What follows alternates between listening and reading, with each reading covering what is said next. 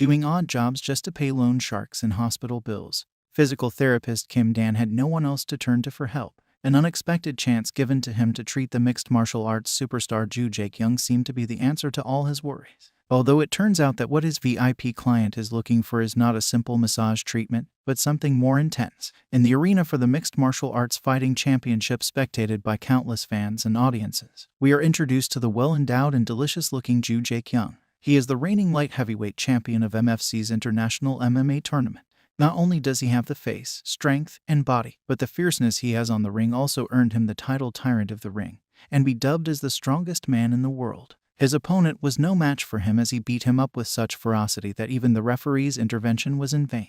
As expected, Jaekyung was proclaimed the winner in the end, and it was this overwhelming victory that a cute man in scrub suits was held in awe. Although it could also be due to the view of him covered in sweat, his opponent's blood, and that mouth-watering charisma. He was on the bus and was watching the match on his phone as he attempted to learn more about Jaekyung. As it turns out, he's a physical therapist named Kim Dan and was on his way to the Team Black MMA gym where Jaekyung and his team trained, and Dan is the new physical therapist hired to treat him. He was nervous as he stood at the entrance of the gym. It has been a while since he's treated anyone, and his first time having a VIP client, a very hot and delicious VIP at that. Being nervous for some other reason is, of course, also understandable, if you know what I mean. The thing is, our poor Dan is desperate for work to pay off loans. He's hoping to make a good impression and be asked again by this client. Not that he needs to push himself to make much effort, stressed as he may be. That sweet and innocent-looking face will surely leave any semi longing to see him again. Anyway, although he should have probably expected it, Dan was still very surprised at the view he witnessed as he entered the gym.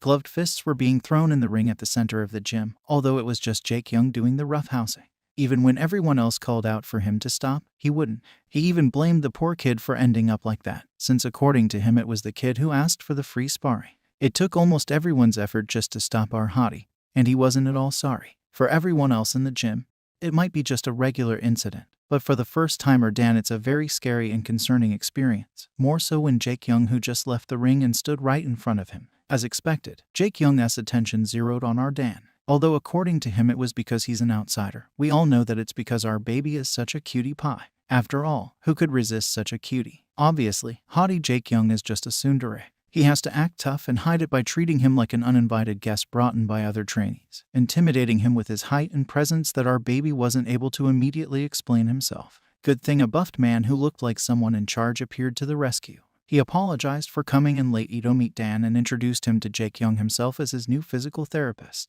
When haughty Jaekyung asked why they had to get a new one when they already have a PT, the good old buffed man pointed out how he knocked the previous one flat in his ass for rubbing him the wrong way. The former didn't even look the least bit guilty even when he was told that they had a hard time finding a replacement on short notice. Again, it's probably a regular banter between them, but it sent chills to Dan, scared that there's a possibility of him getting beat up too. Well, as long as it's something that would let them have more fun, it should be fine. Since Jaekyung seemed to be done training, buffed man dutifully told Dan to follow him to the locker room, and was nice enough to tell him that he should be fine as long as he doesn't do anything to annoy him. For someone as delicate-looking as Dan, those words are not reassuring at all. It was only then that it dawned on him the reason why his PT mentor, who referred him to the job, was desperate to look for a replacement even though the pay was high. Due to some experience of being beaten up by thugs, poor Dan is fearful of his situation. But what's done is done. He's already there, and he can't do anything any more than make sure that he didn't get on his VIP client's nerves, and satisfy the latter the best he can. As if already trying to make his move on Dan, haughty Jaekyung casually took off his shirt, making our baby flustered by the well-toned and tattooed muscles, not to mention that delectable six-pack, claiming that because he was covered in sweat, he wanted to do it naked. Of course, he had no choice but to just nod yes, and at the same time couldn't help but stare. His ogling, however, was cut short after being snapped at for dilly-dally. They soon began the session, where Jaekyung impatiently told him to do his thing after Dan politely asked him if he has any specific concerns. His thing, of course, could mean anything, but it's not yet the time nor place to go on specifics. Dan began with the full-body sports oil massage as he reminded himself not to get on his nerves. Rubbing, massaging, and pressing here and there, he couldn't help but admire the level of his client's spiciness. He never had a client who came close to this type of body before. That probably resulted from training very hard.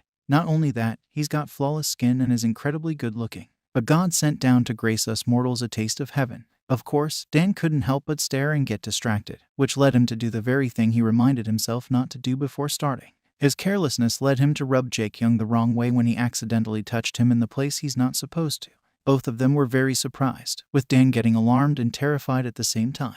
As expected, haughty Jaekyung was quick to snap at him for his mistake, to which the latter tried to immediately apologize in earnest to avoid the worst-case scenario of getting hit for getting on his nerves. Whether it was because of his trembling form or his crying face, or both, the hottie let him off and just warned him to watch his hands. Feeling self-conscious for acting like an idiot and thankful at the same time, Dan dutifully tried to do better and not make any mistakes again. As he did so while being flustered with what just happened, it was Jaekyung's turn to stare at him this time, no doubt thinking about how to do it with the baby while wearing a nonchalant expression. It was almost 5 in the afternoon when the session was finally over. Dan felt so exhausted since he was so focused on not making any mistakes again, and just couldn't wait to get out of there. Despite that unfortunate accident, Jaekyung was satisfied with the massage and didn't say anything to him as he left. A week passed with Dan doing odd jobs here and there as a gasoline boy, bar waiter, and convenience store clerk. He was dejected since he hadn't heard anything from Jaekyung's team since that day and blamed himself since he was the one who messed up the opportunity. His hopes of finally getting a regular gig and quitting all his odd jobs for good are now gone.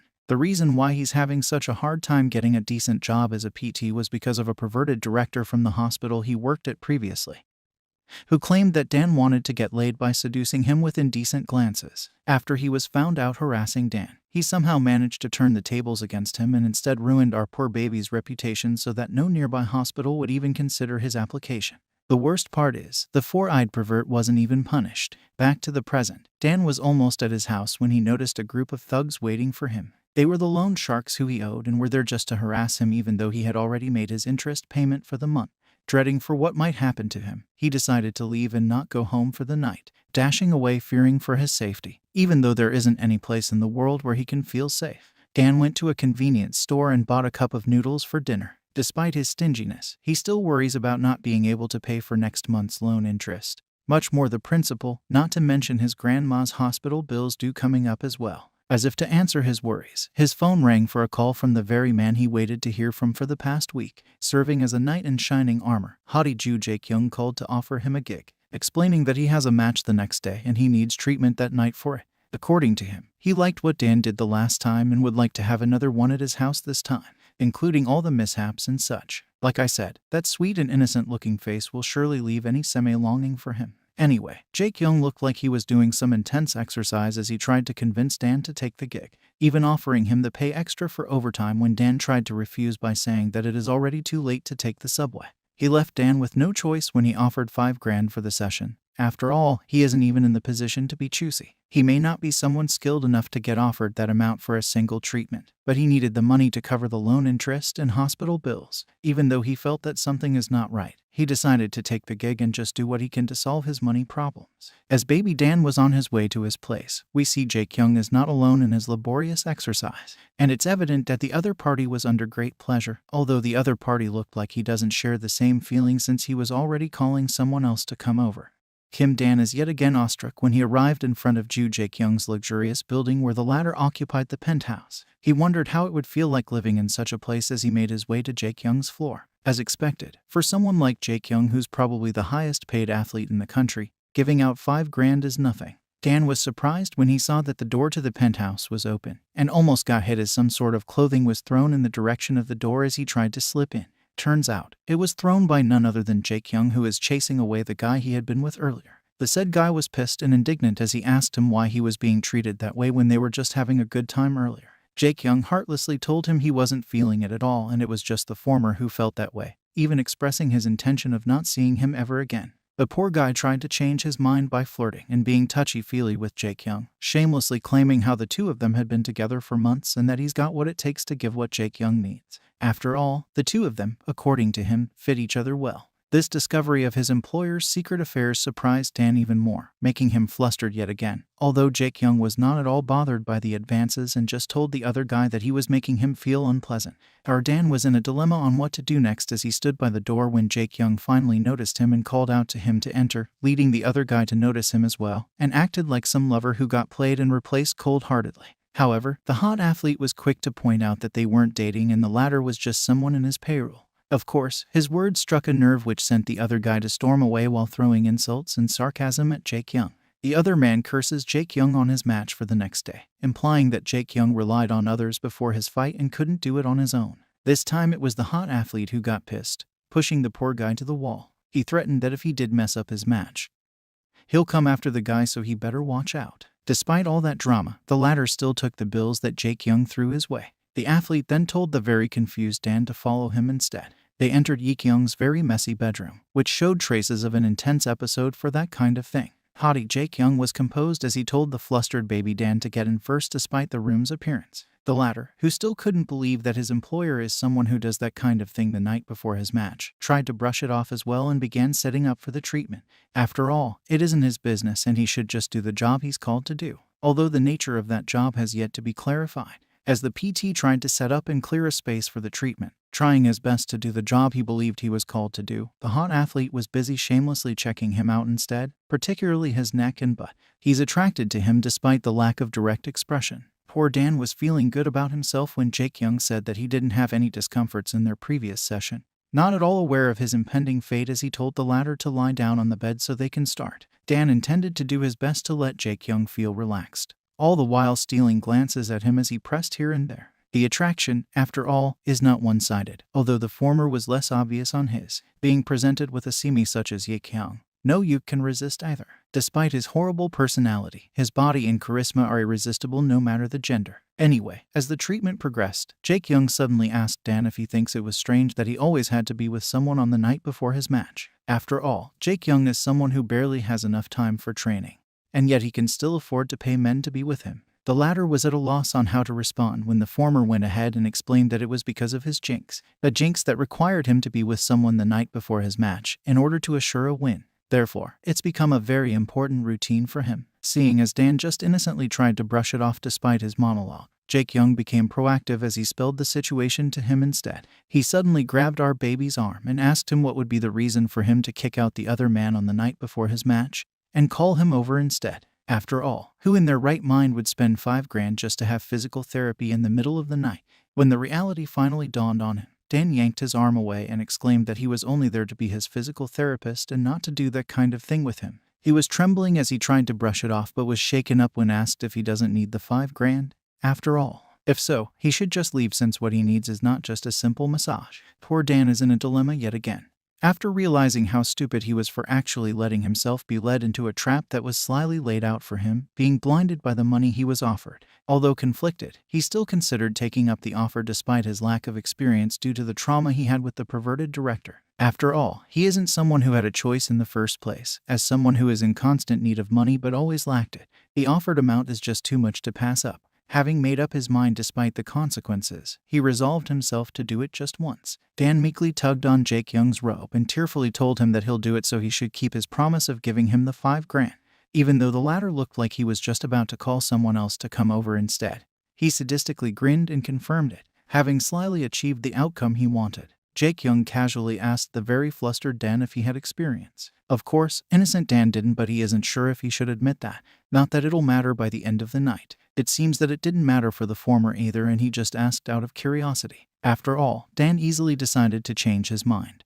And could it be because he was very experienced in the first place? Humoring him, Dan lied and admitted it instead. Jaekyung grinned in satisfaction after pushing Dan to the bed and declaring if that's the case then he won't go easy on him. He was looking forward to getting right into it as he went straight ahead to pull Dan's shirt and expose his chest. Conscious Dan snatched it immediately, claiming that he wanted to wash up first since he just came from his job at a barbecue place. Although unwilling, Jaekyung held his urges and let Dan use his bathroom. While under the shower, our vulnerable Dan contemplated if he should back out after all. But feeling fearful of facing a similar fate as the previous person, he really doesn't have a choice but to go through with it. He was very scared as he was yet reminded of his trauma with men, and asked himself if he was capable of doing it. Dan was in this pitiful state when the source of his anxiety suddenly burst in the shower, looking very pissed for having to wait an hour for him. The impatient Jaekyung couldn't wait any longer and dragged him back to his bedroom. Dan tried to cover himself at first, feeling cold and exposed, but the latter was quick to deny it.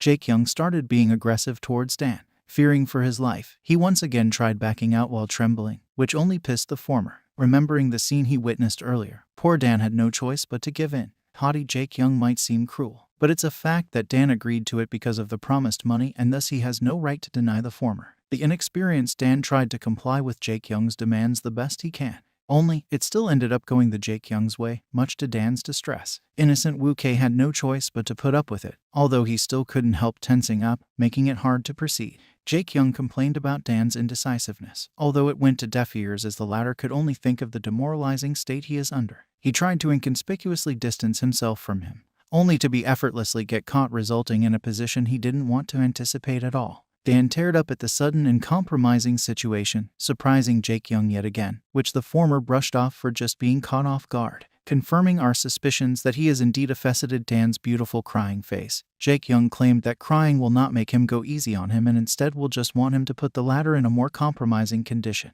Despite his cold-heartedness, he was still sensitive enough to notice that Dan was in a concerning state, showing his concern in a roundabout way by asking him if he'll start whining again, and telling him to breathe properly before starting his attacks again. While our Woo-K was in such a strenuous state, our Seme was having a blast and was even being very vocal about it. He yet again pointed out how the former was indeed very experienced based on how his actions were being responded to. Of course, innocent Dan had no idea what he was talking about and was just very concerned with the unknown sensation he tried to get away from earlier that was resurfacing again as Jaekyung continued what he was doing. Before Dan could do anything about it though, he was pulled against the Seme's body and was told to shut up as the latter's actions intensified the closer he is to his peak. He only let the former go once he was finally fully satisfied. Unfortunately, that wasn't the end as Dan had hoped. The pathetic but attractive view of the former plays a major part in it all, resulting in him starting another round, and who knows how many more rounds after that. The next morning, Jaekyung was the first one to get up and headed straight to take a shower without bothering to try and wake up Dan, which is admittedly very uncharacteristic of him if he did. After he finished getting ready for the day and pouring himself a glass of milk, he finally went to check on the latter only to find the bed empty instead. He didn't seem like he minded as he found it more entertaining that way. Jaekyung's match that day resulted in another overwhelming win, with the match itself claimed to be one of his best as far as his career goes and would be talked about for years to come. He sent his opponent into a clean knockout with a precise front kick that no one could doubt he was in such a peak condition. The buffed man was very happy and excited with the result that he couldn't stop replaying the video of the match again and again. He didn't hold back voicing this out to Jaekyung, and at the same time asking him if he did something special since his training was no different from usual. The latter just smirked mysteriously and responded that he just tried doing something new as he thought of our poor Woo-K, and probably already feeling bothered at the thought of his latest prey. After all, Dan turned out to be exactly what Jaekyung is looking for to put him in the zone. Unlike all the other types of variations he had tried up until then, unwilling to let him go, he told the buffed man that he wanted the former to become his private PT. Of course, this was a very welcome decision since it was very hard to look for someone that gained Jaekyung's approval despite having been presented with the best ones in the industry. However, it didn't take long for Jaekyung's tip-top condition to turn sour and his temper to get worse by the day, to the point that even his fellow trainees noticed and were bothered by it.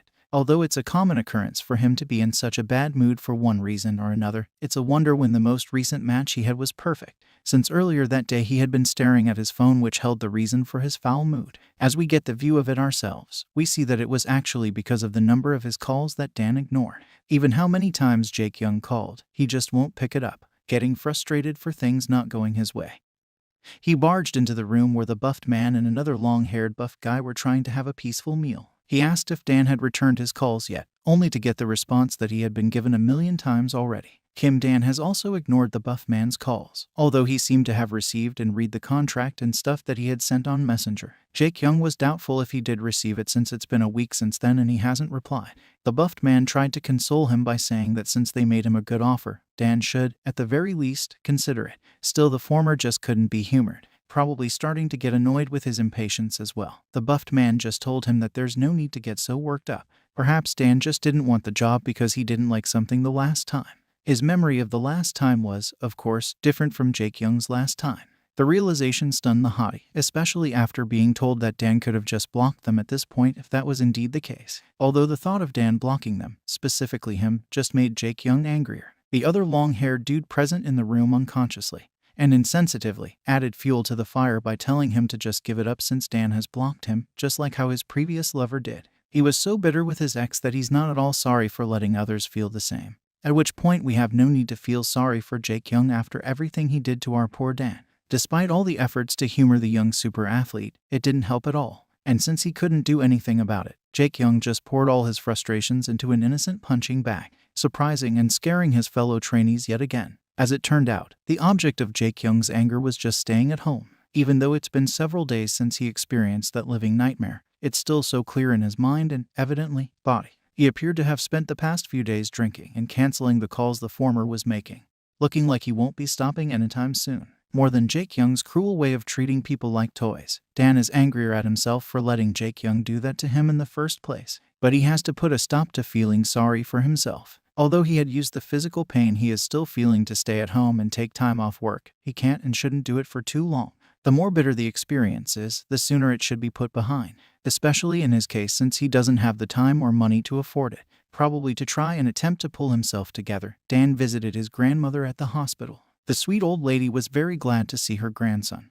Despite telling the latter that he should have just rested instead of visiting her, Dan dutifully brushed it aside and instead asked about her meals. Grandma responded that she doesn't skip a meal and asked him in return. When he said that he's yet to grab a meal, she told him to take a peek at the fridge where Dan found a couple of yogurt drinks. They're the kind that he used to love when he was little, and ones that Grandma asked the nurse to get so she could give it to him, even though he's already a grown man. In Grandma's eyes, Dan is still and will always be her little boy. This is one of the reasons that kept our baby doing his best despite all the adversaries he's facing. This warm and fuzzy feeling, however, can't stay for long. As Dan went to talk with Grandma's doctor, he was informed that the latest chemotherapy she's under has not been as successful as they had hoped, and the tumor that she had more or less stayed the same. The worst part being that the cancer appeared to have grown resistant to the treatment. Before Dan could sink into despair, the doctor gave him hope by suggesting that they try another type of new medicine that's just been recently approved for use. And although the medicine looked like it would be a good fit for Grandma, the downside is that it won't be covered by insurance, which would mean that it'll cost Dan quite a bit to cover it, to the point where the current bills he's paying could double or even triple. The doctor, of course, didn't want to push the matter since the cost was no small amount. Still, it's worth being considered. Poor Dan yet again lamented why his situation just seemed to keep on getting worse. His personal struggles he can take. What he can't afford is for letting Grandma be in any kind of pain. He was losing hope for being able to do more for her and is on the verge of giving up on everything. As his phone once more vibrated for a call from Jaekyung, he remembered how the lone shark thugs used to harass him and Grandma. He had no choice but to accept the fact that even though his living nightmare just keeps on getting worse, it was not like he can still fall further down. Perhaps this persistent living nightmare in the form of heartless yet hot Jew Jaekyung is a silver lining and the only hope he could afford to ever have. And he had to make a decision once and for all. Back in Jaekyung's penthouse, he is yet again glaring at the screen of his phone for having his call not connecting for the nth time. Just as he threw his phone to a couch, seemingly giving up on trying to reach Dan, his doorbell rang and saw that the person at the other side of the door is the very person he was anticipating to hear from for days. Although it was unexpected, Jaekyung nevertheless welcomed Dan's sudden visit. The latter was dripping wet from rain and yet no concern was raised about his condition whatsoever. It was expected but still very frustrating on our part who had anticipated this meeting after one chapter. Anyway, hard-ass haughty Jew Jaekyung wasted no time pointing out the irony of Dan's actions. After all, according to Jaekyung, he might as well have called him 1,000 times, to which Dan had not once answered. And yet, he suddenly shows up at his door without warning, even though he said that he couldn't understand what is going on in our baby's head for doing such a thing. It was him and his nonchalant expression that we couldn't figure anything out of. That said, even though it looked like Dan had already made up his mind, he still wanted to be clear on some things. Although, we all know that it's just his way to make a point of his value. So anyway, he bluntly asked his prospective employer if the job he was offered was just as a regular physical therapist like it was stated in the contract. And as expected, it wasn't. In addition to being the one responsible for managing his physical condition with regular treatments before and after everyday training, he'll also be responsible for his anti-jinx pre-match sessions. This is, of course, something that Dan had already anticipated, and when he asked why he was chosen, of all people, Jaekyung brusquely explained that he needed someone who can help him reach and maintain absolute physical peak condition, and being with him did that. Thus, without a doubt, Dan was the ideal choice to be his private PT, since they are already being open and direct with things regarding their impending contractual relationship. And since the need has called for it, Dan unabashedly admitted that he needed money more than what he was being offered. Going back to the conversation he had with Grandma's doctor earlier, he was told that the new medicine alone would cost him around $9,000, not to mention the usual fees for nursing and such. More or less, Dan will have to secure $10,000 a month for Grandma's hospital bills alone, which he can't do by normal means. But just thinking about his grandma, he had no choice but to go beyond normal. Therefore, on top of the monthly $4,000 that he was being offered in the contract, Dan asked to be given an additional $10,000 for him to finally accept and sign the contract. The two of them were silent for a while, both lost in thoughts on the sudden turn of events. Nevertheless, Jaekyung agreed to the additional condition, although not before pointing out how Dan was, frankly speaking, only in it for the money, as expected of the guy who came running at night at the thought of receiving $5,000. Without knowing anything, Jaekyung accused him of being materialistic, and since, to a certain degree, it was true anyway, Dan couldn't say anything. Only, it wasn't just Dan who had something to add to the contract terms. In return for agreeing to his condition, he also added one of his own. That is, whether Jaekyung has a coming fight or not, no matter the time or place, if he wanted to do the nasty with him, he will not deny it. Although taken aback, it was still within the resolve Dan had decided to go through. But that, they closed the deal, and wasting no time, the seme pushed down our poor Wu-Kei to the floor and then yanked his head right in front of him, ordering him to take care of it. Poor Dan was flustered by the sudden turn of events, and couldn't believe what he was just told to do. When told off by Jaekyung to not act as if he'd never taken care of one before, Dan again remembered how the perverted director treated him and tried to push the blame on him. Since then, he couldn't bear to touch it, and yet he is now being forced to do so. Slowly, Dan tried to comply at first, feeling like throwing up at the thought of what he's expected to do. Ever so impatient, Jaekyung couldn't wait and ordered him to be more assertive. The view of Dan as he complied seemed to have brought certain effects on him then. It's times like this when we get hints of what part of our cute Wu-Kei our seme found endearing despite not expressing it in words. To be fair, even though it looked like the poor PT is just being harassed cruelly, it's not like he's totally against it. Then again, this is just one of the things that makes us anticipate for more, so we can't complain. Jaekyung was so harsh as he moved to only satisfy his own needs, only stopping as he reached his peak after seeing poor Dan's trembling and tear-stricken face. He let it go, declaring how he liked it that way. He knew it was just the beginning when Jaekyung said that it was time for him to start proving his worth as they try to discover how much he can take once and for all. Dan once again visited Grandma at the hospital, and she welcomed him in such a sweet way any grandmother would. A lady who looked like the caregiver in charge of her was there with Grandma. She answered for her when Dan asked if she had already had a talk with the doctor, and if she had already told her the news about the new treatment. He affirmed it as a better treatment since it was claimed to have fewer side effects, so Grandma wouldn't have a hard time and she should be feeling better in no time. Of course, Grandma had doubts about where her grandson could get the money to pay for it and suspected that perhaps Dan had turned to the loan sharks, which of course he was quick to deny. He then admitted that she shouldn't worry about the money for it, since he recently got a new job as the private PT for a champion-level national athlete, with the pay being so good that there was no need for him to get a second job. Finally, his hopes of finally getting a regular job and quitting all his odd jobs is being manifested after 6 chapters. Grandma is, of course, very happy to hear this news, and even the caregiver genuinely congratulated him. She claimed that it's because Dan is very handsome that he was able to land such a nice job. Although he tried to deny it, we all know that's the case. Jaekyung just couldn't get enough of that adorable face of his no matter what expression it makes. Dan felt a sudden throbbing in his lower back and remembered what his new employer did that particular night, leaving him with a kind of physical pain that lasted to this day. Grandma was quick to notice her grandson's expression and asked him if he is sick. And of course, he denied it, claiming that he probably just twisted something while sleeping. He then said his goodbyes since it was time for him to go to work, and that he'll be back to visit again the next day. Grandma didn't hold him back at all and sent him away, assuring him that everything will be fine, so he should take care of himself. As it turns out, that day was his first day officially working at Jaekyung's gym. Dan was nervous as he entered the gym. His attention zeroed into Jaekyung and reminded himself of the fact that from then on, he'll be seeing him almost every day. He was once again flushing at the thought of the possibility of the latter wanting to do it every day. At the end of the day, these two are the same in a way that they have hots for each other and yet try to brush it off. His daydreaming was interrupted by the good old buffed man, welcoming and asking him to follow him. Their exchange of greetings turned not only Jaekyung's but also the other trainees' attention in their direction. The buffed man then called everyone over to officially introduce him as Doc Dan, who is joining them as Jaekyung's physical therapist. Although they were polite enough to return his greetings, they still somehow managed to underestimate him because of how weak and young he looked, not to mention his height that's comparably shorter than most of them. One of the trainers even asked Jaekyung if the PT could handle him. If only this punk knew how the doc is handling the hottie, he'd be shutting his mouth for good. Anyway, the buffed man was quick to correct all those speculations and tells everyone to be respectful to the PT. After all, Dan is older than any of them. Even Jaekyung was taken aback by this new information and couldn't believe it, just like the rest of them.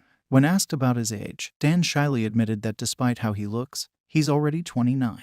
Despite being such a rude prick, Jaekyung was still brought up to be respectful to his elders and was probably feeling very guilty for treating the older Dan the way he did, although if he did, he made sure to not show it.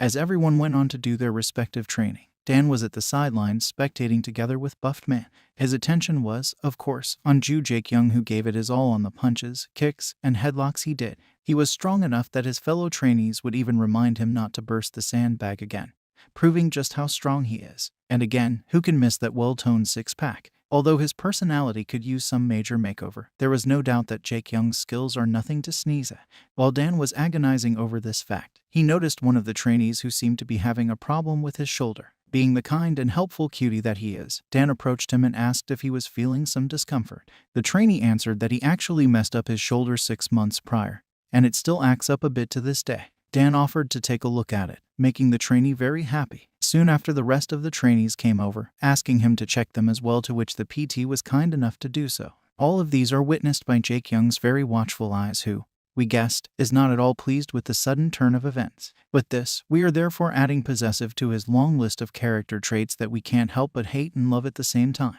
As soon as his training session was done, Jaekyung called over Dan casually the way he's been doing since. This gesture was done right in front of the Buffed Man, who was quick to smack Jaekyung, reprimanding him for acting like he's raised by a pack of wolves and being such a rude prick. After all, he just told them that Dan should be treated with respect, and should at least be referred to as Doc if anything. He tried to humor the older man, but only to a certain extent.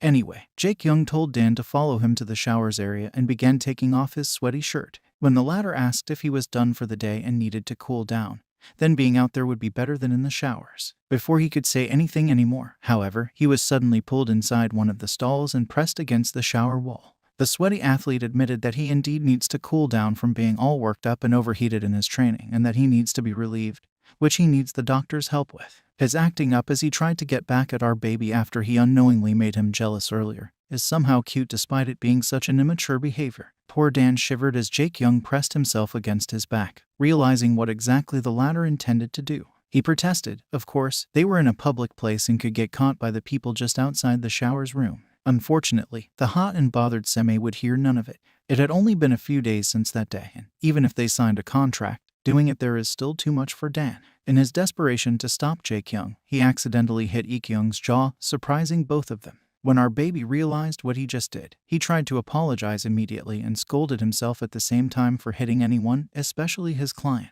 He is such an herbivore that we couldn't help wanting to protect him. Anyway, he tried to justify his action, fearing that he'd get hit in return because of it if he didn't. Instead of getting hit, however, Jaekyung was amused and even complimented the featherweight Dan for actually hitting him, admitting that it's been a while since anyone had landed a clean hit on his jaw, although he mocked Dan by calling his attack cotton candy fists, which sounded kinda cute, by the way. Thinking and hoping that his actions won't warrant any consequences he won't like, he once again tried to apologize. This time, however, Jaekyung responded by shutting him up with his fingers and having his way. And since Dan doesn't seem at all willing to cooperate, he did the preparation himself. Once again, the latter tried to stop him, and when asked why, he responded that it was because they were in the gym and there are people right outside. When he asked why they had to do it then and there, the only response was because he had agreed to let him have his way anytime, any place. Being yet again reminded of the conditions of the deal that he had brought upon himself, Dan somehow mellowed in his protests, only for it to fall on deaf ears nonetheless. He was told to stand up properly instead as Jaekyung did his thing. Realizing that it was already too late for resistance, the latter could only hope that they would finish before someone catches them. As if further mocking Dan, two of the trainees entered the shower room who wanted nothing more than to just get off all the sweat in their bodies. They had their respective six-packs as well, but just like our Wu-Kei said previously, our semes is just on a different level that others can't even be compared to anymore. Upon hearing their entrance, however, Jaekyung peeked at them, letting them know that he was already in there. They know how he hated sharing the showers with someone else when he's already there, and therefore tried to ask him to let them use it still since they feel grossed out from their workout. Dan shook his head no, afraid that they'll get caught that way, but since the former is such a mischievous prick, Dan's wishes are once again denied. Instead, Jaekyung opened the shower in an attempt to drown out any sound from their stall and told the other two that they can go ahead and wash up. That said, the PT tried his best not to make a sound, allowing the other two to take their showers in peace, and who, upon knowing Jaekyung's temper, tried to avoid disturbing him as they did. With that, the session that was demanded of Dan proceeded without a hitch. Once the other two finally finished their shower and were on their way out to get dinner, however, Jaekyung became more aggressive until he finally achieved what he wanted. The refreshed Jaekyung then left the weakened Dan in the shower stall, after telling him to wash up before leaving. Not an ounce of remorse for what he made the latter go through, thinking that Dan also enjoyed it. The following day, Dan finally received the uniform that was tailored especially for him, which he liked very much, the shade of blue suiting him perfectly. He tried to thank the buffed man who shamelessly teared up in return and claimed that it was he who should be thanking the former. After all, he had almost lost all hopes of being able to find someone who could handle the maniac that is Jaekyung, and he genuinely hoped that he'll be able to stay with them for a long time. Suddenly, a man called out to the buff guy, who turned out to be the team's coach, reminding him that their reservation was at 6 and that the guys wanted to head over to the restaurant. The coach in return told the confused Dan that they should head there together. As it turned out, that day was Doc Dan's welcome party, being held at a porkhouse restaurant. The trainees and all the other members of the team were already there when Dan and the coach arrived, welcoming them warmly. He was served a generous amount of meat and was told to hurry up and eat his share, else he might miss it. After all, most of them are athletes and will take any excuse for being allowed to freely eat a good meal. We are then finally introduced to the names of some of the characters who survived the last 8 chapters being nameless, even though they appeared quite frequently. The blonde top-haired is called Hyun.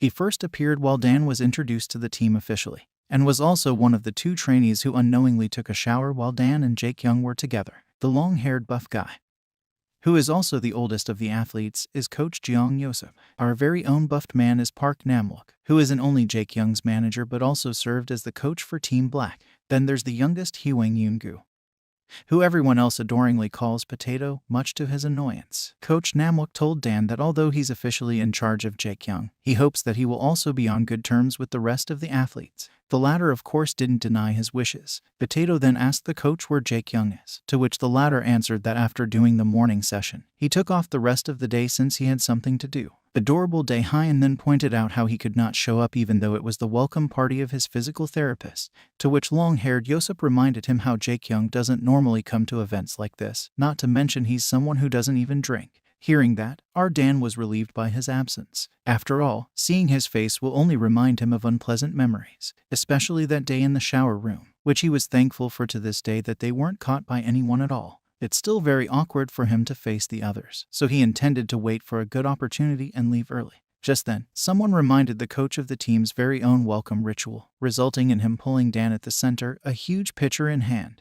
The welcome ritual turns out to have everyone pour in alcoholic drinks to the huge pitcher, and, in turn, have the newcomer drink it all up and dubbing the finished product as Team Black's welcome elixir. He was told it's all drinkable stuff and to chug it all down as many swigs as he needs to. Of course, there's no way featherweight Dan will be able to do it. He was already trembling as he held it with both hands. It was at that moment that Jaekyung graced them with his presence. When someone pointed out that they weren't expecting him coming, he responded that he wasn't planning to. But none of them remembered to bring the company card. He had no choice but to bring it to them instead. Seeing as he was right on time for the welcome ritual, Jaekyung didn't miss pouring him his share of drink as well, and even taunting his personal PT if he'll be able to drink it all up seeing as he's so delicate. Somehow, the word struck a nerve, and without warning, Dan indeed chugged down the welcome elixir in one go, surprising everyone, although for Dan it was just to prove his employer wrong. Later that evening, Potato was already down while everybody else is wasted, and, as expected, Dan was also on the verge of losing consciousness. When someone demanded an ice cream, Dan volunteered to get it, only to slip and crash on the floor. Jaekyung was then tasked by Coach Namwook to take Doc Dan home, seeing as he's the only one who's sober plus he's his personal PT so of course it's his responsibility. Right after commenting how the guy doesn't even know his limits in drinking, Jaekyung effortlessly carried the wasted Dan on his shoulder. He left the company card, and finally left the restaurant. Jaekyung brought in his personal PT in a white luxurious car that he drove. Although he was grumbling about being assigned as Dan's designated driver, he still dutifully asked him and addressed and fully intended to do as he was told. Of course, this isn't only because he respected his coach. We all know he has a soft spot for Dan. The reason why he probably stayed even though he was only intending to drop off the card was to look out for him. The dude was already acting up when Dan was surrounded by sober athletes. What more if a whole horde of them are wasted? Anyway, good thing Dan still managed to spit out his address despite his condition. Jaekyung was able to reach the neighborhood in no time. He was surprised when he saw it though, seeing its poor conditions, not to mention it was on the verge of being redeveloped. with the wasted Dan on his shoulder, and after some time of looking for the right one, they finally managed to arrive at the house. Jaekyung flinched at the moldy smell of the place, and commented how filthy it is. What with the molds in the corner of the room and the bottles of soju on the floor, Jaekyung unceremoniously dropped Dan on his floor bed as he took in some more the condition of the place, which just reeks of poverty. The ceiling has even holes in it that water unforgivingly kept on dripping. Jaekyung is disgusted with the place and couldn't believe that cute Lil Dan is living in that kind of place. Dan was so out of it that he started calling Jaekyung his grandma, even telling him not to worry since he'll take care of everything himself. The next morning, Dan woke up to an unfamiliar ceiling and a bright room. Makes you wonder how it's still unfamiliar when he's slept in a couple of times already. Anyway, he jolted awake when he realized where he is actually at. He tried to remember what had happened to him and how he ended up there, but couldn't remember what happened after drinking the welcome elixir. Thinking of the worst-case possibility for why he was there, he tried to check if his backside hurt, only it wasn't, so they didn't do it last night after all. That doesn't answer his questions about how he ended up there though. He was still in the middle of thinking about it when Jaekyung appeared. Already knowing what Dan was thinking, he told him that he shouldn't worry about him having his way with him last night. After all, he's not into butts that reek of booze. Having that out of the way, Dan politely thanked him for taking care of him and even bringing him to his place, something that he should have done so himself, seeing as he's a grown man. Everything looked like it should end up on good terms. But of course, given as Jaekyung is who he is, he just had to open his mouth. He commented how he didn't want to actually bring him back to his place, but he had no choice since his house is not something for a human to live, and he just couldn't stand to be in his so-called house even for just a second more. That was when Dan realized that they had actually gone all the way to his house. The former's words, however, struck deep. Trying to brush off the insulting words, he still tried to be polite as he turned to leave. But Jaekyung just wouldn't leave the matter alone and asked why he lives in a disgusting place like that. That was the last straw for Dan. Jaekyung, after all, is someone who knows nothing about him and his life, or all the hardship he and his grandma went through over the years, suffering as they were tormented by loan sharks. Not being able to hold back his tears any longer, he sarcastically responded, if it actually matters. It's not like Jaekyung is going to raise his pay if his story is sad enough anyway, adding how it isn't even any of his business how and where he lives. Dan's tear-stricken face affected Jaekyung, as it is one of his many weaknesses when it comes to him. Dan wondered why Jaekyung even brought him to his house if he was just going to say insulting stuff. He should have just left him there instead. Despite how it may have been expressed, Jaekyung was really just concerned with Dan's well-being.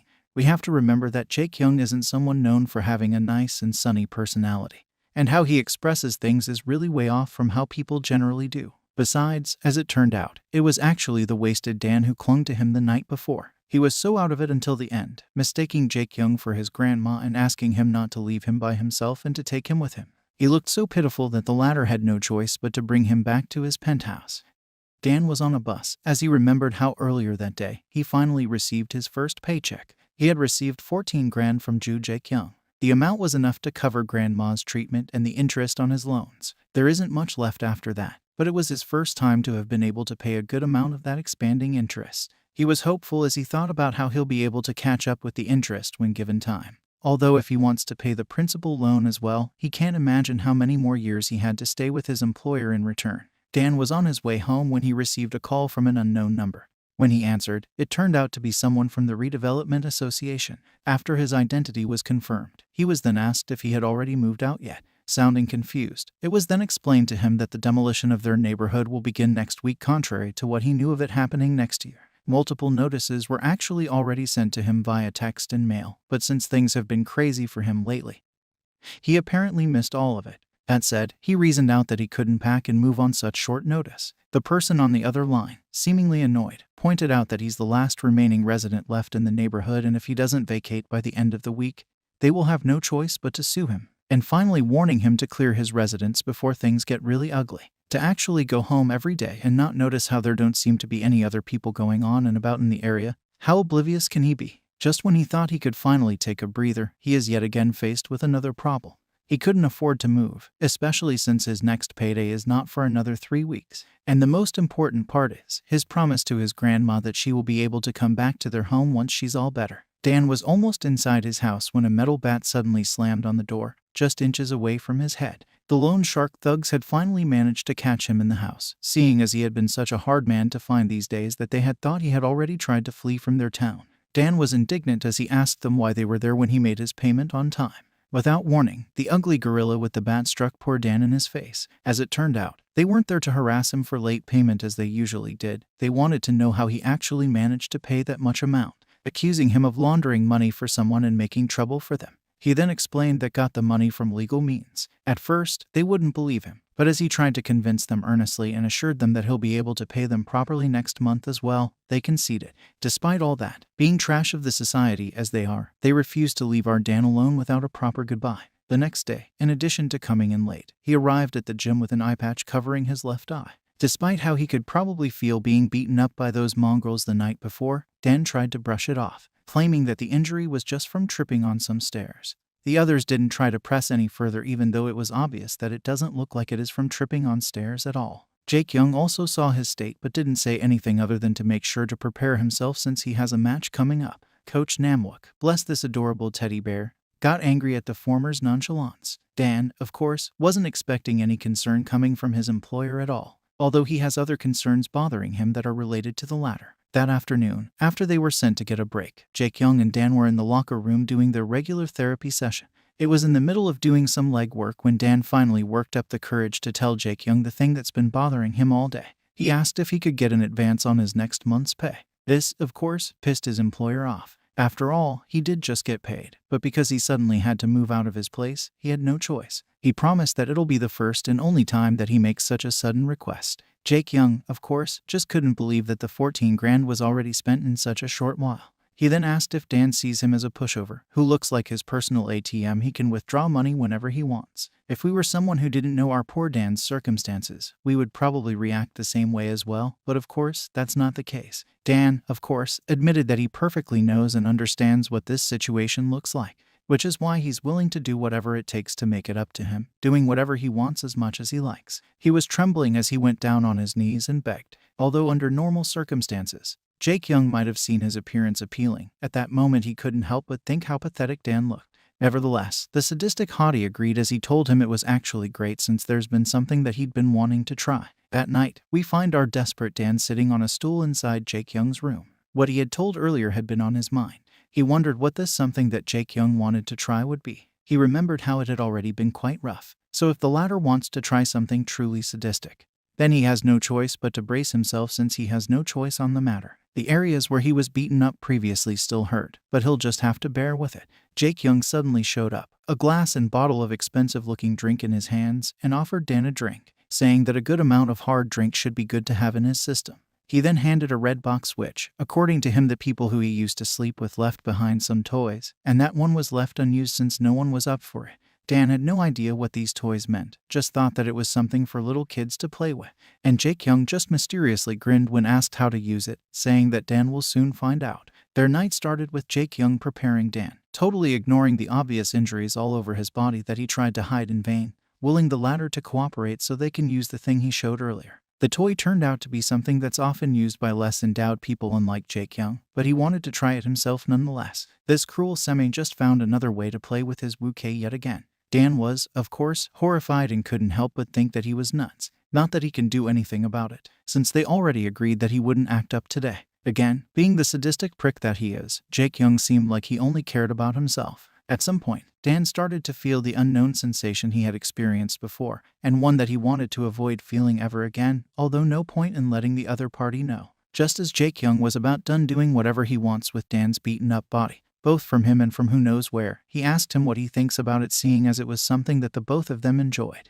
Of course, Dan hated it, and as expected his answer was just brushed over by Jaekyung. The next morning, poor Kim Dan woke up to the sound of the sadistic Jew Jaekyung's voice trying to wake him up. He was trying to send him away as soon as he got up. After all, he has to go to his morning session of training, so Dan can't just sleep in like a kid. He also complained how the former didn't even make it past one round last night, claiming that he has zero stamina and yet he expects him to give him an advance. Of course, as we've already established earlier, this is just Jaekyung's way of showing his concern for other people, especially our baby Dan. Unfortunately, all his rants and complaints went straight to deaf ears as the supposed recipient suddenly fell on the floor while he was trying to get up to go to the bathroom. Perhaps this should teach Jaekyung to finally show some more concern for his partners in the future. Dan lay fully naked and unconscious on the bed as a bespectacled man checked on his condition. Jaekyung was also there, of course, being the one who placed him there and called the man over by the looks of things. The man was horrified at the state of Dan's body, full of bruises in all shades and sizes, and immediately assumed that it was all Jaekyung's doing, which he adamantly denied, although he couldn't say anything concerning the condition of his rear. The man, who looked like a close acquaintance of his, started nagging at Jaekyung about how he should have just brought the patient straight to the hospital given his condition, and not just called over a doctor for a house call. The jerk shouldn't have brought him in to sleep with the previous night at all if he cared. The bruises that peeked from his clothes when he came in for work are already alarming as it is. But we've already established that he's a selfish prick, so I guess it's a given. Anyway, of course, Jaekyung couldn't have brought our baby to the hospital even if the situation requires it. An MMA athlete as strong as him would no doubt end up with having tabloid headlines on the likes of him having killed someone or beaten up someone to the verge of death or something. That said, the doctor explained that the patient is suffering from severe exhaustion. We wonder why, and we'll have to get a full checkup for a more complete diagnosis, especially since none of his external injuries seem to have been treated properly. And for the time being, resting is a must. The most shocking part, however, is the fact that Dan is suffering from malnutrition. Being a practicing physical therapist, you'd think that our baby Dan would be prudent enough to at least avoid getting malnourished. Then again, given his situation, no one can blame him. It's unheard of course, to an athlete like our hottie who lived his life with a healthy diet as one of his priorities. As Jaekyung expressed this concern, the doctor explained that it may be uncommon but still possible. Anyway, he reminded Jaekyung to make sure that the patient must eat properly and to get the tests done to be on the safe side. More so since the services he provides to his employer are a little bit on the rough side, so being healthy is a must. Serious stuff aside, the man started asking about Dan on a personal level. Despite the injuries, Jaekyung's new special friend has such a pretty face after all. The very reason why he's in such a situation in the first place. The man turns out to be someone who knows Jaekyung's preferences well and wanted to know from where he met the patient, given that there doesn't seem to be a lot of such quality in the scene recently. Of course, he didn't get a proper response. Not that he'd believe Hottie if he said that he met our baby in a gym full of burly and sweaty men. That said, a friendly, and most probably unwarranted in Jaekyung's view, advice was given. Even though the guys who resigned themselves to Jaekyung knew what they were signing up for in the first place, he shouldn't get carried away, especially for someone like baby Dan who has such a weak body. Else, he could end up in the headlines, and not for good reasons. He even had the nerve to tell him to start treating him gently, with kisses, caresses, and stuff. All those things that we certainly would want to see but could only hope for, at least for now. Mr. Doctor's kind words were unsolicited after all and were instead answered with threats of having his secrets exposed to the hospital he works at. Soon after he left for his job, but not before yet again reminding Jaekyung to let Dan take a proper rest, eat better, and to be there for him, leaving Jaekyung with no choice but to do just that. Makes us wonder how someone like Jaekyung could be surrounded by such warm and nice people. This doctor is such a teddy bear like Coach Namwook after all. It was almost sunset when Dan finally regained consciousness, and, surprise, surprise, the jerk was there when he did. He couldn't have just stood there all day, could he? Anyway, instead of asking how he's feeling, like any normal person would, given the same situation, Jaekyung instead guilt-tripped him for passing out. This jerk then told him to get dressed and follow him. Turns out, it's because Jaekyung made Dan a meal, a healthy one at that, just like he was told, with a good portion of healthy meat, fruits, and vegetables. Dan was then told to eat and then leave since Jaekyung was about to go for his evening training session himself. Of course, Dan was very surprised and confused by this sudden turn of events. Jaekyung was even kind enough, or not, to ask if there was something else Dan wanted since he didn't immediately start eating. Using his weird and unique signature way of showing concern, Jaekyung told Dan that even though he's not asking for any special techniques, since just his face is enough already if you get what I mean, he would still need Dan to take care of himself properly. That way Dan will be able to handle him without easily passing out like he did. Probably still confused at where the twisted way of showing concern was coming from, Dan assured him that he'll do better next time. Jaekyung then reminded Dan about his coming match that week, and how Dan should prepare himself for him before that. It's probably already late to say this, but it's concerning how the two of them can casually talk about it over a meal like it's just some regular service of some sort. At least, despite everything that's happened, Jaekyung still agreed to give the advance pay, reminding Dan to not let his move affect his match, since, of course, everything must revolve around our athlete superstar. Gullible little Danny boy didn't find anything wrong with how the jerk treated him. The only thing he can think of is that, even though he was treated harshly the night before, the prick made him a home-cooked meal, which is something that's been so long since he had last eaten. And it's delicious, making him wonder what exactly happened while he was passed out for his employer to have such a change of heart. Jaekyung called over Archangel Raphael and got scolded. That's what Later that week, on the day of the light heavyweight bout between Jaekyung and Randy Booker, Dan, now with most of his bruises already healed, came into the gym for work. The gym felt empty to him, as most of the main manpower are out for the big match, and of those who stayed, were just trainees who were also anticipating it and are on their phones. Two, in particular, are Jaekyung and Potato, who were just then watching Jaekyung's opponent trash-talking him. A maniac foreigner who's so good that he had to jump a weight class just because no one could handle him in his original one. Adorable young Potato was quick on cursing Jaekyung's opponent back, blindly confident that his Jaekyung would tear him apart instead. Dan started to get worried then, after hearing from Jaekyung that his employer seemed to be in a bad mood more than usual. Of course, the latter immediately assumed that it's because his opponent was strong, but the PT had other ideas. Dan remembered the conversation they had the night before, after they just finished his pre-match prep work in his bedroom. He asked if it was all right that he stayed behind, instead of coming with them to where the fight was going to get held. Jaekyung said it was fine since he won't need him at the actual match. Whatever made Jaekyung think that he would not need his physical therapist in his actual match is beyond me, although he probably just said that out of concern for Dan or something. The match was going to be held in Busan, where Jaekyung and the coaches are probably already now. After all, the superstar athlete, despite his twisted personality, is such a big shot that the international league is willing to come to him, so most of his fights are held in Korea. Anyway, just as Dan was about to dismiss his concerns about Jaekyung's pre-match condition, he suddenly received a call from our teddy bear, Coach Namwook, who, by how panicked he sounded, affirms his concerns after all. According to the coach, their star athlete is in such bad shape that they need Dan to come to them immediately. These words immediately made Dan worry a lot.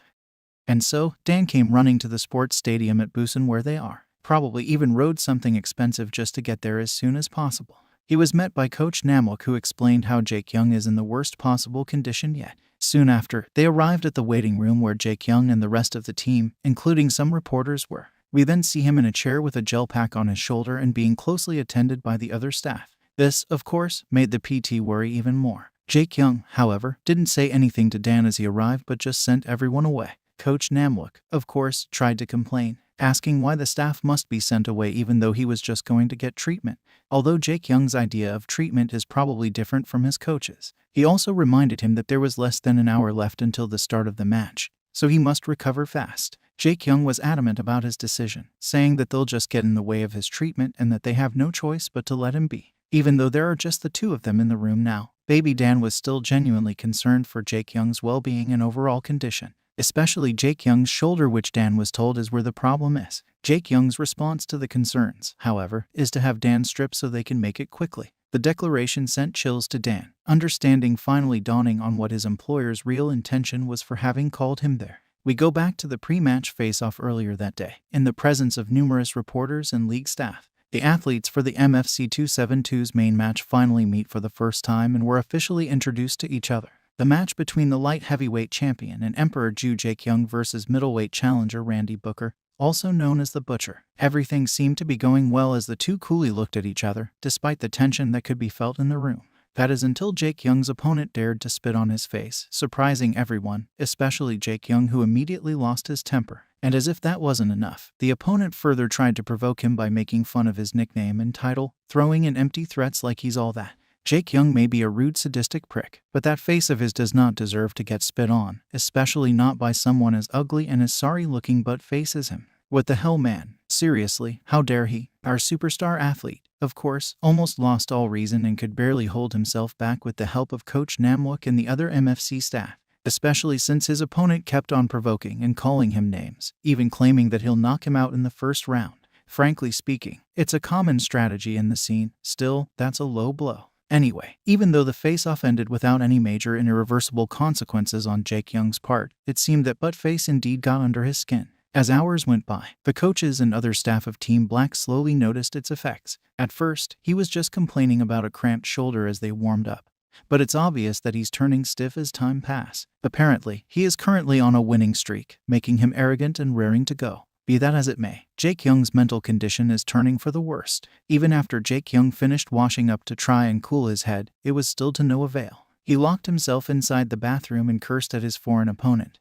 worrying Coach Namwook, especially since Jaekyung just won't respond to all his concerns. Seeing as there really isn't anything he could do to cool off by himself, he told his coach that his shoulder won't move at all, which prompted the older man to call the MFC medics. Although apparently, Jaekyung had other plans. This brings us back to the present, where while in a Kabi-don position he is now bluntly telling his therapist how he had called him there for a special session. Poor Dan couldn't believe that he had to come to Busan on the very expensive express train just because his employer had an itch. But, of course, Jaekyung couldn't care less. Not only were they under the deal of wherever and whenever, it was also the only way for Coach Namwook to let him call Dan last minute.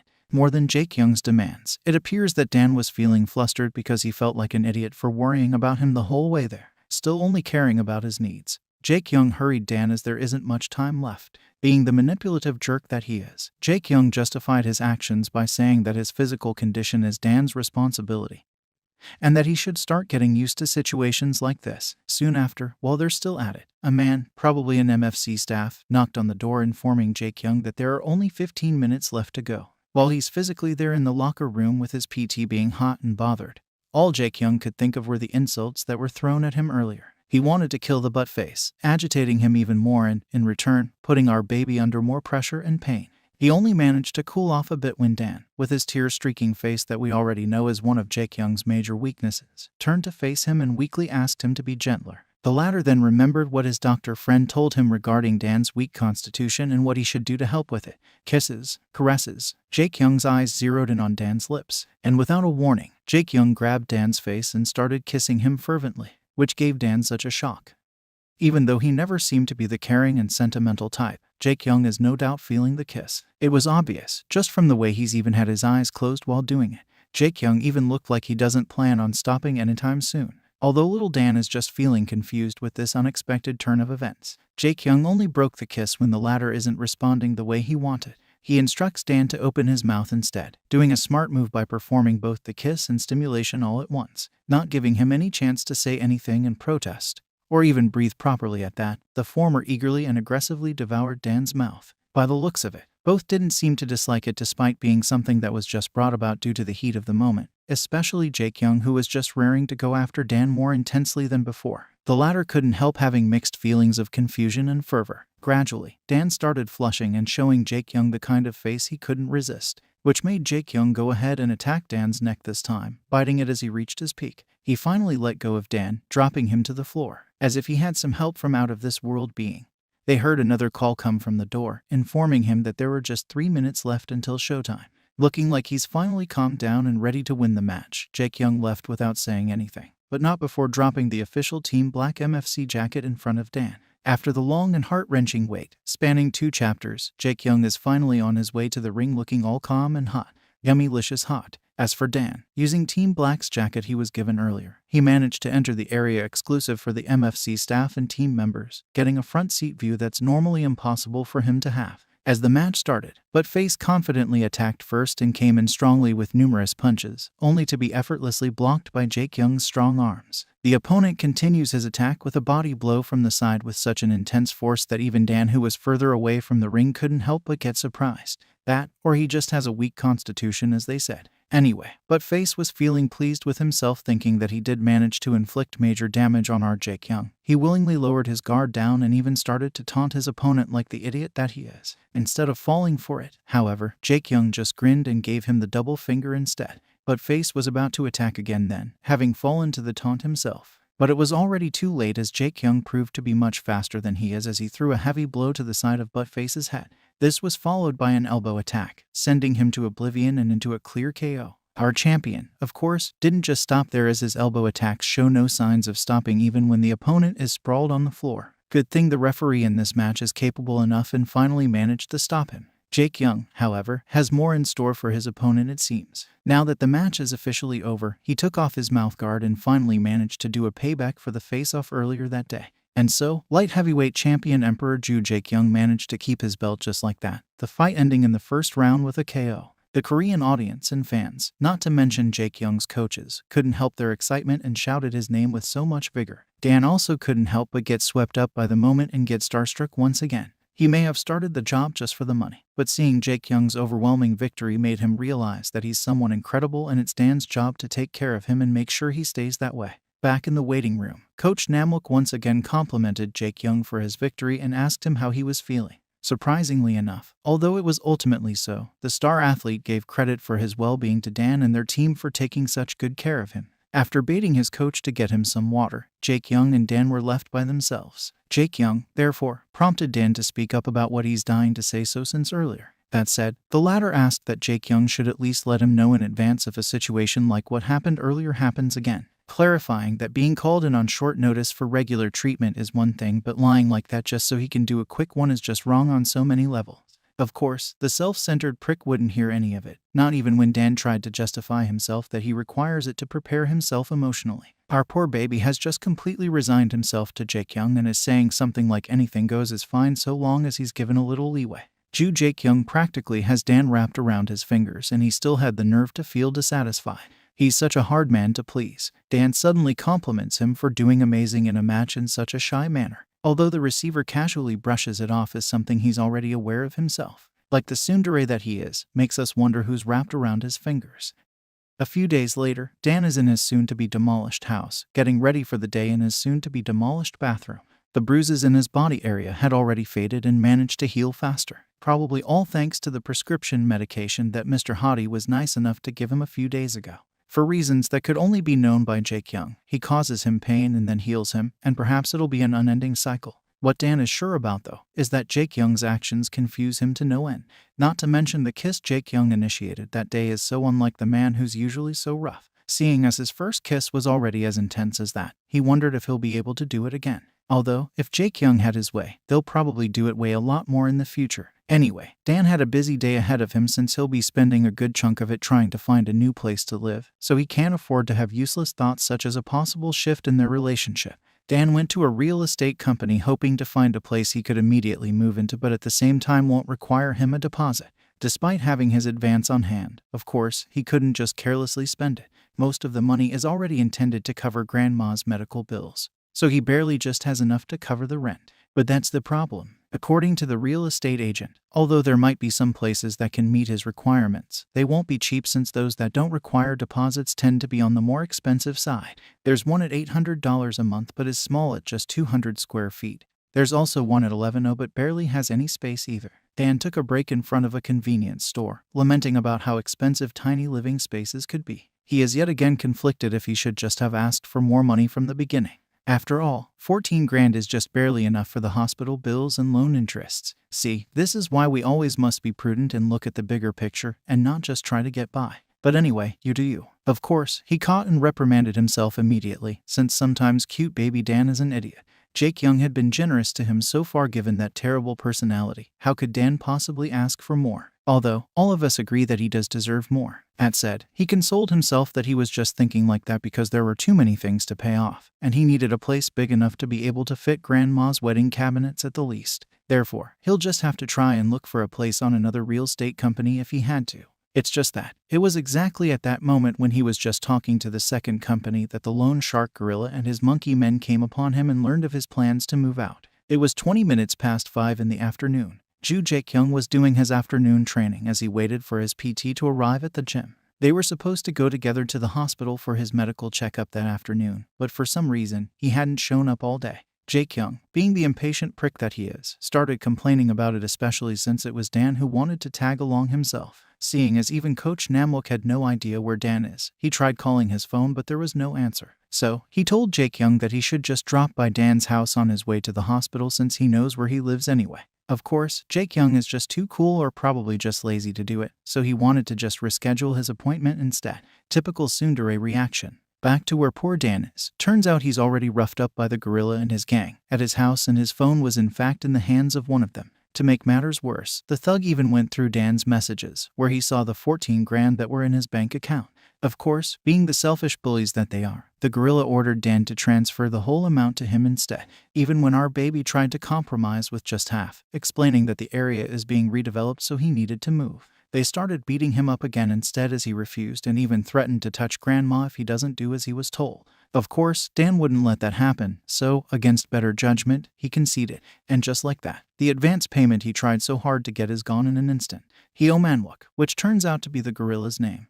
Leaves up to his character as a shameless and greedy pig and still won't leave our poor baby despite already taking everything from him. Isn't his character way worse than the butt-faced foreigner? He has such a punchable mug too. Leaving their ugly mugs aside, they're also ignorant fools. So of course they don't know the company from which he received the money and assumed that it's just some sort of a bar or house for that kind of thing. Dan involuntarily flinched at the mention of the word, since in a sense he was earning that much by selling himself. The loan sharks were quick enough to notice Dan's reaction. They even managed to guess it right since he is the one who receives it. You get what I mean, right? Anyway, they wasted no time putting him down even more, and since Dan is just too innocent and weak to even try and defend or justify himself by saying anything, it just got worse. And what do you know? In addition to being selfish bullies with ugly mugs and shameless greedy pigs, they're also perverts and try to get into some of the action, even when they don't really swing that way and don't really have any idea on how to do it. At least Jaekyung has a handsome face and a hot body. Not to mention rich and famous. He's just way better save for his trashy personality. Just as poor baby Dan is about to yet again experience something horrible.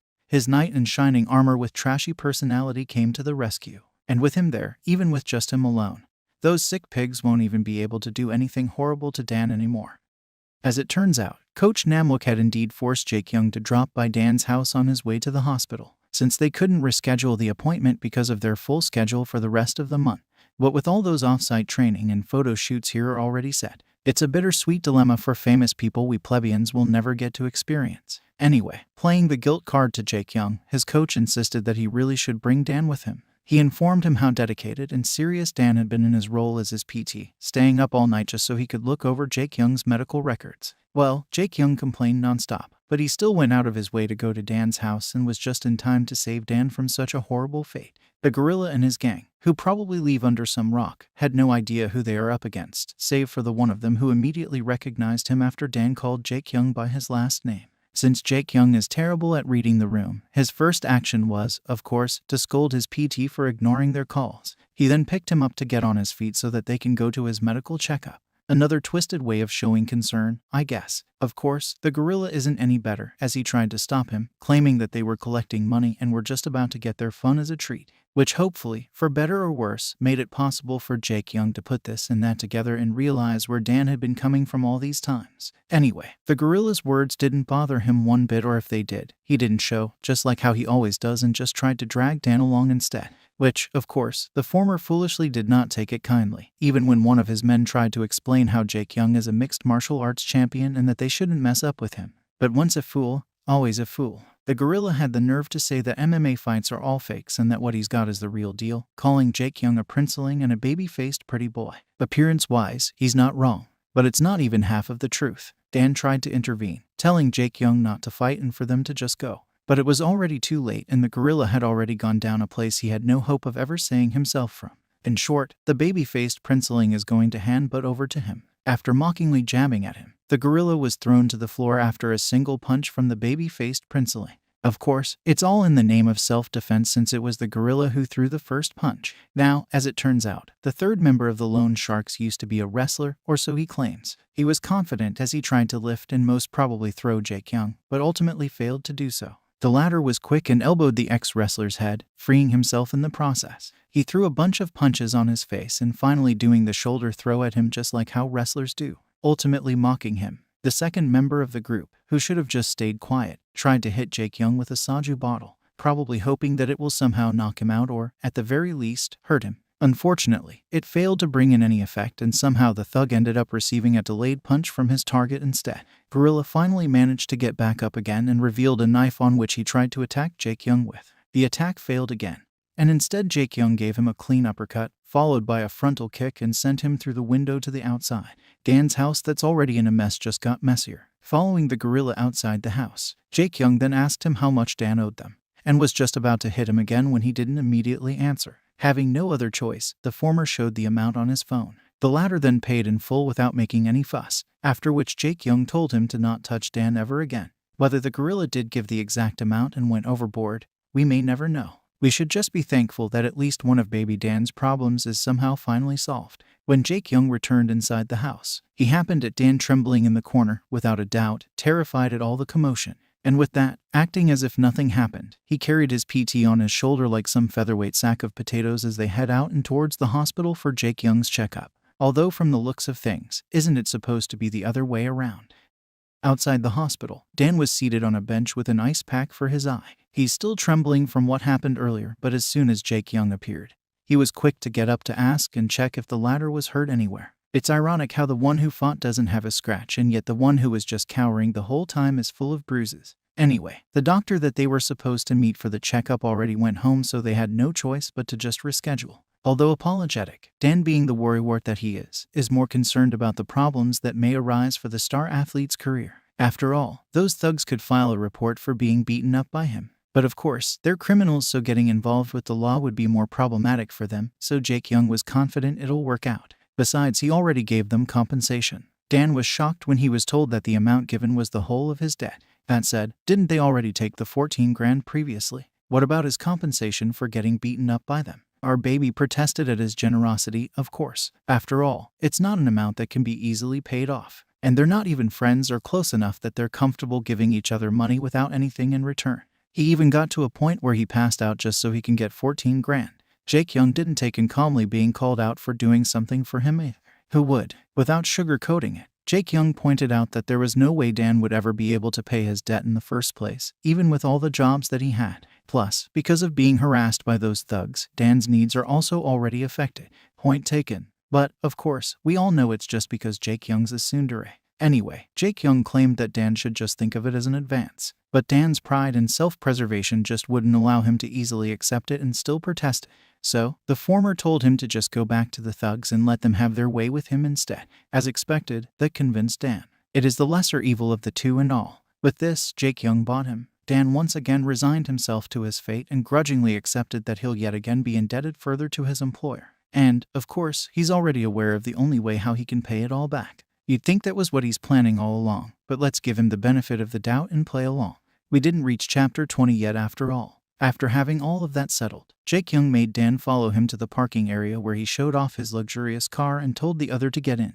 The latter wanted to go back to his house to clean. But, of course, what's the point of doing so when those thugs destroyed everything, and the whole neighborhood was due to get demolished? Shockingly, our hot superstar athlete who doesn't even want early morning cuddle told Dan to stay at his place. He passed it off as a privilege given to Dan, yet again showing off that he's living in a penthouse. But we all know it's just because he's worried about what might happen to his PT. The next morning, Dan was staring at the ceiling of the penthouse guest room. Having not been able to sleep a wink, he knows that it's a reality that he will start to live going forward. Wearing the borrowed clothes from Jaekyung, Dan went down to the main room. The latter was expecting the former to have already left, only he hadn't. I get it that Dan had no choice but to borrow clothes, since he didn't get a chance to grab some the night before. But can we just appreciate the fact that he's already doing the waking up in boyfriend clothes scene? The real thing is still bleak and in a far-off future, but it's a start. Jaekyung called Dan over to talk business. Jaekyung then immediately listed off all the conditions and rules for letting Dan stay at his place. First, he'll continue doing what he's been doing as his physical therapist.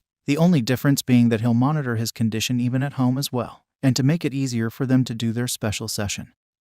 He should always stay at home if he's not working at the gym. It's like Jaekyung wants to always keep baby Dan at his side and make it seem like Dan's sole purpose in life is to take care of all Jaekyung's needs while he earns the dough. He even said the last part casually, like it's the most normal thing to say, although it wasn't the same for the latter. Jaekyung says he's allowed to use all the facilities, food, and stuff in the house, including the indoor pool. However, he reminds Dan he must be careful to keep it down when he's resting since he's a light sleeper. Dan promised to comply without fuss. He then finally managed to ask the question regarding why Jaekyung helped him pay off his debt, and even let him leave there with him, which is probably what bothered him the whole night. Dan probably didn't mean anything serious by it, but this tsundere jerk got himself all worked up, saying things like perhaps Dan thought Jaekyung did it because he got smitten by Dan. Jaekyung is the one who said it himself, making it more obvious that it already is. But since the other party is also an oblivious idiot, Jaekyung's safe. Anyway, after making his point that our baby is just a tool to handle his jinx and make his life easier, nothing more, he started to leave, probably headed to the gym. Dan felt sorry for himself again, having this truth slapped and spelled out to him like this. It might not be good to always accept pity from others, but if it means that it's making them turn for the better, then it's a different story. Alas, it seems that Jaekyung's case isn't like that, as he doesn't even seem to see him as a person now. And as if to set that thought in stone, Jaekyung made a 180-degree turn and pushed Dan to the table, claiming that he hadn't had breakfast, so he'll just get some light snacks. Dan was yet again reminded of the reason why he didn't want to be in more debt on Jaekyung. But since he has no choice but to let the latter do as he pleases, no matter how exhausting and scary it is for him. After all, it's exactly the reason why he's being kept close anyway.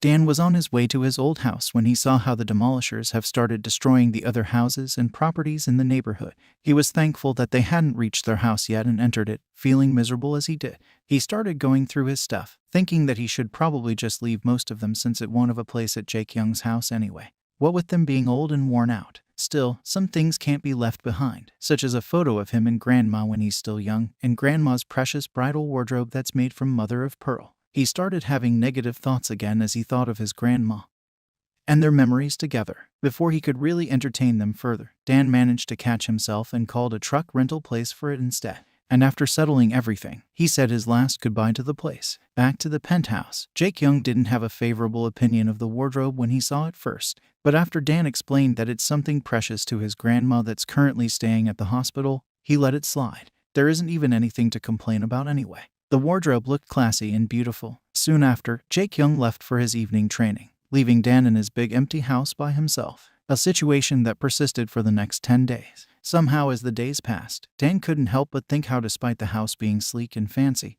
it wasn't cozy and instead it felt cold that not even its extravagant facilities could make up for it.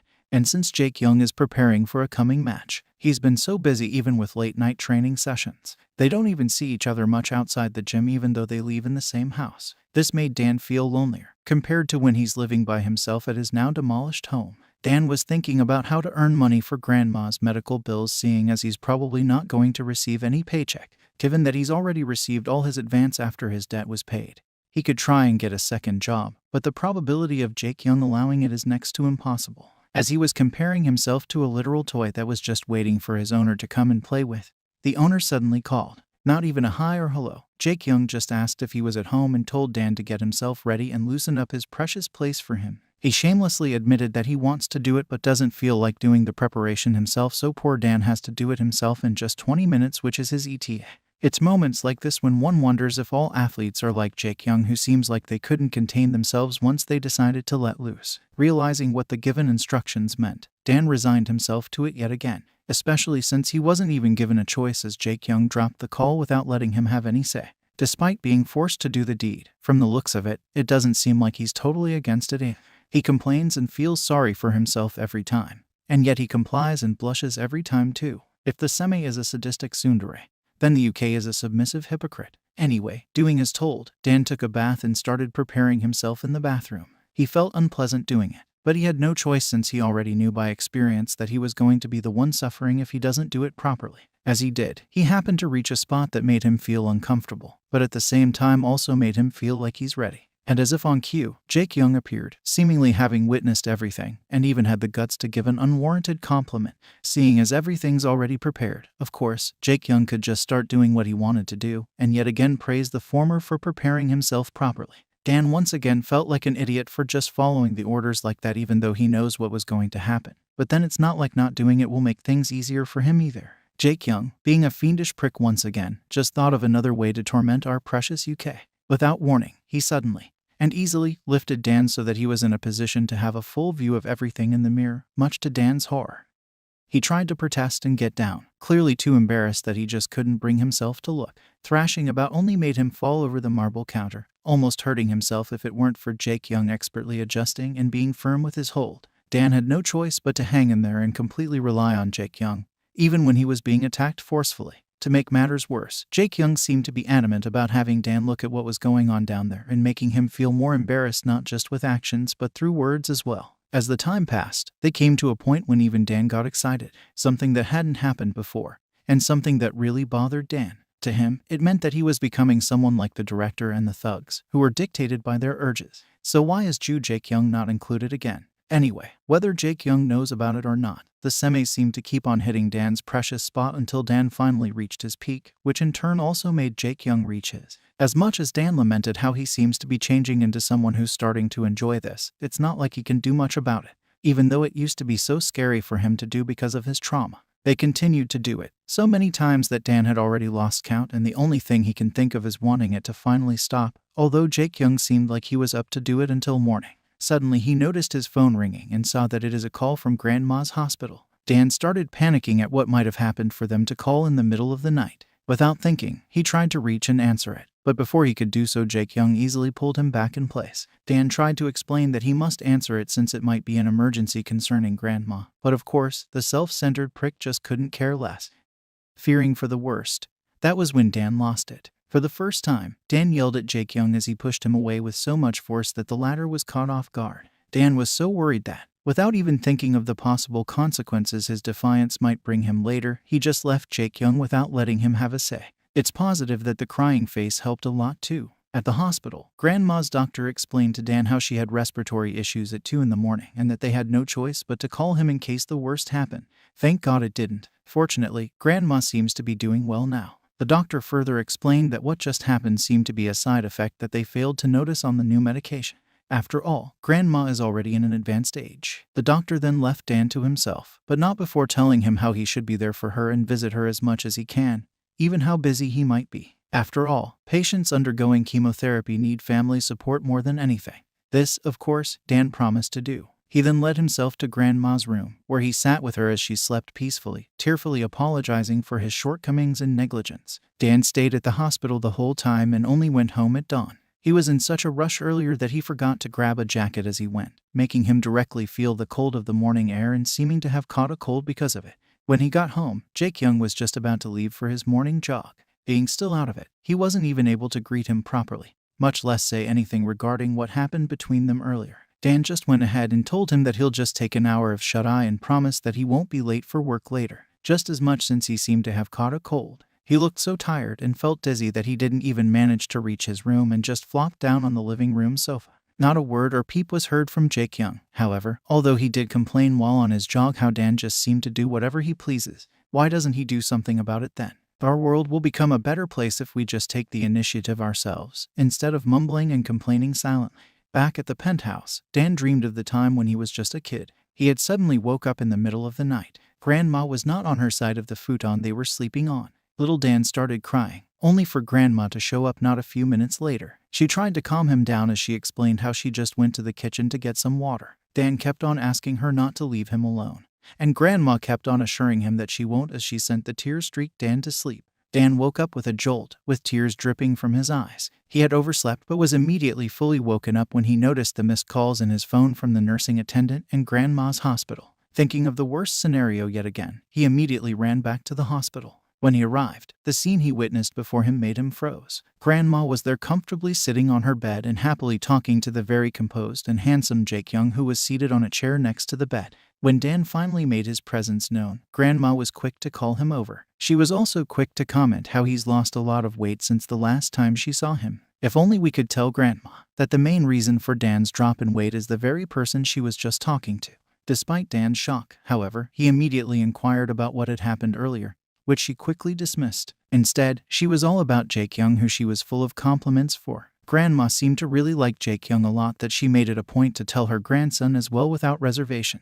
She thanked Jaekyung for keeping her company until then, to which Jaekyung responded that he also had fun while drinking Dan's yogurt drink that he probably stole from Grandma's refrigerator. But wait, does this mean Grandma will be staying in the penthouse too when she gets better? Her wardrobe is already there. Okay, maybe that's a bad idea. Never mind. Just then, the nursing assistant in charge of Grandma arrived, acknowledging Dan and explaining to him how Grandma kept on asking for him after what happened to her. They tried calling him then, although it was his friend Jaekyung who answered and came instead. In a flashback, we see Jaekyung had just arrived home from his jog. Dan's phone kept on ringing, but he was too deep in his sleep to hear. The former then had decided to answer it himself, seeing as it was a call from the nursing assistant.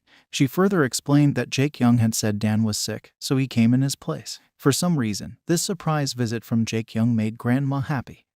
All that is well ends well. Since everyone got really scared because of what happened to Grandma, it is indeed nice seeing her all calm and happy now. That said, Dan then asked to have a word with Jaekyung, to which Jaekyung calmly complied, seeing as it's also about time for him to head for the gym. He said his goodbyes to Grandma, who in turn asked to be able to squeeze Jaekyung's hand before leaving. If only Grandma knows what that hand had done to her precious Danny. Ignorance is bliss indeed. Anyway, so long as it made her happy, nothing else should matter. Once the two of them are out in the hallway by themselves, Dan asked how come Jaekyung is there when he's already busy training for his match, to which Jaekyung responded with an excuse, saying that he is just dropping by on his way to the gym. Oh, yeah, sure, of course, because it's only dropping by when you came in the morning and didn't leave until early in the afternoon. Anyway, Jaekyung's tsundere streak is acting up again. He started justifying his actions in a passive-aggressive and confusing manner. He even started spouting nonsense about not doing it for him but for grandma's sake, and for only being in that situation because Dan was passed out while wailing about his grandma all the while. This dude is such an expert in making excuses, I can't help but compliment it. Now that Dan's in his right mind though, he started acting in character again. He apologized for yet again trying to complain about Jaekyung doing things he wasn't even asked or supposed to do. He also apologized for yelling at him earlier, cutting short their session and leaving him just like that when he was still obviously in the mood. He promised him that it won't happen ever again. The highlight of their moment, however, was when Dan innocently and genuinely thanked Jaekyung for coming and seeing grandma. It's been so long since he'd seen her that happy that he just couldn't help but feel grateful. Dan graced him with his rare genuine smile. That there should be a thump somewhere, but since there isn't one, let's just let him off with acting indifferent. After all, he allowed Danny Boy to stay until before his evening training session starts. When he came back to his grandma's room, she was still raving about Jaekyung and how he was such a big, strong, and healthy young man. Oh, how your grandson knows that more than anyone else would. And when Dan asked what and how long the two of them talked, she started explaining how they chatted for a long time. She also added how Jaekyung is such a good listener and good with his words, praising him as a kind and sweet young man. Grandma, you're being deceived. He's nowhere near any of those things you described him as. You're falling for such a fake. All he's got is just his face, money, fame, penthouse, and mouth-watering six-pack abs. On a second thought, Grandma, let's just hand over your Danny Boy to him. He'll be well taken care of. Probably. Of course, Ms. Nursing Assistant didn't hold back voicing out her compliments to the sweet and kind young man either, saying that he was the most handsome man she's ever seen. Grandma then seconded it by saying that his face is that of a celebrity. Seriously, Grandma, just hand over your grandson to him. Kidding aside, the nursing assistant informed Dan that Jaekyung also paid a few months' worth of Grandma's hospital bills, and further showered the man with another set of compliments. Dan, for the nth time, questioned the reason behind Jaekyung's generosity. It's not just about money, but Jaekyung has helped him a lot of times without really asking for much in return. Dan felt that he hadn't done anything to warrant them. That despite being such a mean prick to him, Dan still couldn't help feeling grateful for everything. From our perspective though, isn't it just the prick going one step further to trap him and stop him from leaving? The next morning, after Jaekyung got home from his morning jog, a smell coming from the kitchen attracted him, where he saw Dan cooking something and, seemingly annoyed, asked him what he was doing. This came from the man who told him he can use the facilities, food, and staff in his house freely. Anyway, Dan explained how he was making breakfast using the ingredients that were available in the fridge. He noticed how Jaekyung tended to keep his breakfast simple because of his busy schedule and thought that it'd be better for him to have a proper meal instead. Now, Dan's getting into the wifey character, and this just after meeting Grandma. Are we sure that Grandma didn't hand Danny Boy to the handsome young man yet? At first, Jaekyung got angry, saying that no one asked him to do it and that he's already got a nutritionist who handles his meals. Look who's talking. Having a taste of your own medicine. Are we? But after he noticed how elaborate and varied the prepared proper meal is, Jaekyung seemed to have second thoughts. Which hubby could resist a meal wholeheartedly prepared by his wifey anyway?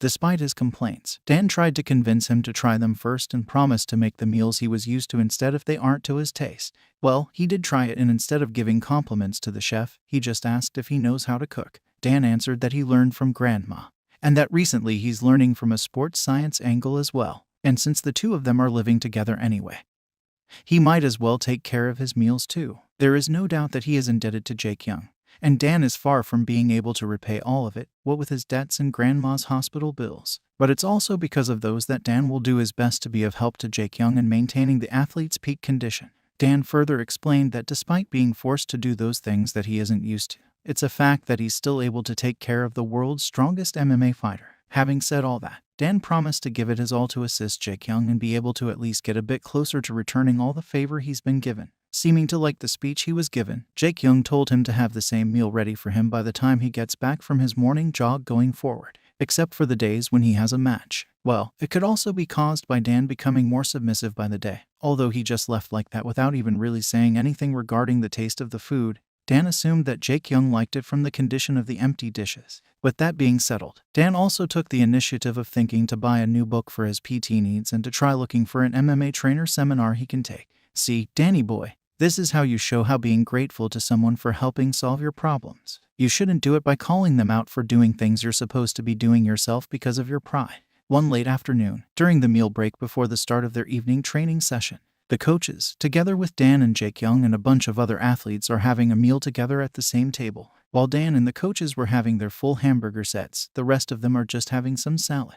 While Jaekyung seemed to be satisfied with only having a banana, most of them are salivating at the sight and smell of the enticing meal set before them. When Dan tried to offer them a bite, Coach Namwook stopped him, explaining that they needed to lose some weight before their matches. So, Dan then suggested that they eat separately instead, but it seems that Jaekyung isn't the only sadistic prick in the group. Coach Namwook dismissed Dan's suggestion and just told the bunch of them to eat their meals. On another note, Potato, looking eager to strike up a conversation with Jaekyung in any way he can, started asking about the meals that he's been having these days, particularly Jaekyung's breakfast, which Potato seemed to always find difficult to manage himself. The older athlete casually replied that he was eating whatever Dan is making him, which prompted the other athletes to ask if Dan goes to Jaekyung's house every morning then.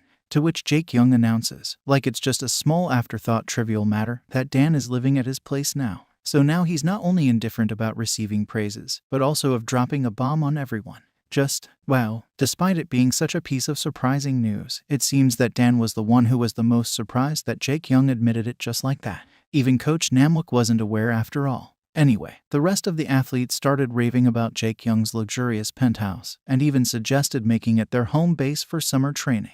By which, of course, Jaekyung immediately shut down. Although Little Potato wasn't on the same page as his Soonbaes at all. After all, Jaekyung is known for not liking to invite people over to his place, much more for letting someone leave with him. And so, we are ending this video with a jealous brat in our hands.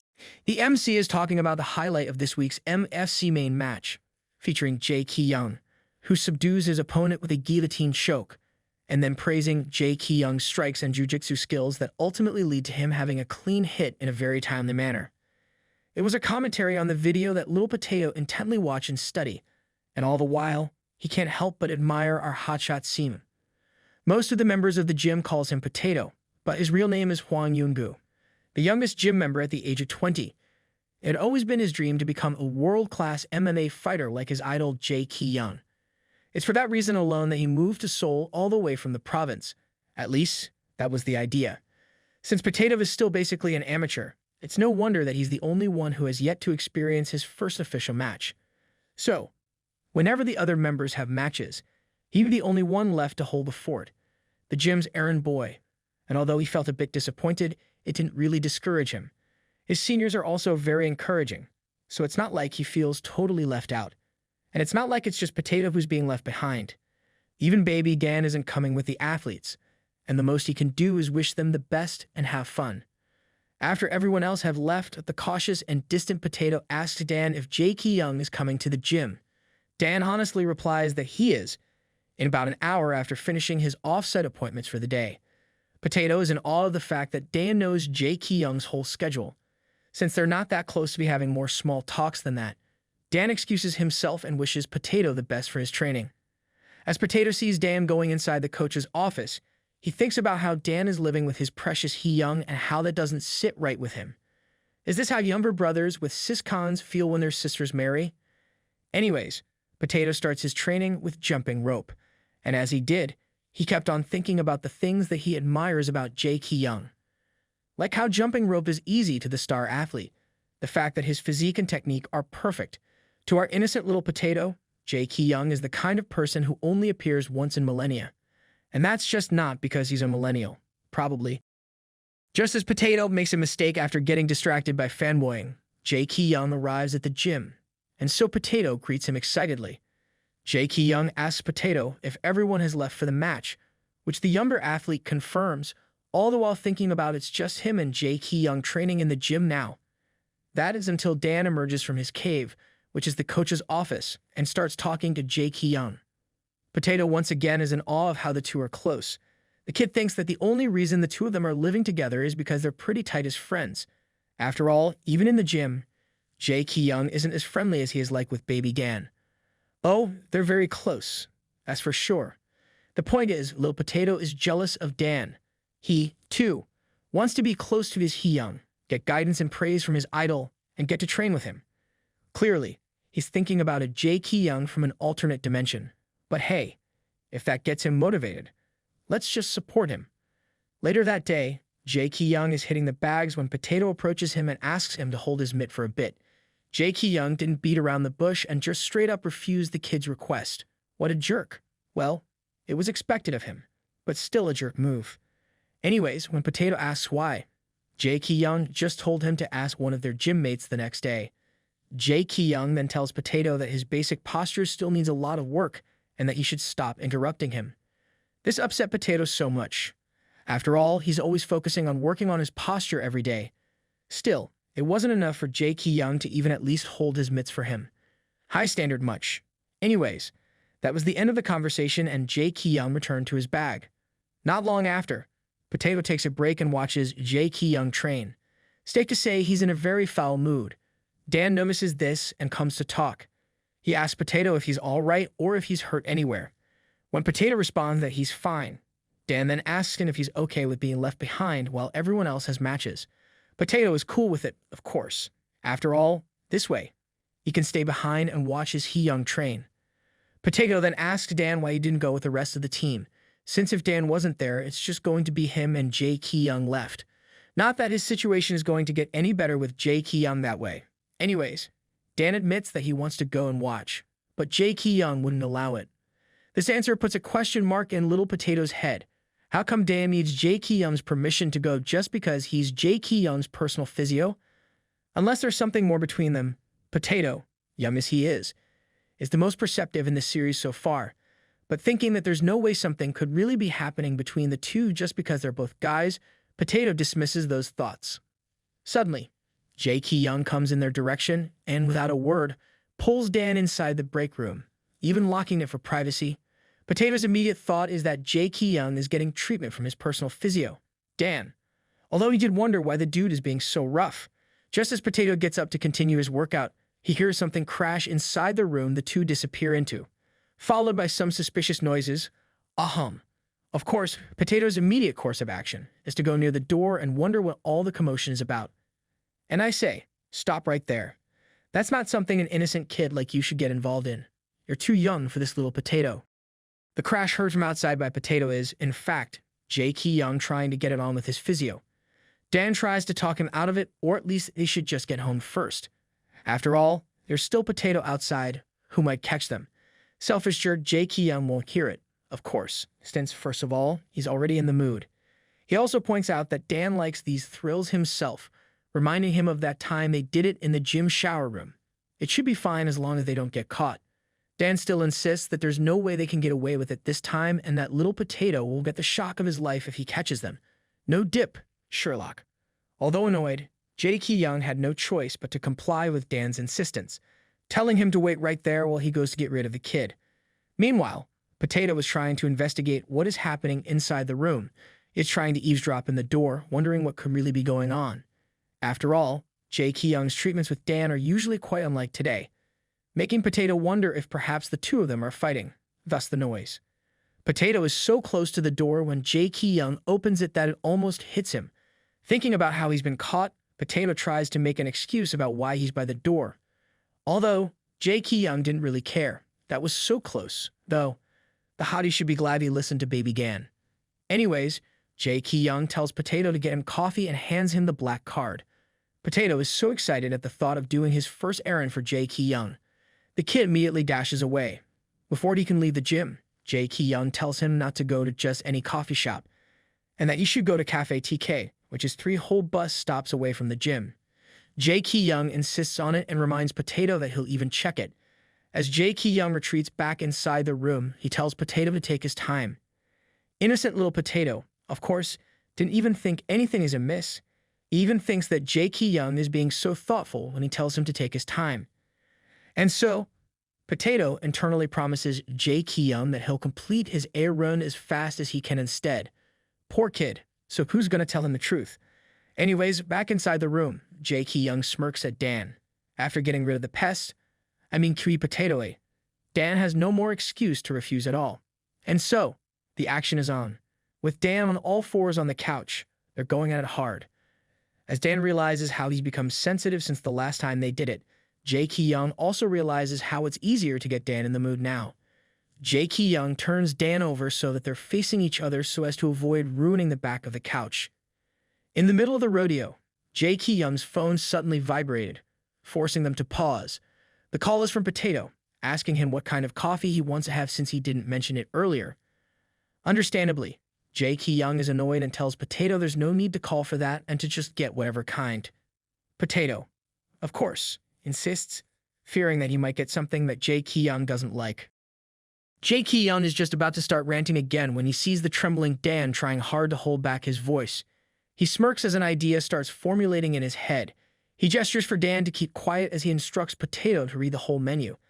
And as Potato did, Jaekyung is also getting very busy doing Dan, making it harder and harder for Dan to hold back his voice. Dan asks Jaekyung to hang up, but the hot jerk is having so much fun that there's no way he'd consider it. And as if to add to Dan's misery, Potato also asks what the doctor would want. Of course, Jaekyung is kind enough to put Dan on the phone so he can say what he wants himself. What a tease. A very, very hot tease. Dan tries to refuse, but Jaekyung isn't giving him much choice, not to mention a break. Our baby eventually managed to gasp out to just get in whatever kind of coffee. And when Potato asks again what Jaekyung wants, his Heung just curtly tells him to an iced Americano and then hangs up. Potato wonders why Jaekyung even made him read out the entire menu when he'll just get the simple blend. Well, you're too young to hear the reason, so just do your errand. Anyways, despite his Heung's unreasonable actions, Potato is still very optimistic, excited even for having to talk that long on the phone with his idol. Back at the gym, Dan calls out Jaekyung for suddenly putting him on the phone, to which the cruel hottie says that it's simply because he finds it fun. Jaekyung then tells to open his mouth and kisses him right after. Dan is done for, and shortly after, Jaekyung follows suit. He even went ahead and sprayed Dan with his tartar sauce, all the while commenting on how they're going to need a new couch now.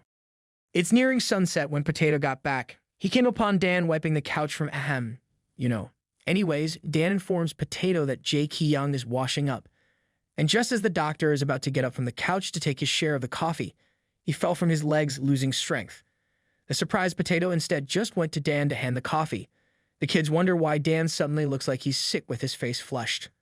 A thought suddenly pops up in his head, which he immediately dismisses, even though he's probably right. This time, it's him whose face has turned red, and so Potato excuses himself to wash his face.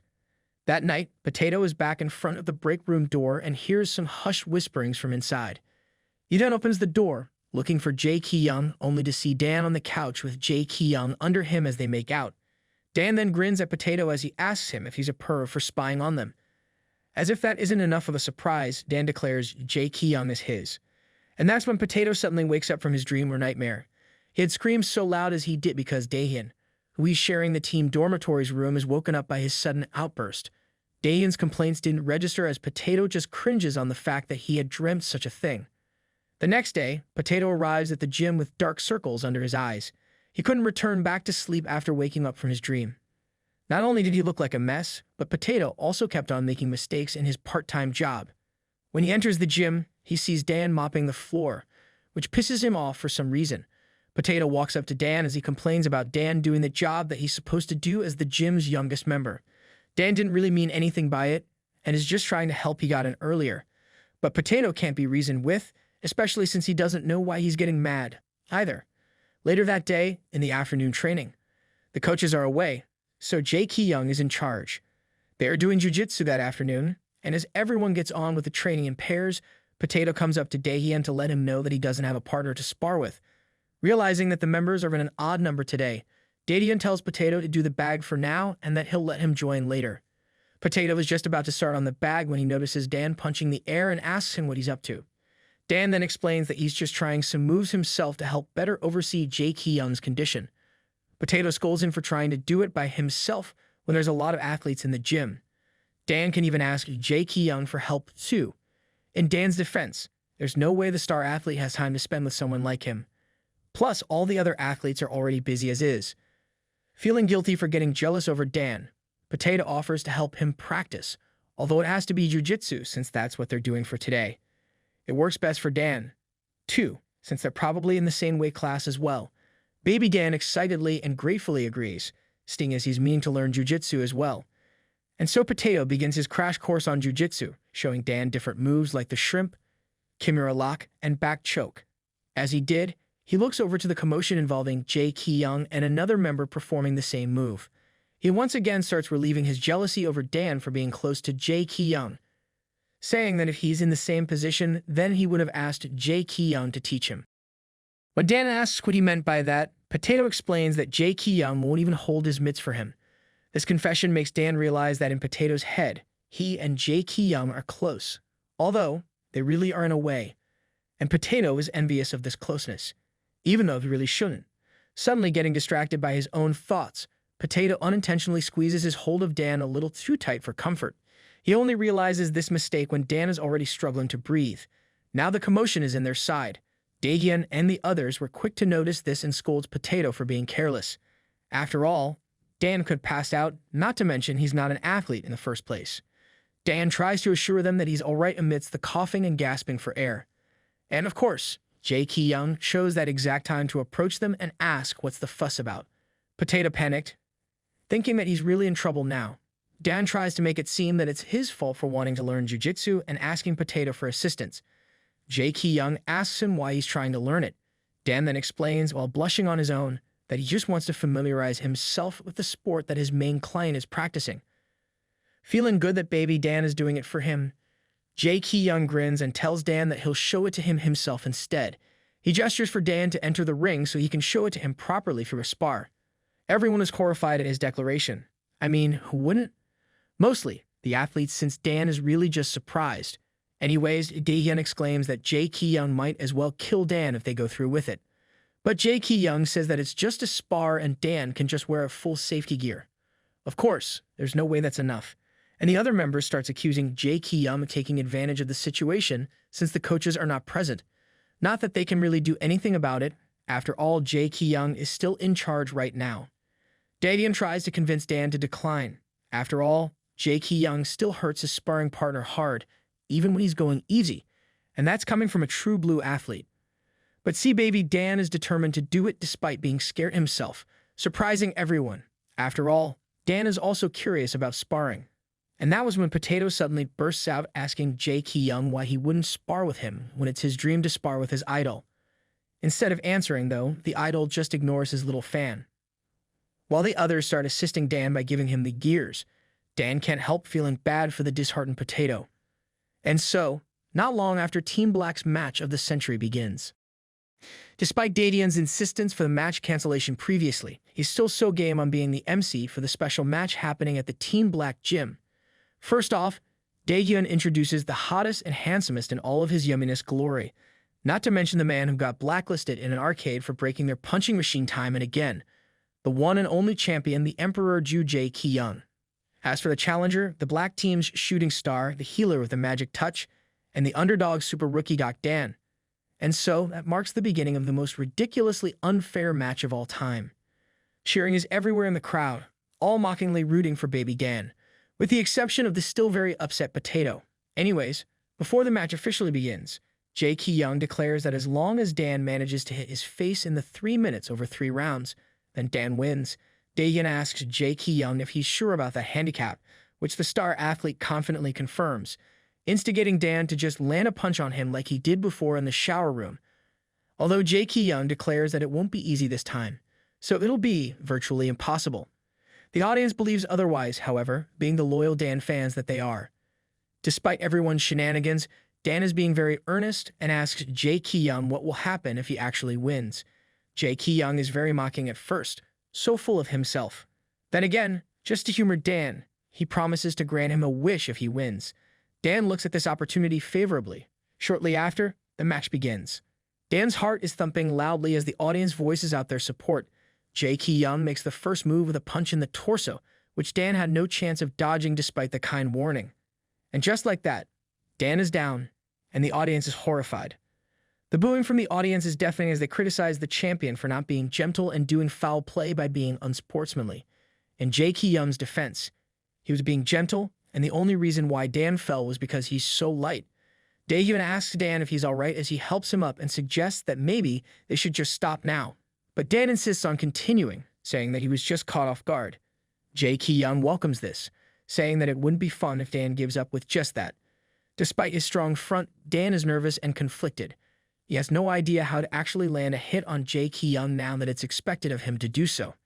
After all, the star athlete is so intimidating in his eyes that he can barely breathe. Since Dan isn't making a move to hit him, Jaekyung once again takes the initiative to attack. And so continued punches are thrown toward the challenger, not to mention the mocking words from the champion himself. Dan feels the weight of each punch that, even though he's wearing the headgear, he's starting to feel dizzy already. All the while, Jaekyung still tries to gouge some fighting spirit from him and even reminds him of the goons who were after him. It seems that it did the trick because Dan actually starts to fight back by throwing his own punches. Although, of course, actually landing one is a different story. Despite Dan's struggles, his attack still ended with Jaekyung landing yet another punch in his face. At this point, even the audience can see that Jaekyung looks like he's just toying with a kid. They were saying how it was a good thing that Jaekyung found sports instead of losing his way. After all, he had the personality to match a darker path. Meanwhile, Jaekyung tackles Dan and mocks him for letting himself be overpowered even in the ring. He even starts pressing on Dan's torso with his knees and telling him that if it were the others doing that to Dan, then it'll be game over in an instant. Since Jaekyung is being too much, Dae even himself calls for a timeout for Dan's sake, fearing that Jaekyung might actually break his ribs if he doesn't back up. Once Dan manages to get up, his nose starts bleeding, and yet he still insists on continuing. The match then advances to the final minute, and the crowd's cheering is still loud and clear in favor of their favorite doctor. Once again, Jaekyung encourages and mocks Dan at the same time to attack him. The swaying and trembling Dan tries his best, although it's nowhere near acceptable. The outcome is so obvious that some of the audience are already starting to lose hope. Even Potato is starting to get confused at the reasons behind Dan and Jaekyung's actions. He just doesn't understand if the two of them are actually on good terms or not. Just as Jaekyung decides to finally end the match, Dan went for a clinch. This way Jaekyung won't be able to hit him since he's hugging him like that. All the fanboy Potato could think, however, is him wanting to hug Jaekyung himself. Okay, this kid is starting to get really creepy right now. Back at the ring, Dan is almost at his limit, and just as the annoyed Jaekyung pushes him away, the door to the gym entrance opens, revealing the coaches who come back with a feast in their arms for everyone. The entrance caught everyone's attention, even Jaekyung's. Dan didn't miss this opportunity and actually managed to throw another punch on Jaekyung's face, surprising everyone just in time for the bell to ring as well. And just like that, Dan actually managed to win the match. Amidst the cheering from the audience, this time, it's Dan's turn to mock Jaekyung by throwing his words back at him for letting his guard down. Safe to say our champion is speechless. That said, Dan brings up the wish that Jaekyung promised. Jaekyung isn't going back on his words and even assumes that Dan wants to ask for more money again. But contrary to everyone's expectations, Dan wishes for Jaekyung to spar with Potato once. And with that, the match officially ends with Dan thanking Jaekyung for his time. Potato flushed, realizing that Dan did that for him after he mentioned how Jaekyung wouldn't even hold his mitts for him. Potato's sunbaes congratulated him, seeing as it was his dream to spar with his idol. And Dan just gave him that opportunity. Jaekyung isn't really thrilled to hear that. Then again, he still tells Potato to be ready by next week. Dan smiles at Potato as the youngster gives a resounding yes sir to Jaekyung.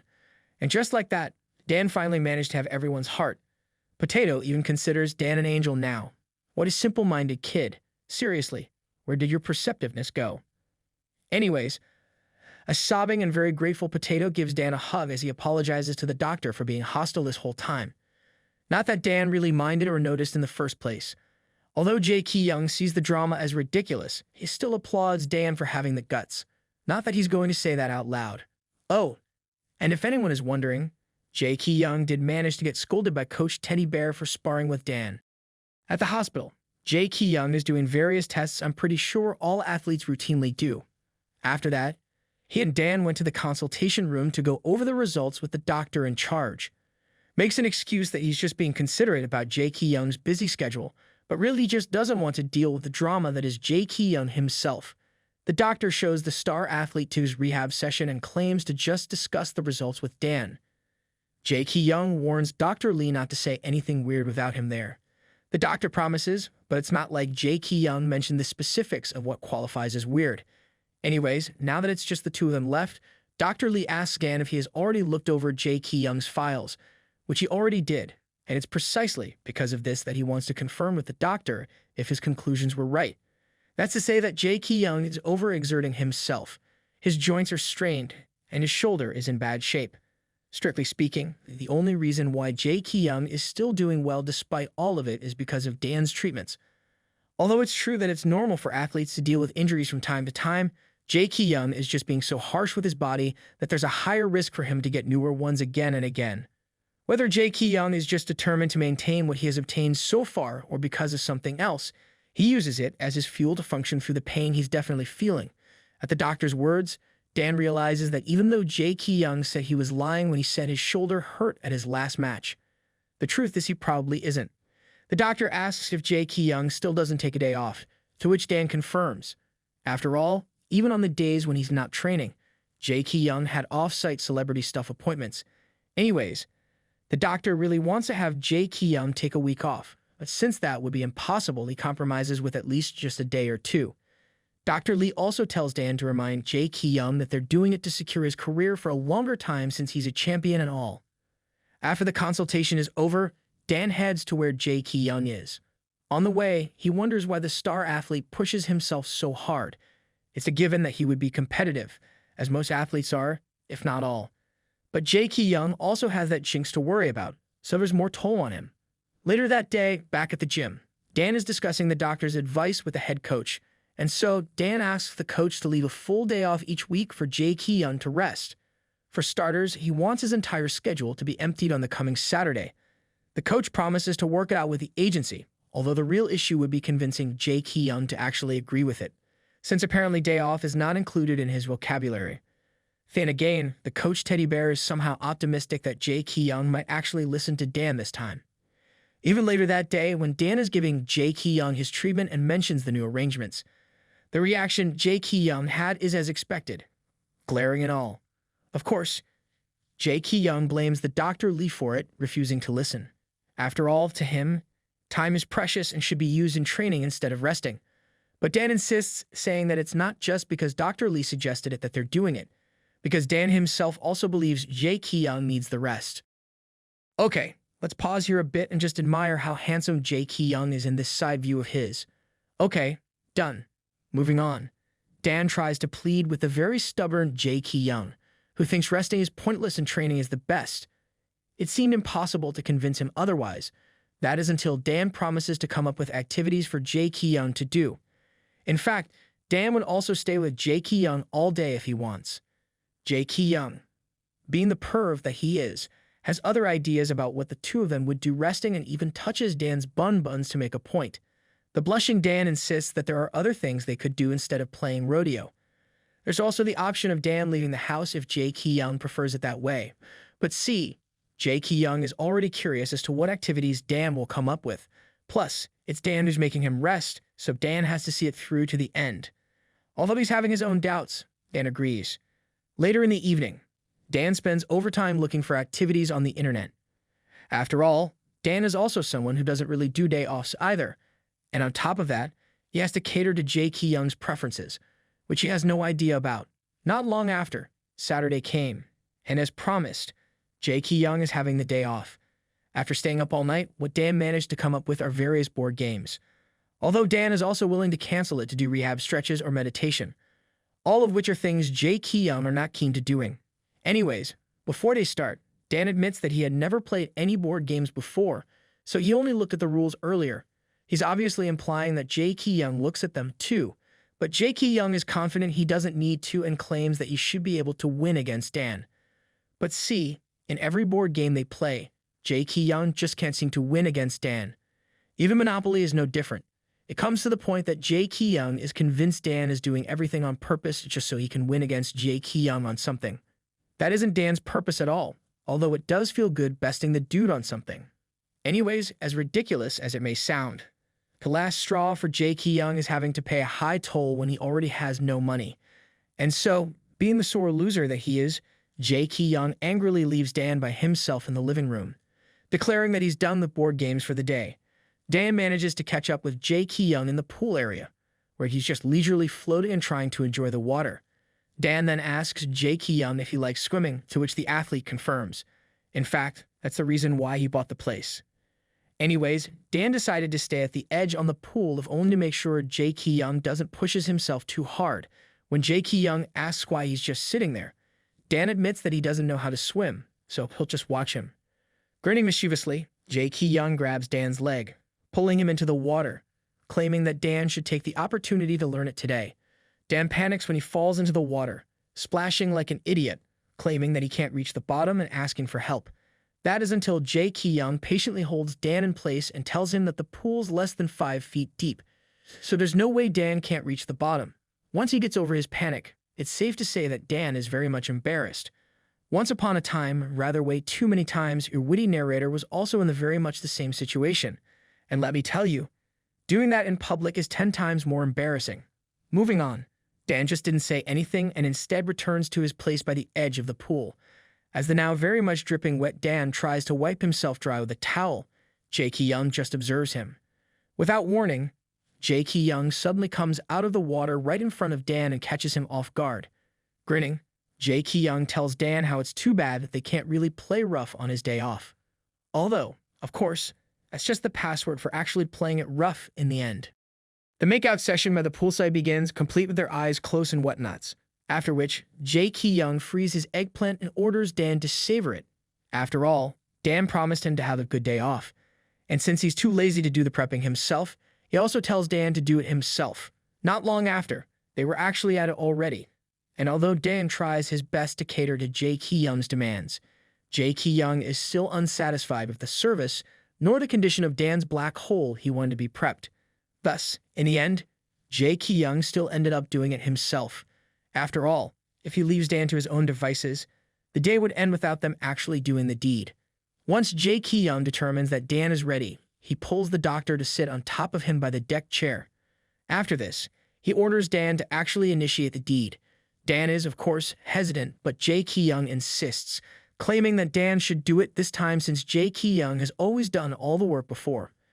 Owing to the fact that Dan is bad at it, it's super humiliating on Dan's end, but after Jaekyung stares at him intensely, Dan feels like giving in. To save himself from further embarrassment, Dan asks what he can do while turning away from Jaekyung. Then again, the star athlete really doesn't care about his position as long as he's doing something. Dan is having a hard time eating the eggplant. It's too big, and it's hurting him so much. Losing his patience, Jaekyung once again helps Dan go through with it in one go, all at Dan's expense. But see, it really is just too much for Dan that he suddenly pulls himself away from Jaekyung and wants to take just a minute break. This doesn't sit well with Jaekyung, and gets annoyed that Dan broke the flow even though he had already told him not to. Without warning, Jaekyung carries Dan to the pool and starts doing it while there. That way, it'll be harder for Dan to do whatever he wants since he's afraid of the water. Dan feels strange, especially with the water also getting inside. He asks Jaekyung to leave the pool, but instead, Jaekyung just pushes him under the water. As a result, Dan holds Jaekyung's shoulder for dear life. Even when Dan starts weeping, Jaekyung isn't moved. In fact, he pats himself on the back, seeing as Dan is now really holding on to the Jaekyung, not wanting to fall into the water again. As the actions go on under the water, some actions are also happening with their mouths. Not long after, the both of them finish, with Dan feeling dizzy and eventually losing consciousness soon after.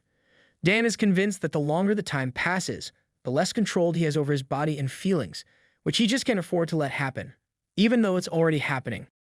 Dan wakes up in the middle of the night in Jaekyung's room. Although he's left in his birth suit, at least Jaekyung is nice enough to carry him there and cover him properly with a blanket. Dan reflects on the fact that he had passed out again while they were doing it, and even woke up when the city lights are already sparkling brightly. Then again, he was also already tired from staying up late, so it was understandable. And even though he's already moaning from his throbbing back pain, he's more concerned about the whereabouts of the culprit. After getting dressed, Dan wanders around, wondering if Jaekyung has already gone to bed himself. Only he didn't. Jaekyung is actually in his room's attached living room watching TV, looking all drool-worthy hot in a pair of glasses and exposed yum-malicious abs. Even Dan blushes at the sight. Jaekyung is quick to notice him, of course, and comments on how Dan was dead to the world earlier.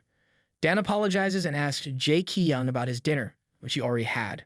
Once again, Dan apologizes, although it's not like Jaekyung really minded. Soon after, Dan stands at the back of the sofa that Jaekyung is occupying to himself and realizes that Jaekyung is actually watching a black and white movie. Baby Dan is so timid that he still has to wait for Jaekyung to tell him to sit before actually doing so, as if the sofa is not long enough to fit at least 3 laying adults.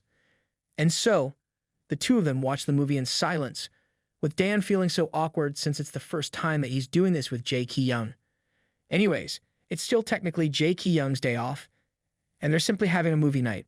Although black and white is a bit outdated, it's a personal preference. Anyways, Dan finds himself once again thinking about how the glasses suit Jaekyung as with the rest of us. But before he can start thinking about something else altogether, he distracts himself by asking Jaekyung if he likes movies. Jaekyung admits that he just watches them when he can't sleep. And that's when Dan discovers that Jaekyung has trouble sleeping. Dan then asks if he already went to see a doctor, but Jaekyung thinks it's just a waste of time. And it's not like he can drink sleeping pills either, since it messes up his drug tests before matches. He did try to look for alternatives and found out that watching old movies works best. Well, movies and doing the rumpy pumpy, actually. But since doing the latter is too much work, he's just left with the movies, and once again comments on how privileged Dan is for being such a good sleeper. That said, now Dan realizes that Jaekyung wasn't just being a jerk when he told Dan he should be careful with the noise he's making when he's sleeping during that time when he started living there. He may not look like it, but it's a fact that Jaekyung is actually getting even less rest. And yet here we are, in all our potato-ness glory. Even though we sleep 8 to 10 hours a day, where's the justice in that? Huh. Injustices aside, Dan voices out his concern about Jaekyung feeling exhausted when he's not getting enough sleep or having days off. For Jaekyung, however, exhaustion isn't important when you want to stay on top. With new challengers always on the lookout for opportunities to take him down, of course, he can't just take it easy. For Jaekyung, relaxing means losing. Thus, it's better to make use of that time to train instead. And so, Jaekyung tells Dan not to insist too much on that once-a-week day off. With that reasoning laid out, of course, Dan has no choice but to concede. By the way, did you also realize that by Jaekyung's standards, all of us who want to take a day off every day and sleep at least 8 hours a day are considered losers? Anyways, in the end, it's really all about winning for Jaekyung. For him, just a single loss means giving up on being a champion altogether. Although it's admirable that Jaekyung is really a hard worker, the fact is that sooner or later, something will give in. And if that happens, it's going to be ugly. How is Dan even going to help Jaekyung when that time comes? While Dan is deep in his thoughts about Jaekyung's possible future, the man himself suddenly asks him why he used his wish for Potato instead of for himself. Dan explains that it's because he saw how disappointed Potato was when he couldn't train with Jaekyung, plus the fact that he's a hardworking kid. Instead of getting praised for his inability, Jaekyung scolds Dan for looking out for others when he can't even look after himself. That said, Jaekyung then asks what Dan would have wished for himself if Potato wasn't around. Dan tries to deny wanting anything, but of course, Jaekyung doesn't believe him. After all, even earlier, Dan has a lot of things he's whining about when they were doing it by the pool. And so, once again, Jaekyung asks him what he wants, hinting that he would grant to. After much hesitation, Dan finally voices his wish, which was for Jaekyung to start using rubber when they're doing it. Jaekyung strongly reacts to it and tries to be funny by pointing out that it's because Dan is afraid of getting pregnant. Like, dude, come on, seriously. Anyways, Dan explains that it's only because it's harder for him to clean after. But Jaekyung didn't even consider it and just flat out said no, and when Dan tries to ask why, Jaekyung responds that it's because it feels better doing it without one. He even starts being shamelessly graphic by detailing how good Dan's black hole feels, not to mention the sight of his tartar sauce coming out of it, all of which would be impossible if you wore a rubber. Ladies and gentlemen, I know it's already a fact, but we still have to say it. Jaekyung is, without a doubt, a huge perv. Jaekyung points out that Dan is also starting to enjoy doing it as is. After all, when they first started doing it, Dan always whines and complains. But now he's so sensitive that even if Jaekyung just uses his fingers, Dan will probably be done already. Dan tries to deny the accusations while blushing furiously, which pisses Jaekyung off since it's as if Dan's calling him a liar. And so, to prove his point, Jaekyung pushes Dan onto the sofa and starts to take off his shirt for a little experiment on Dan's ability to hold it in. As if on cue, the movie on the screen starts playing an intimate scene, which is part of the movie's director's cut. Anyways, even though Jaekyung mocks it, it also gives him an idea of what to do with Dan. Without further ado, he starts playing with Dan's nip-nops, earning him a good reaction. And even though Dan claims that what Jaekyung's doing tickles, he also starts to arch his back. This clearly indicates that nip-nop play makes him feel good. In fact, Dan's sword is starting to get alert, and Jaekyung wonders if Dan would actually get off from Jaekyung touching his chest. Dan is definitely feeling strange with the sudden play, and he also feels like if Jaekyung brushes on his nip-nops again, he's going to lose it. But see, Jaekyung isn't that boring. Instead of just brushing it again, Jaekyung actually puts one of the nip-nops in his mouth and plays with it, adding his own sword rubbing against Dan's. Of course it would be too much for baby Dan. Jaekyung mocks Dan for finishing from just the nip-nop play, and yet he goes on and sheathes his sword on Dan's black hole. And so begins today's round 2. Dan just let Jaekyung do whatever he wants, all the while reflects on the fact that every part of his body that Jaekyung touches burns. But see, that's just the first sign of being crazy, if you get what I mean. Although Dan would rather not.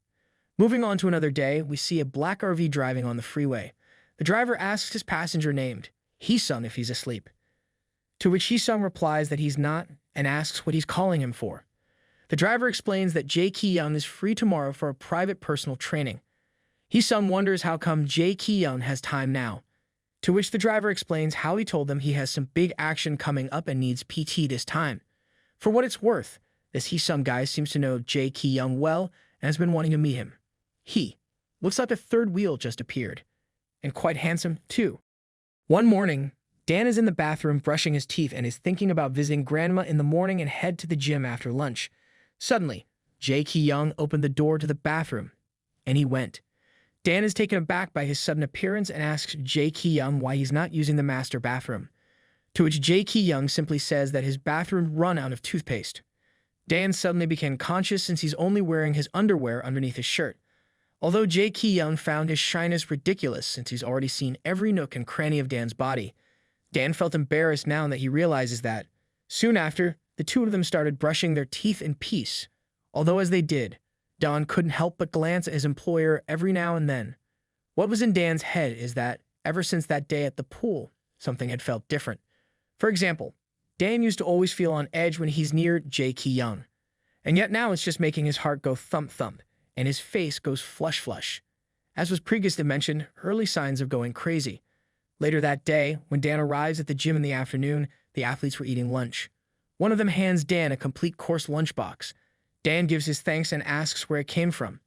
It is then explained to him that it was from the actor Choi Hee-sung, and although he's the most popular actor these days, Dan did not recognize him. Ha, a comrade. Anyways, he's in their gym because he's going to have a personal training with Jaekyung, which is news to Dan. Jaekyung doesn't usually give personal training, but Choi Hee-sung is a special case. The actor usually comes by when he has an action scene to shoot and needs Jaekyung's help to prepare. And whenever Hee-sung does come, he often brings them treats such as the lunchboxes which everyone enjoys. Dan is then encouraged to go to the training room and see the actor as well as Jaekyung. The training session is already in action when Dan arrives at the room. Coach Teddy Bear is the first to greet Dan, who then asks about the actor. The coach explains that Hee-sung comes to their gym from time to train. Dan doesn't really know the actor, although he does look familiar to him. Anyways, it seems that the only reason why Jaekyung makes an exception to train Hee-sung is because they are from the same agency. The agency that represents Jaekyung for his commercial work and TV appearances. The relationship was meant to let Jaekyung have someone around his age he could hang around with, but as expected, Jaekyung just treats the actor as a pain in the ass, which upsets the coach so much. After all, having Hee-sung come to their gym is free PR for them, not to mention the amount that he pays for the sessions. It's almost 2 in the afternoon when Jaekyung has had enough and finishes their session. Hee-sung didn't want to leave, but he is indeed busy and thus had no choice but to concede. Although not before taking a selfie with the two of them together. Despite Jaekyung hating it a lot to Heesung's team, it meant getting more likes for Heesung's vlog and other social media accounts. Meanwhile, as Dan observes the two, he couldn't help but admire how handsome they are. In fact, it's like they're becoming more attractive when they're standing right next to each other. Then again, Dan really only has Jaekyung in his eyes, no matter what. As the session is officially over, Heesung's driver from the previous chapter, who seems to have turned out to be his manager, asks Heesung if he has hurt his wrist. Heesung admits that it did feel a little sore. They wanted to have it checked out, but then they didn't really have time. Dan overhears this and volunteers himself to take a look at it. Dan walks over to them and introduces himself as Jaekyung's personal physical therapist. Heesung didn't say anything and just let Dan examine him, all the while just staring at Dan blankly. And by the time Dan advises Heesung to ice and rest his wrist when he gets home, Dan is already shining in the actor's eyes. In short, it's love at first sight. Baby Dan is keeping it all professional, but Heesung didn't even waste time to make his move. He comes strong, calling Dan an angel, and then straight up asks for his name and therefore formally introduces themselves to each other. Getting up close with the actor, Dan realizes something and asks him if he had been in the weekend drama called A Fine Line. When Heesung confirms this, Dan gets excited. After all, it was a drama that he used to watch with Grandma, who is, in fact, a huge fan of Heesung's as well. Grandma likes her men handsome. Anyways, not missing the momentum, Heesung once again tries to make a move on Dan, praising him and telling him how he's looking forward to seeing him in his next session. Heesung's manager knows exactly what he's doing, although Dan just finds the actor's enthusiasm and attention awkward. As Heesung continues to bother Dan with 20 questions, good old Jaekyung just watches them with one eyebrow raised. One another fine day at the gym, Heesung suddenly appears, bearing a luxurious gift. Dan tries to refuse, but Heesung insists, saying that it's his thanks for Dan's previous help with his wrist. When Dan voices out his hesitance, Heesung brought out t-shirts that were meant for the other team members. It was no big deal for him since he models for the brand. The only one who suffers is Mr. Manager, who has the responsibility of bringing the shirts over. Moving forward, it seems that the actor Choi Heesung had been going to the gym every day, even on the days when he didn't have any training sessions with Jaekyung. And each day that he does, he would always bring gifts with him. Luxurious shoes, supplements, electronics, and even a coffee truck are all for Dan. And today, Heesung even brought him a bouquet of pink flowers. As Heesung gives them flowers to Dan, he pairs it up with a cringy line of how he saw those on his way to the gym and just knew that it'll suit Dan well. Once again, Dan just feels awkward at the attention that he's receiving from the actor. And when Dan tells him that there is no need for him to go to the gym at such an hour, Heesung insists that he has plenty of time to mess around. In fact, the other team members welcomes Heesung so much, all thanks to the gifts and treats they're receiving from him. Dan is starting to feel really burdened with a growing pile of gifts and wants to do something for Heesung to return the favor. After all those gifts, not to mention the flowers, definitely look expensive. Wanting to make things clear, Dan goes to confront Heesung, asking him the reason behind those gifts. Of what exactly does the actor want from Dan? The inquiry surprised Heesung, probably in awe of the fact that Dan is so oblivious and innocent of this kind of thing.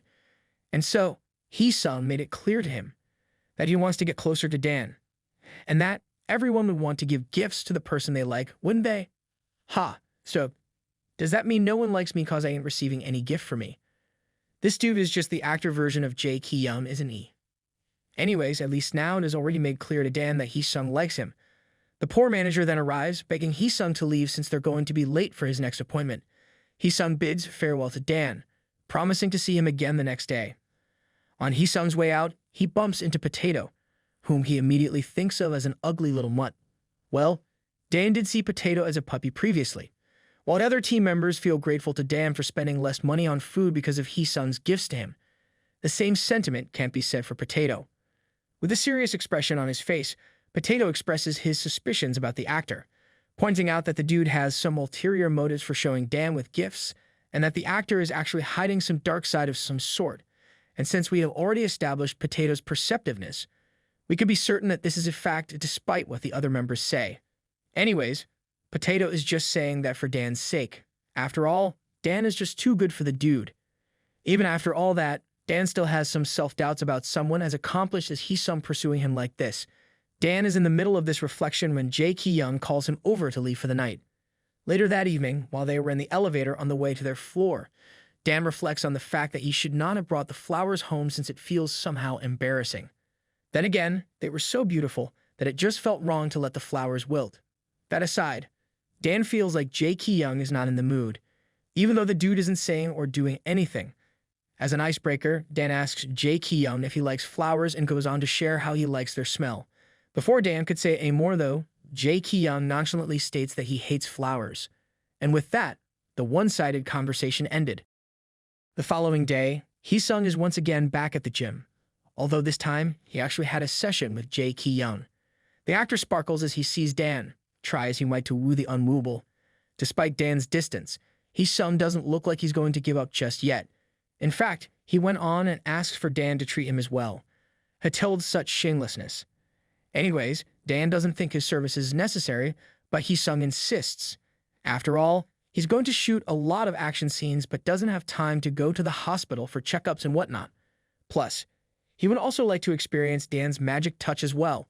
Dan didn't even manage to give his answer though, as Jaekyung comes up behind him and answers for Dan instead, explaining that Dan is already busy with Jaekyung. With not even so much as a hi, Jaekyung then proceeds to scold Dan for loitering around when he should have started preparing for the day. As for Heung, Jaekyung is being sarcastic with him for having so much free time and being so popular in the gym, and instructing him to go to the training room once he's ready. Jaekyung didn't even wait for a reply and once again went to scold Dan. They were already a little far away when Jaekyung tells Dan to turn off his alarm faster in the morning since he can hear the noise all the way to his room. As Dan flushes, apologizing for this mishap, Heung, who had been listening to this whole time, put two and two together and realized that the employee and employer are actually living together. With a glint of mischief in his eyes, it looks like the dark side that Potato perceived is actually surfacing already. Later on in the training room, as the session is about to start, Heung comes up to Jaekyung and asks him for a sparring session.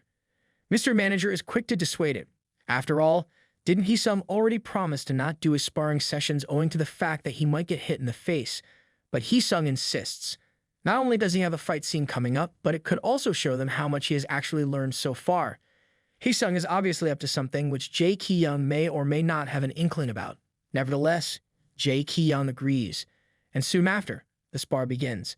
Both Mr. Manager and Coach Teddy Bear didn't cut short on reminding them to be careful. After experiencing almost getting hit by Jaekyung's fast fist, Heung proceeds to tackle and attack Jaekyung. But it seems that something had gone wrong in the process because the Jaekyung, who was caught off guard, didn't try to absorb the attack as was expected of him too. Instead, he blocks it, which results in Heung being unable to move his back somehow. Dan is immediately called to check on Heung, who suggests that they bring him to the hospital since, according to him, it's really hard to move. Anyways, Heung even starts saying how his back hurts so much that he thinks he might better off skip filming tomorrow. This statement sent Mr. Manager into panic, and even starts getting angry at Jaekyung for going along with the spar, pointing out how none of them gets paid if Heung can't work, even though it's Heung himself who asked for it in the first place. As if Jaekyung actually needs the money Heung is paying him. The dude's plenty rich enough. They should just be thankful that Jaekyung is even sparing him time for the sessions only Heung obviously needs. Anyways, with Jaekyung's temper, of course, he's just about to match the hostility directed to him. If it weren't for his coach pulling in the reins and forcing Jaekyung to apologize instead and even offering to pay Heung's medical bills. Heung turns it down. After all, he's also partly to be blamed for wanting to spar in the first place. Instead, he asks for some regular sessions with Dan. Wait, what? No. Am I right to think that this was all a ploy? Ha, actors. Am I right? Despite the fishiness of it all, in the end, an arrangement was made where, in return for Heung not pressing charges, he'd receive regular treatments from Dan. This leads them to today, where it's the weekend, and Dan's off to see Heung for his treatment. Dan bids farewell to Jaekyung, although the latter didn't even spare him a glance as he did. Dan believes that Jaekyung is acting like that because he's upset himself since his miscalculations almost got the whole team into trouble. Dan is just grateful that they managed to resolve it with only him providing his services, which he'll willingly give. After all, it's all for Jaekyung's sake. Anyways, Dan just exited the building when Heung appears with his car and calls out for Dan from inside. Dan is surprised that Heung even knows where he'd be, to which Heung responds that it's because Dan lives with Jaekyung in the building where Heung himself used to live. As Dan gets in the car, he worriedly asks Heung about his back. Heung says that he's taking painkillers, so it doesn't hurt as bad. And then he tells Dan that there's some place he wants to drop by before they start the treatment. And since it's the weekend, there's something that he wants to do for Dan. And that something seems to be shopping luxurious stuff once again for baby Dan. As the two of them move from shop to shop, Dan can't help but feel guilty for Heung spending so much for him already. He also reflects on the fact that the world is full of expensive things for those who can afford them. Not that Dan feels any of that stuff suits him. In fact, instead of him, it would suit Jaekyung perfectly. Just like the set of suits he sees on display, which Dan believes would definitely look amazing on Jaekyung. Finding an opportunity, Dan tells Heung that they should head back and start the treatment. But then Heung suggests that since it's getting late, they should first eat something instead. And so the two of them ended up eating in a high-class restaurant. Seeing as Heung had already spent so much for him, Dan wanted to at least pay for their lunch, although he had no choice but to take back his offer after Heung said that the place costs $200 a plate. By the way, that smiling face is really starting to get on my nerves. Anyways, as the two of them start eating, Heung asks Dan if he enjoys working with Jaekyung. Although hesitant, Dan responds that he does. It seems that after Heung heard about Dan living together with Jaekyung, he thought that it was because Dan had so much work to do that he needs to be around Jaekyung every day, every week. If doing it with Jaekyung counts as work, then that is indeed the case. But it's not like he can just flat out say that. Instead, Dan explains briefly how Jaekyung was kind enough to let Dan live with him after he suddenly had to move out of his place. Heung then admits that he's just curious because he had never heard of Jaekyung taking in a roommate before. Dan isn't really making a big deal out of it though. After all, he was really just brought in to take care of Jaekyung's overall condition. This statement leads to Heung realizing that there really is indeed something going on between Dan and Jaekyung. As it turns out, Heung is also aware of the star athlete's jinx. Not that it really matters. Anyways, Dan's phone suddenly started vibrating. It's a call from Jaekyung. And so, Dan excuses himself to take it. Jaekyung tells Dan that he's home and that Dan should head back and give him his treatment. When Dan tries to explain that he's yet to give Heung his treatment, Jaekyung suddenly gets angry and just demands that he return home immediately before hanging up. After the call, Dan is in a dilemma when he explains the situation to Heung. Heung is generous enough to let Dan give treatment to Jaekyung first, and that they can do the treatment for him after an hour or two at Heung's place. Dan is hesitant, but of course, Jaekyung is still the priority in the end. Not long after, Dan leaves the restaurant promising Heung to be back as soon as he can. But see, Heung already knows that it was all Jaekyung's trick. When Dan finally gets back home, he apologizes to Jaekyung as soon as he arrives and asks him if he's in a lot of discomfort. What Dan came upon, however, is Jaekyung relaxing in his bed. Jaekyung just stares at Dan and didn't say anything, which made Dan think that perhaps he's still angry. On the bright side, Dan is just thankful that Jaekyung doesn't look like he's in pain. The treatment lasted almost 2 hours, and it seems like this whole time Jaekyung still didn't say anything. Anyways, right after treating Jaekyung, Dan had to head out again since he's yet to give Heung his. Just as Dan's about to head out, Jaekyung calls after him and offers him a ride to Heung's place. Since Jaekyung offered, Dan thought that perhaps he's not really mad after all, even though he'd been cold and quite the whole day. As the two of them headed out, Dan felt nervous. Since this is the first time that Jaekyung is doing something like this, Dan is so absorbed in his own thoughts that he doesn't even notice the paper bag that Jaekyung is holding as they go out. Not that he'll have any idea what's in it, even if he did. Probably. Anyways, today they're using a different car, which just made Dan wonder just how many cars Jaekyung has. But once again, Jaekyung didn't say anything, and instead just brought the paper bag inside and starts driving. Suddenly, Jaekyung asks Dan if he's feeling grateful for the ride he's giving him. Not really understanding why he would ask that, Dan admits that he does. It seems like Jaekyung has some ideas for how Dan should show his appreciation. Jaekyung then pulls out a black hole toy from the paper bag he brought and instructs Dan to keep it inside him until they arrive at Heung's place. The catch is that Dan has to hold back any urges, or else he'll ruin his pants. Jaekyung admits that he has been in a bad mood as of late. Thus, there's a need for him to have some fun to cheer him up. Jaekyung even goes as far as pointing out how his mood is also part of his overall condition, to which Dan is responsible for. Safe to say, baby Dan is horrified. Going back to several months before the current events, Jaekyung is minding his business in some VIP club when Heung suddenly approaches him and asks what he's doing in there when he doesn't drink. The actor then suddenly starts teasing Jaekyung. That's probably because his latest partner has run off again. The athlete is hostile, proving that Heung hit the bull's eye and throws the question back at him. After Heung ordered a martini for himself, he explained to Jaekyung how his partner had gotten too clingy, so it wasn't fun for him anymore. He was complaining about how he only wants a soulmate who is perfect for him in every way, and yet it's becoming too hard for him to find that. In return, Jaekyung points out how Heung is a playboy who quickly gets bored with his partners and then moves on like nothing. That's to say, Heung is there because he just dumped another one. Then again, it's not like Heung felt any guilt either, saying that it can't be helped, that there will always be someone better, and that isn't a crime to love someone. In his case, he's also the type to pursue anyone who catches his eyes until he's completely possessed them, and it doesn't matter, even if they already belong to someone else. Jaekyung mocks Heung as he drinks his soda, although it's not like he's one to talk sense. He's also someone who just uses his partners. These two seem like the total opposite, and yet they are so similar in a way, which is why it's no wonder that they also dislike each other. Soon after, some newcomers enter the club and catch Heung's attention.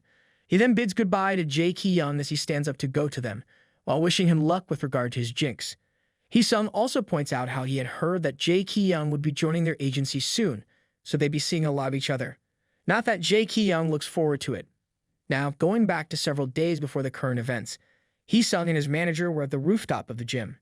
Heung was smoking while his manager fussed over him, asking about his back and if he could work by the next day.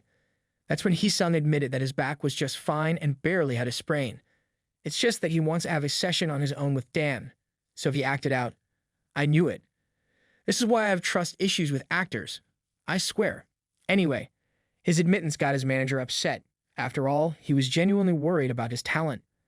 That said, Heung made his manager promise that this scheme would stay between them, not knowing that Jaekyung himself was also on the rooftop and who had heard everything.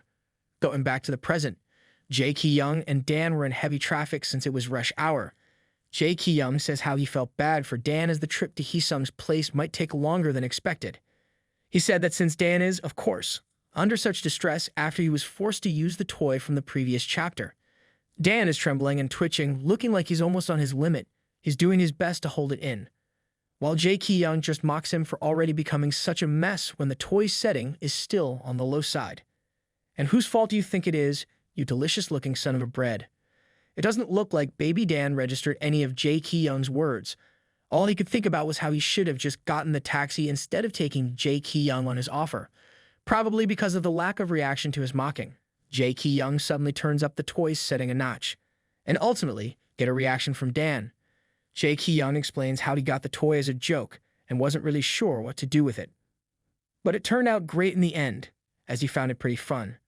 Without an ounce of conscience, Jaekyung kept increasing the toy's intensity. As expected, it's getting harder and harder for Dan to hold out, especially since the toy keeps hitting a strange spot, feeling like he's just about to reach his limit and ultimately ruin his pants. Dan then pleads for Jaekyung to stop the play, saying that he doesn't think he'll be able to keep doing it any longer. But instead of feeling bad and sympathizing, Jaekyung just heartlessly increases the intensity yet again. Safe to say, Dan's attempt for sympathy only made his situation worse. Jaekyung points out that what Dan is doing is his payment for the ride, and it's the least he could do. By the way, this counts as indecent harassment, right? We can report this B-tard to the police? Yeah. If only he's not hot. Yeah. Never mind I said anything. It had already gotten late when the two escaped the traffic jam. About 10 minutes from Heung's place, Dan is just about to reach his limit. As Dan kept ringing in his seat, fighting for his sanity's sake, Jaekyung couldn't be moved and even looked like he was still playing with the setting. Just as Dan felt like he was just a step away from the finish line, he again appealed to Jaekyung. Poor baby Dan is in tears as he shudders and trembles, pleading with Jaekyung to take the toy out. Dan even admits that he's in the wrong, thinking that Jaekyung is only doing this to punish him for whatever wrong he did. Perhaps because Dan's pitiful face actually worked this time, Jaekyung suddenly changed the car's direction just as they reached Heung's building. Dan didn't even notice as he was still recovering after the hot B-tard finally gave him a break. When Dan came to his senses, The car was already parked, and Jaekyung was already reclining his seat. When Dan asks him where they are, Jaekyung responds that nobody comes to the area. That line is, of course, enough clue as to what this hot daddy of a B-tard plans on doing. Long story short, although Dan is finally free from the toy, something bigger just replaces it instead. And now we understand why Jaekyung didn't use the usual car he was driving this time. Soon after, the car creaks like there's no tomorrow while Dan is in his birth suit. The total opposite of our hot daddy, who dismisses Dan's worries of being found out for public indecency as him just getting scared. Instead, Jaekyung tells him to make more effort if he wants to hurry and go to Heung. Jaekyung even grabs Dan's sword, knowing that doing so will help the whole process. When Dan is about to reach his limit, he involuntarily hugs Jaekyung, and soon after, they both finish simultaneously. Right after which, and even while in such a pitiful state, Dan tells Jaekyung that he's now ready to go. Jaekyung is speechless at Dan's determination and sense of responsibility. And so, 5 minutes past 10 in the evening, Heung's doorbell ding-donged. Heung greeted Dan, saying how he thought Dan would have canceled. But Dan just apologizes for coming late and tells Heung that they can now start right away. As the night grew deeper, so did the therapy session. Heung compliments Dan's work and comments that baby Dan is actually stronger than he looks. Oh, you have no idea. As the session proceeds, Heung reflects on how he should have sent Dan home earlier, since from what he could tell on the way Dan walks, he just came from someone's bed, that he guessed was Jaekyung. I mean, who else could it be? That said, he wondered at first why Jaekyung would suddenly call for Dan earlier and then do it with him. Only to make assumptions soon after that perhaps it's because Jaekyung feels jealous. After all, Jaekyung had been acting out of character lately, at least not like the Jaekyung he's used to. Bieber did say never. Heung found it amusing and felt glad that he had started training again, having discovered a side of Jaekyung that we can even call a weakness of some sort. One day, in the VIP Hotel Royal Spa and Sauna, Jaekyung comes in to use their amenities and try to relax, only to find Heung already making himself at home in the sauna room. When Jaekyung rudely asks him what he's doing there, Heung points out that Jaekyung isn't the only VIP the hotel caters to. In fact, Heung comes there himself all the time since it's always nice and empty. Not that Jaekyung really cares. Seeing as he's not getting any reaction from the athlete, Heung suddenly tells Jaekyung that he has something to ask him. When Jaekyung finally gives him attention, Heung starts by saying how he's interested in Dan, and in the process, he's called out for being drunk for suddenly saying that out of the blue. Heung then asks if Jaekyung and Dan are really just working together and nothing more. When Jaekyung asks him why he wants to know, Heung responds that he just wants to be clear about their relationship. After all, Jaekyung isn't the type to let anyone sleep in his place, and yet Dan suddenly moves in with him. He suddenly called Dan over for nothing when Dan ran some errands in town. Heung even dared to point out how Jaekyung looked like he didn't want Dan to spend time with Heung at all. That's to say, he just wants to make sure that Jaekyung doesn't have any feelings for baby Dan. Well, clearly, Heung crossed the line by running his mouth tactlessly because Jaekyung is evidently pissed, as he suddenly grabs Heung's shoulder and threatens him.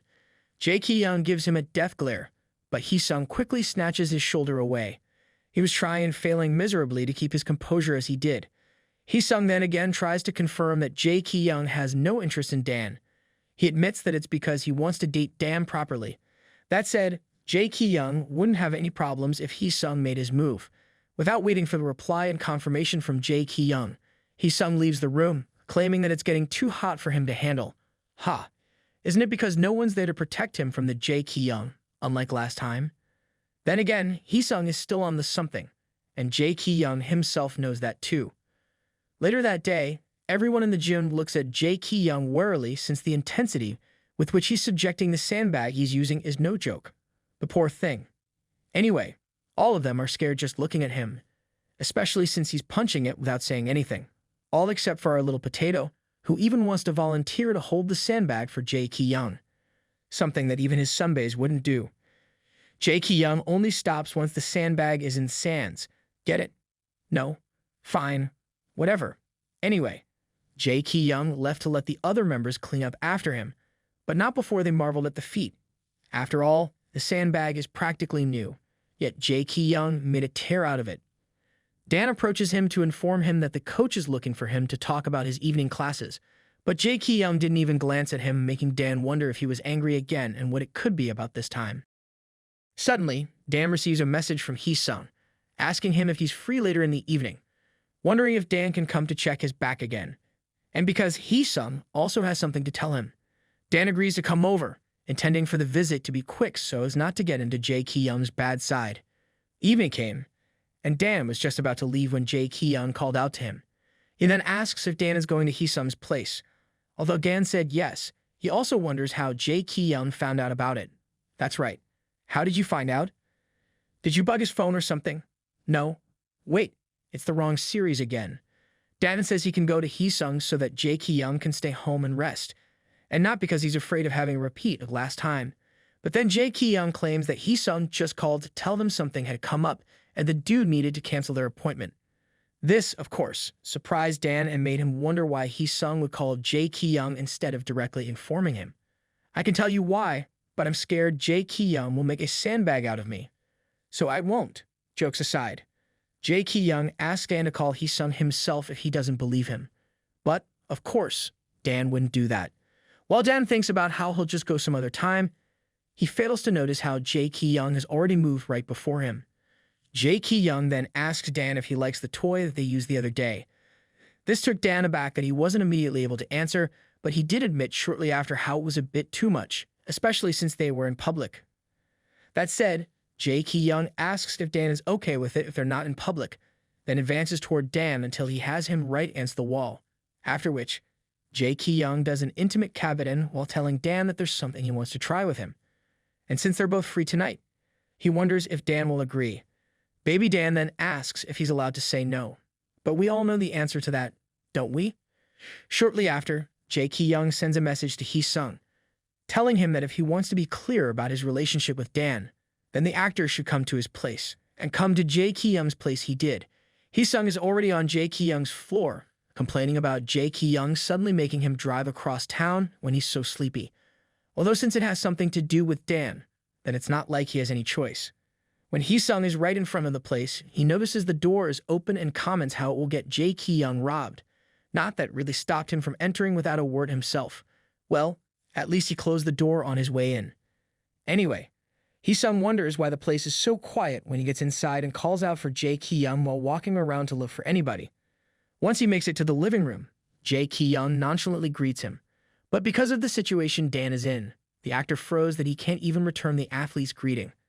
To Heung's horror, he sees Dan in a very indecent position while he's on Jaekyung's lap, and the athlete's sword is sheathed in his black hole. Dan's own sword is also being treated with another toy. Seeing as a pair of headphones playing loud music covered his ears and there were blindfolds over his eyes, not to mention the ball in his mouth, Dan didn't make any move, indicating he noticed Heung's arrival.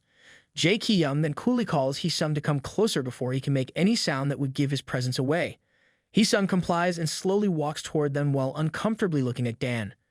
When Heung is near enough, Jaekyung yanks the actor close to him and tells Heung to take a good look at Dan. Jaekyung then asks if the state Dan is in clarifies what they have between them.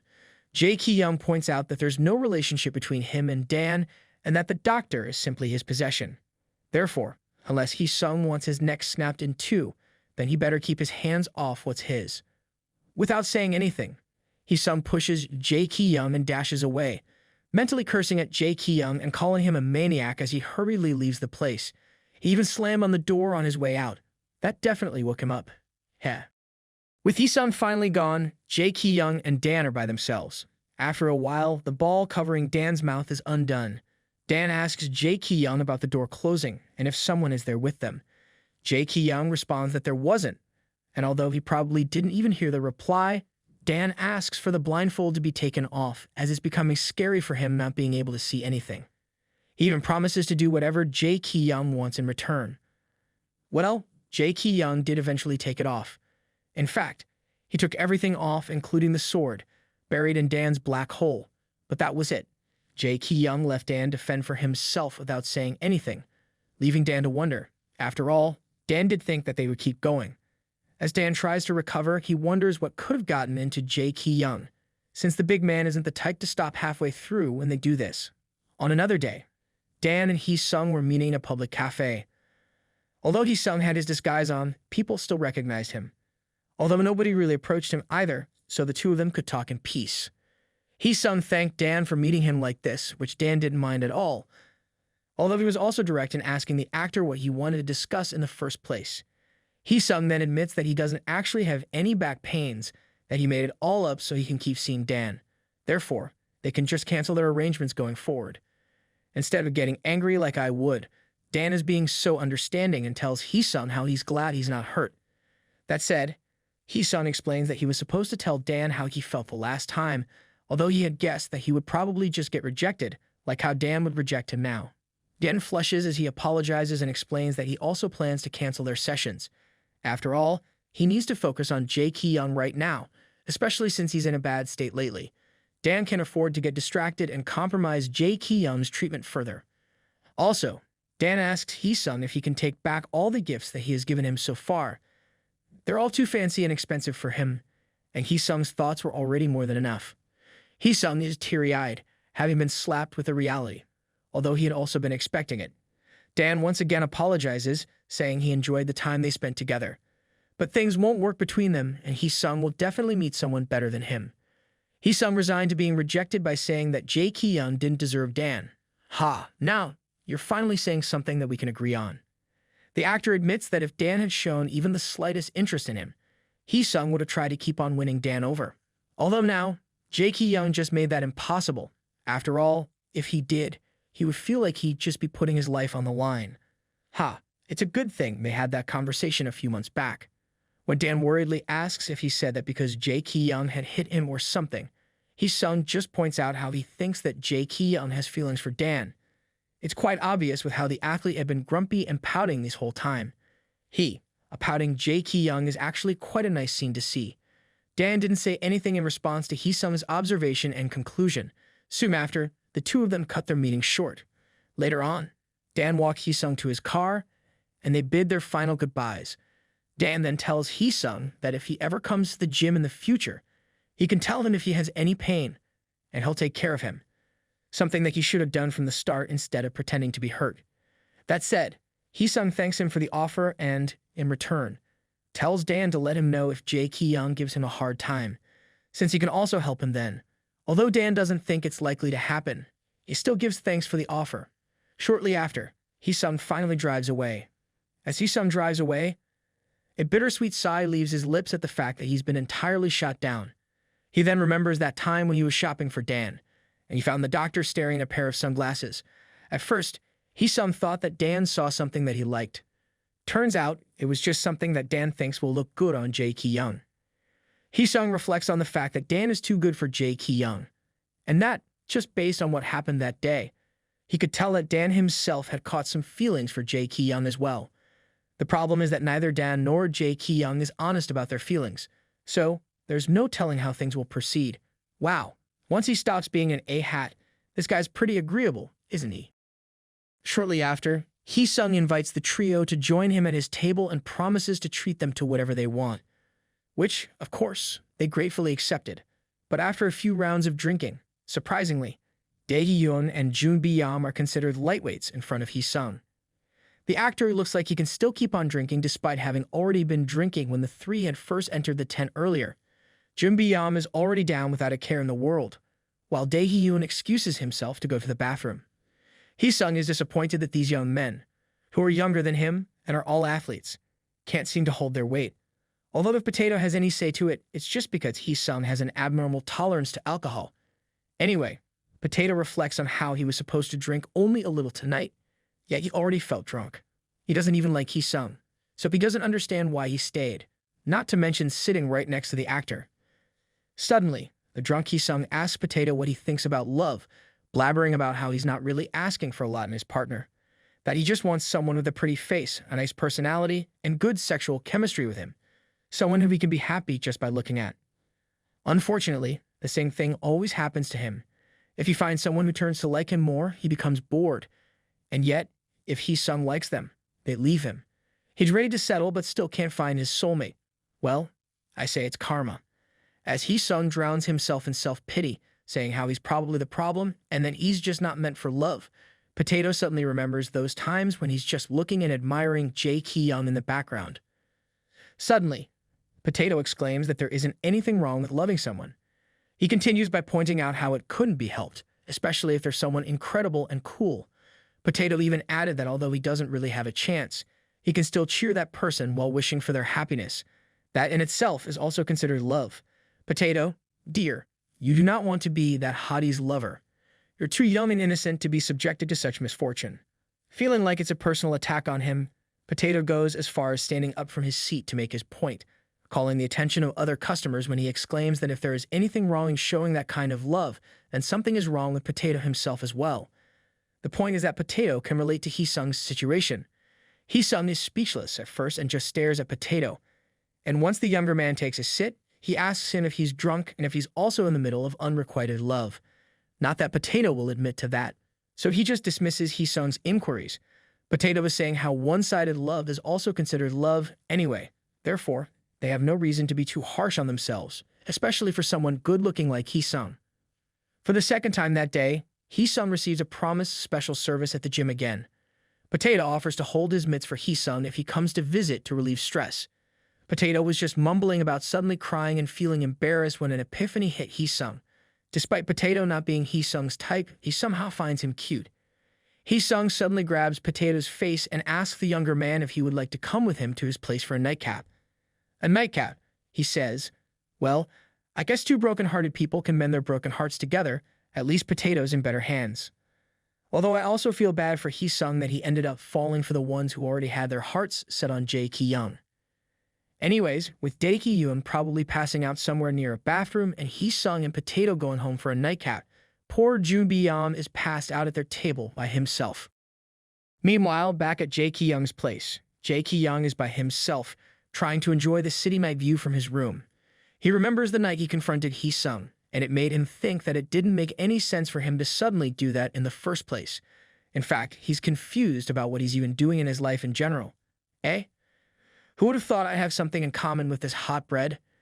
Anyways, Jaekyung's train of thought was suddenly interrupted by a notification on his phone. It was a message from a sports reporter reaching out to Jaekyung to ask for a comment regarding the article. Jaekyung curses as he shakes in anger, seeing that the article is about him having a critical shoulder injury that could lead to his early retirement. On a different note, let's hope Jaekyung doesn't break his phone because of this. If he did, then he'll have to add anger management issues to the critical shoulder injury. The sun was already setting, yet Jaekyung's mood didn't improve. If anything, it's getting worse.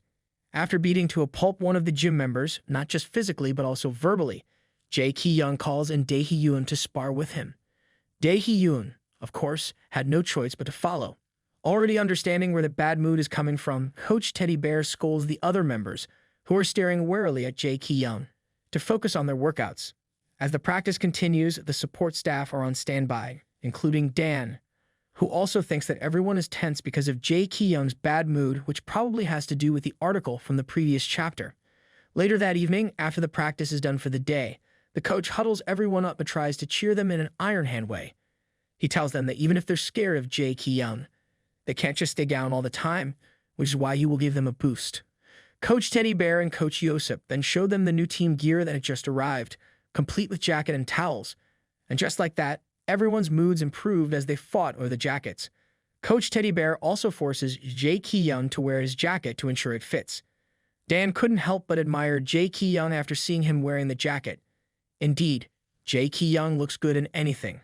Meanwhile, the coach notices Dan staring at Jaekyung, and after looking at the now empty box where the jackets were just minutes ago, he suddenly exclaims his apology, making Dan flinch. He explains how they placed the order before Dan joined them, so he's not included in the count, and there were no extra pieces, as it's a limited quantity, and a new order would take at least a month to fill. The coach genuinely felt terrible, although Dan didn't mind. And when the rest of the members heard this, quite a number of them offered to give Dan theirs instead. As Dan tries to decline their offerings politely, Jaekyung suddenly throws his jacket in Dan's direction and moodily tells everyone to shut up. He then tells everyone to quietly go out since they're going to have a meeting. Dan asks Jaekyung if it's really fine for him to take his jacket, but Jaekyung doesn't even acknowledge him and instead just heads for the meeting room. As the coach bids everyone home nicely, Yosip greets the people with whom they're going to have a meeting. Dan is still reluctant as he looks at the jacket he just received. He then tells Coach Teddy Bear that he'll tidy up a bit as he waits for them to finish the meeting. The night progressed, and the meeting proceeded. As Dan mops the floor, he glances at Jaekyung's jacket.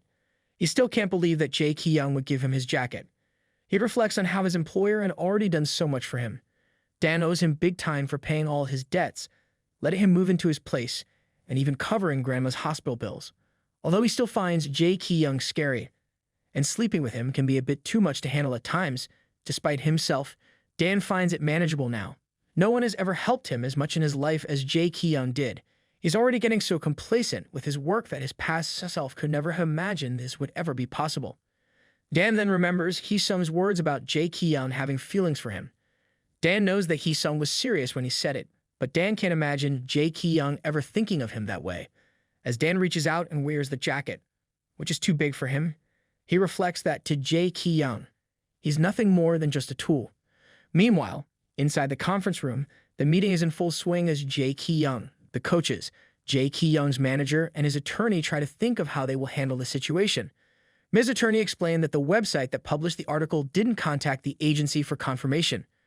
Therefore, it's possible that someone from the hospital sold them the information. It was absurd that someone would do that, especially since that was personal medical information. Legally, they must take measures against the site and the hospital. Then again, the damage is already done. Seeing is instead of sympathy. The public opinion leans towards grim satisfaction that usually only anti-fans possess. Hearing that, Jaekyung, of course, lost his composure and slammed his fist on the table. He was swearing at the ones who dared to slander him. Coach Teddy Bear and Yosip quickly scolded him for his temper. After all, they have guests over. Ms. Attorney was surprised by Jaekyung's outburst, although she still managed to keep her composure, unlike someone else. She further explains that legal actions against those who wrote more defamatory comments will be pursued. In fact, their team had already expected this response from the public, which was why the information about the injury was never announced. What's important now is to show everyone how strong and fit Jaekyung is, regardless of his injury. The manager then tells them they just got a call from the MSC matchmaker, asking if they might want to do a non-title match with the middleweight champion, Dominic Hill. The said athlete might be older, but he's still considered a living legend. Therefore, winning against him will definitely make a significant impact. In short, he's the perfect opponent to prove to the world that Jaekyung still has what it takes. The problem is that he's a middleweight, so Jaekyung has to drop a lot of weight to qualify for the match. Coach Teddy Bear voiced his concerns. After all, Jaekyung is strict about monitoring his weight, so he asks Jaekyung if he thinks he can do it, as it won't be easy. The thing is, there aren't any noteworthy opponents still left in Dominic's weight class, and that's why they had to look for champions from another. Although the usual scenario is that someone puts on weight to qualify for a higher weight class, having Jaekyung be the one to adjust would also be interesting. That said, Jaekyung will have a very low energy as he works towards dropping all the excess body fat. Then again, if he does win, then it'll only make the victory more worth it. The manager added that the match will be held in America after a month, and so he asks Jaekyung if he's up for it. Despite his coach's concern, Jaekyung decided to do it anyway. All he needs to do is prove himself, and the best way to show everyone that is through a match. So, of course, they have to do it. The coaches were speechless, but it's not like they can really go against his decision. The next day, Coach Teddy Bear informs Dan about the away match and how he will also be coming with them. The coach explained that they needed him to go with them to avoid repeating what happened last time in Busan. Right. Ahem. Also, their group will only consist of Jaekyung, the coaches, Dae-hyun, Dan, and Potato to avoid distractions. They had a raffle to see who would be coming for the last spot, and Potato got lucky. That said, Dan is thinking about how it will be his first time going overseas and how he should also tell Grandma about it. The coach reminds him to do whatever he must to prepare and not forget his passport. He also asks Dan to be more patient with Jaekyung since his mood will only worsen by the day since he has to lose much weight. This is why I don't diet. I'll feel sorry for everyone around me. Then again, the coach didn't need to explain or ask Dan about it, as Dan had already experienced it himself. Jaekyung is definitely already worse than he usually is. He just can't seem to get enough sleep, and yet he has to train more than ever since he has a lot of weight to lose. Even the situation at home is no different. This one time, Jaekyung was in the bathtub, and Dan was kind enough to get him some water to drink. After all, Jaekyung had been there for a long time and needed to keep hydrated. But Jaekyung just moodily smacks the cup away, causing the cup to shatter on the floor. Dan gathers and throws the pieces of the cup on the bin and, in the process, accidentally cuts himself. Dan thinks that Jaekyung is more sensitive than ever, and since they only had less than a month left, even he could tell the schedule was too unrealistic. Not even for someone like Jaekyung. Just then, Dan noticed Jaekyung approach him from behind. Without a word, Jaekyung had Dan against the counter and started to do it. Saying that Dan is hurting is an understatement since this scene happens daily. But even though it's hard for Dan to do this daily, he knows it's worse for Jaekyung. And so the days passed, and the team soon landed in America. In a press conference for the MFC 274, a stunning host had the privilege to introduce and interview Jaekyung. But since our hot daddy swings the other way, it doesn't really matter. Anyways, there was no doubt that Jaekyung is quite popular even abroad. And seeing as both the athletes are legendary champions, everyone was excited for the match, despite it being a non-title match. Even the MFC officials are ecstatic to have Jaekyung flying all the way to America. It was amazing that although Jaekyung was not training, he still couldn't have a moment of rest, thanks to all the interviews, courtesy calls, and other things. And at the end of it all, he's still as yummy-licious as he was a month ago. That's just how incredible he is. Not long after, training day commences. Dae-hyun and Potato are doing laps with Jaekyung, although it just looks like they're trying to catch up and failing. When Dae-hyun tried to point out that they had already done 20 laps, Jaekyung took it as Dae-hyun complaining. So Jaekyung tells him to just stop if he's just going to mess up his pace, which is out of the question, of course. And it is just me. But that cap looks really cool on him. Excuse me while I wipe my mouth. And so, hours and days went by. Jaekyung spent them training and losing weight. It was a given that he'd be ruder and more sensitive, especially to Dan. For some reason, even Coach Teddy Bear felt bad about it, although all he could do was thank Dan for being so understanding. As for Dan, despite putting up with Jaekyung's behavior, he still feels like he needs to do something extra to help the athlete. For him, it wasn't enough that he helps with his cooldowns and relaxing his muscles before bed. Although, as we all know, the real reason he's there is to help with Jaekyung's jinx. Night came, and both Dae-hyun and Potato were down on their bed. Potato is disappointed that he couldn't do some tourist stuff since it's training with Jaekyung for them from dawn to dusk. Not that they can complain. After all, that's exactly why they're there in the first place. At least they're getting a cheer from Dan. Dae-hyun then asks Potato how he's holding up. After all, it's not easy to keep up with a world-class athlete like Jaekyung. Potato says that he can handle the training. The hardest part is how scary Jaekyung has gotten. Just earlier today, he almost got into a fight with the local coaches. Well, Jaekyung had always been prickly before his matches. It's just this time, it was worse. His opponent being good is part of the pressure, of course. Not to mention being in a new environment. Then, there's all the talk about Jaekyung's injury. It's no wonder he turned irrational more than usual. It's so hard to make him happy these days. It's always walking on eggshells with him.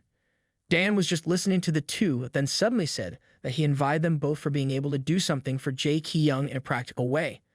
He thinks that he's not much help and that it would have been better if they'd brought another team member in his place. Dae-hyun and Potato strongly disagree, however. After all, despite this being his first match abroad, Dan can still keep up with them and closely watch Jaekyung's needs every second of the day. Dan is still reluctant, so Dae-hyun suggests they relax with some midnight snack. It seems the two of them went with the coaches earlier to pick some ramyeon and stuff, things that they couldn't eat openly because of Jaekyung's diet. The best part is that Jaekyung doesn't even need to know. Listening to all that stuff, there's no wonder that Dan's stomach would growl.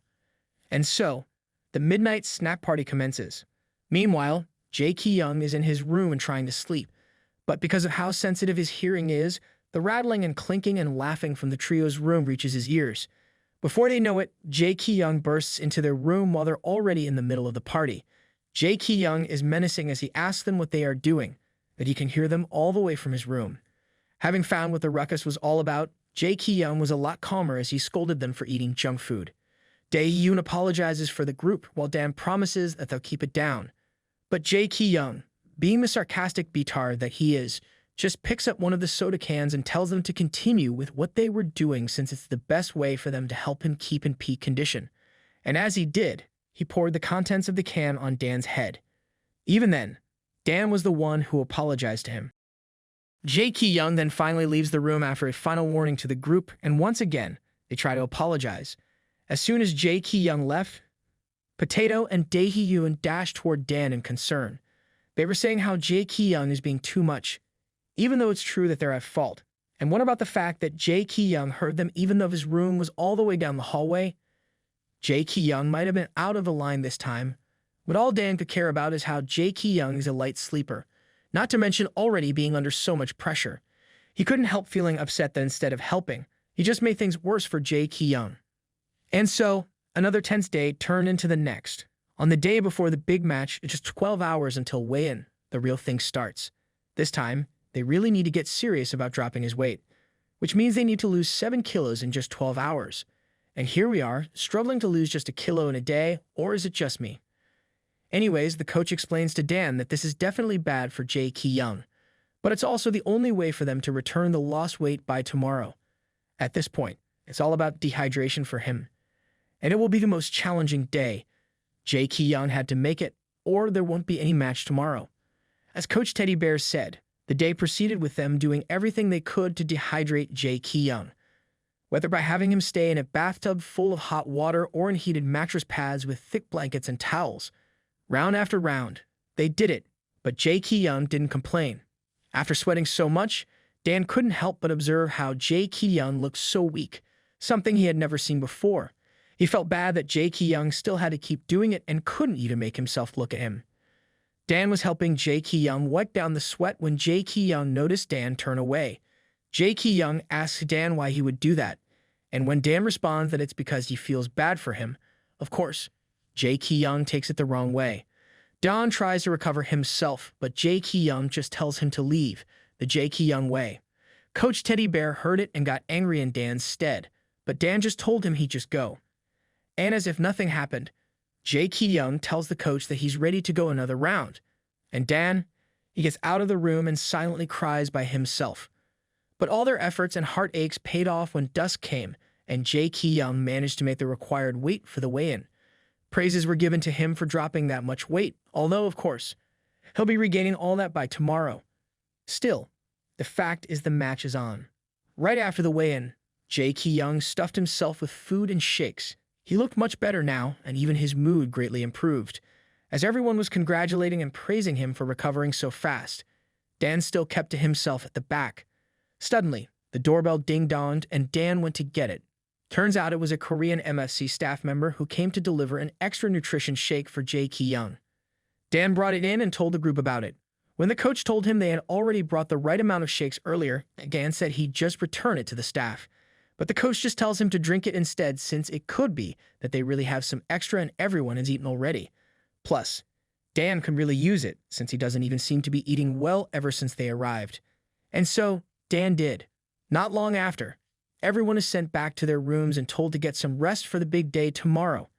Dae-hyun, Potato, and Dan were on their way to their room when Dan suddenly started feeling strange as if his body was burning up. So much so that he suddenly fell on the floor trembling. Potato and Dae-hyun rushed toward Dan and worriedly asked him what was wrong. Once they were back in their room, they had Dan lay on the bed. Stroking his forehead, Potato realized that Dan was burning up.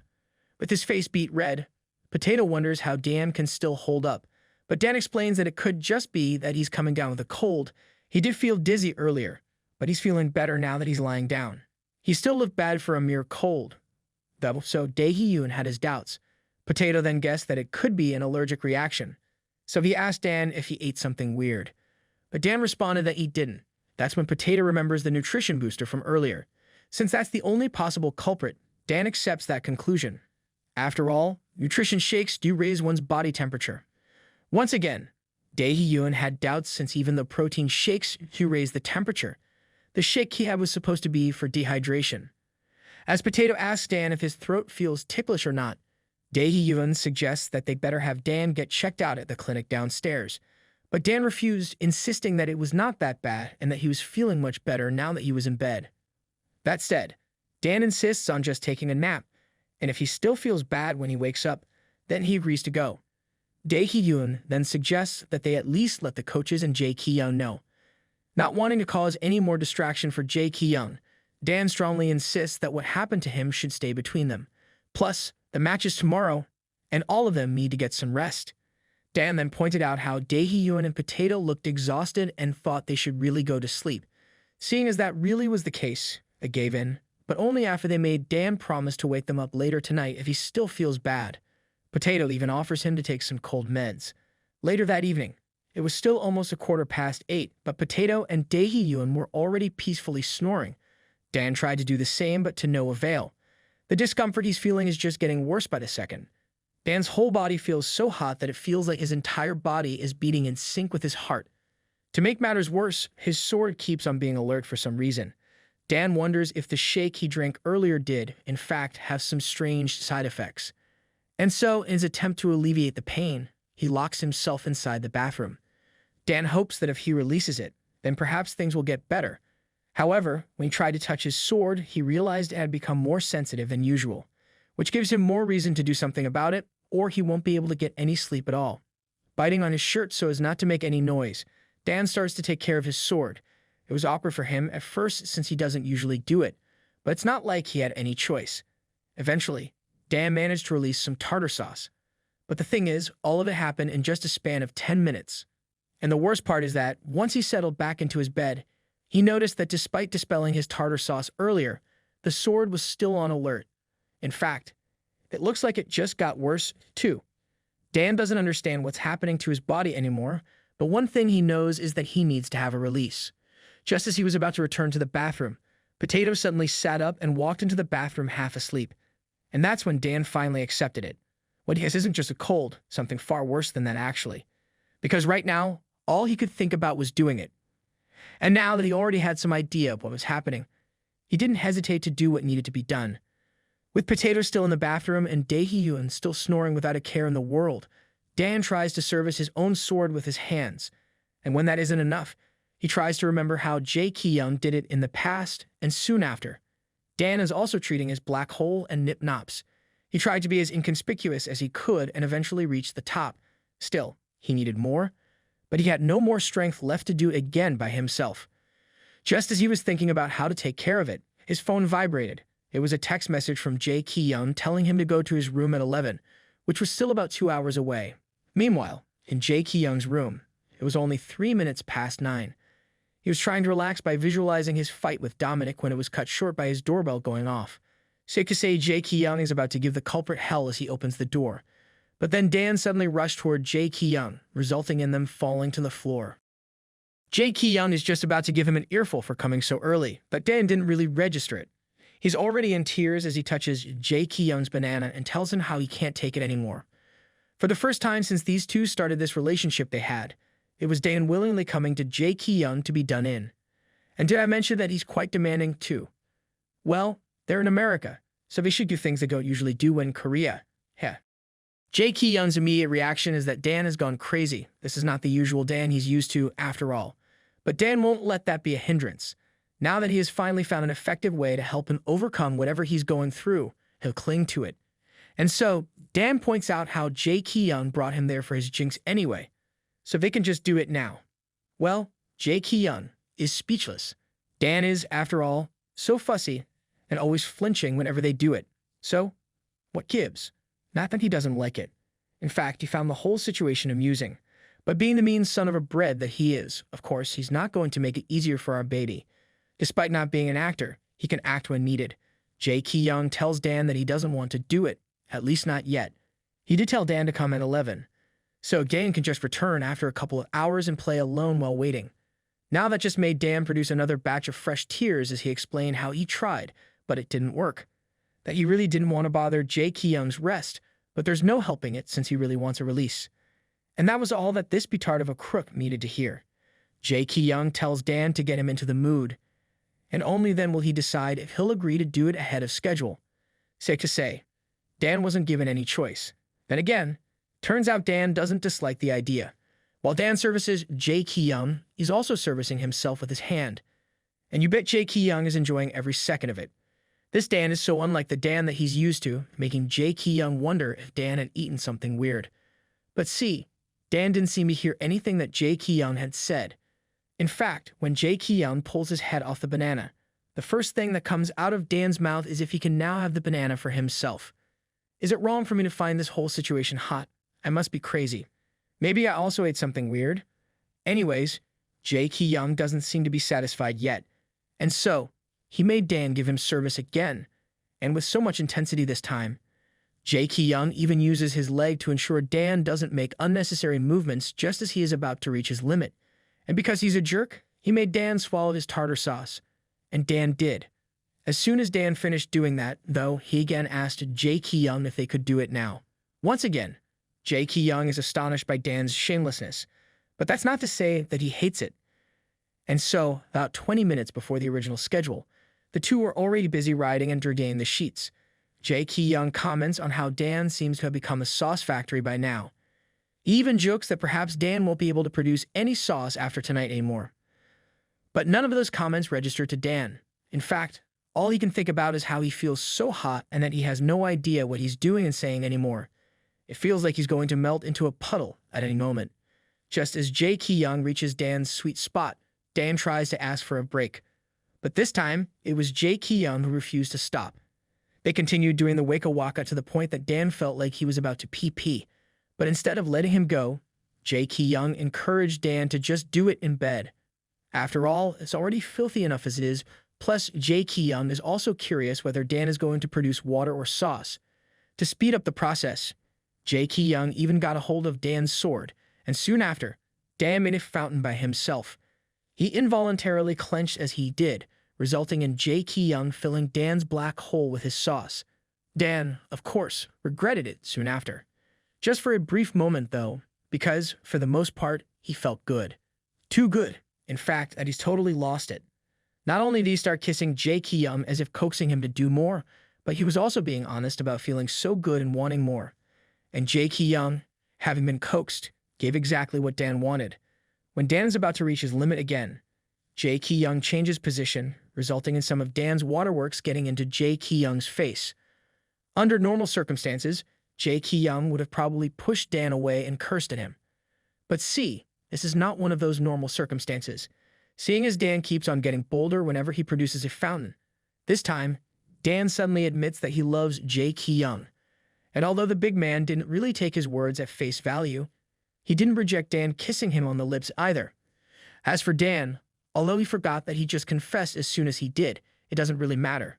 Because right now, all he wants is to do it more. Who would have thought our shy baby Dan could be such a perv, right? Well, I blame Daddy Jaekyung. He's the biggest perv of them all, after all. The next day, and while Jaekyung did his shower and prepared himself for the big day, Dan remained asleep without a care in the world. Not that it mattered because, for the first time in weeks, Jaekyung was happy. I bet it was because of the confession he received last night. Fast forward to a couple of hours after Jaekyung left, Dan finally woke up and wondered what he was doing in Jaekyung's room. Although all he could remember was falling asleep in there last night. How convenient, Mr. Closet Perv. Anyways, as Dan tries to get off the bed with an aching back, he glances at the clock and realizes that it's almost 10:30. This sent Dan into a panic since the match would start at 11. Thus, while Jaekyung took his time preparing earlier that day, Dan did not. 30 minutes later, Dan arrived just in time for Jaekyung to enter the ring. Dan approached Potato, apologized for being late, and asked about Jaekyung's condition. Potato assures him that Jaekyung is in good form.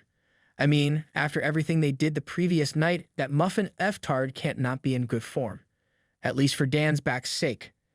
Anyways, Potato is now more concerned about Dan's condition, though. He was told that Dan fell asleep in Jaekyung's room, so he let him sleep in. This time, Dan assured him that he was alright and wouldn't miss this match for anything. Hyped, Potato started to give it his all in cheering for Jaekyung like the avid fan that he is. As for Dan, he worries about Jaekyung's injury like the wifey that he is. Dan mentally scolds himself for sleeping in since it's his responsibility to ensure that Jaekyung's body is in good shape before entering the ring. All Dan can do for now is hope that Jaekyung makes it through in one piece. And so, on the referee's signal, the match began. As the match proceeded, the commentator did his best doing his job of narrating the obvious facts. It would seem that Jaekyung is at a disadvantage. After all, his opponent is not only more experienced than he is, there's also all the talk about Jaekyung's injury. Therefore, this match would prove to the world that he's still very much in his element. Dominic was the first to throw a punch but was easily blocked by Jaekyung. after which it was Jaekyung's turn to throw a kick that Dominic also blocked. Just then, the American veteran threw a feint in Jaekyung's right, which resulted in him getting caught on a solid elbow to his left and followed by an uppercut. Despite the consecutive attacks, Jaekyung still managed to stand on his feet, and although the elbow attack left Jaekyung with a bleeding eye that no doubt will affect his vision in the next round, Jaekyung is far from giving up. While the rest of his crew patch up his injury, Dan is horrified. This is why faint-hearted wifeys shouldn't be allowed to watch their hubbies fight. Just saying. Anyways, just as the bell runs for the next round, Jaekyung heads straight to Dominic with a vengeance, throwing consecutive lefts, leaving his shoulder injury throbbing.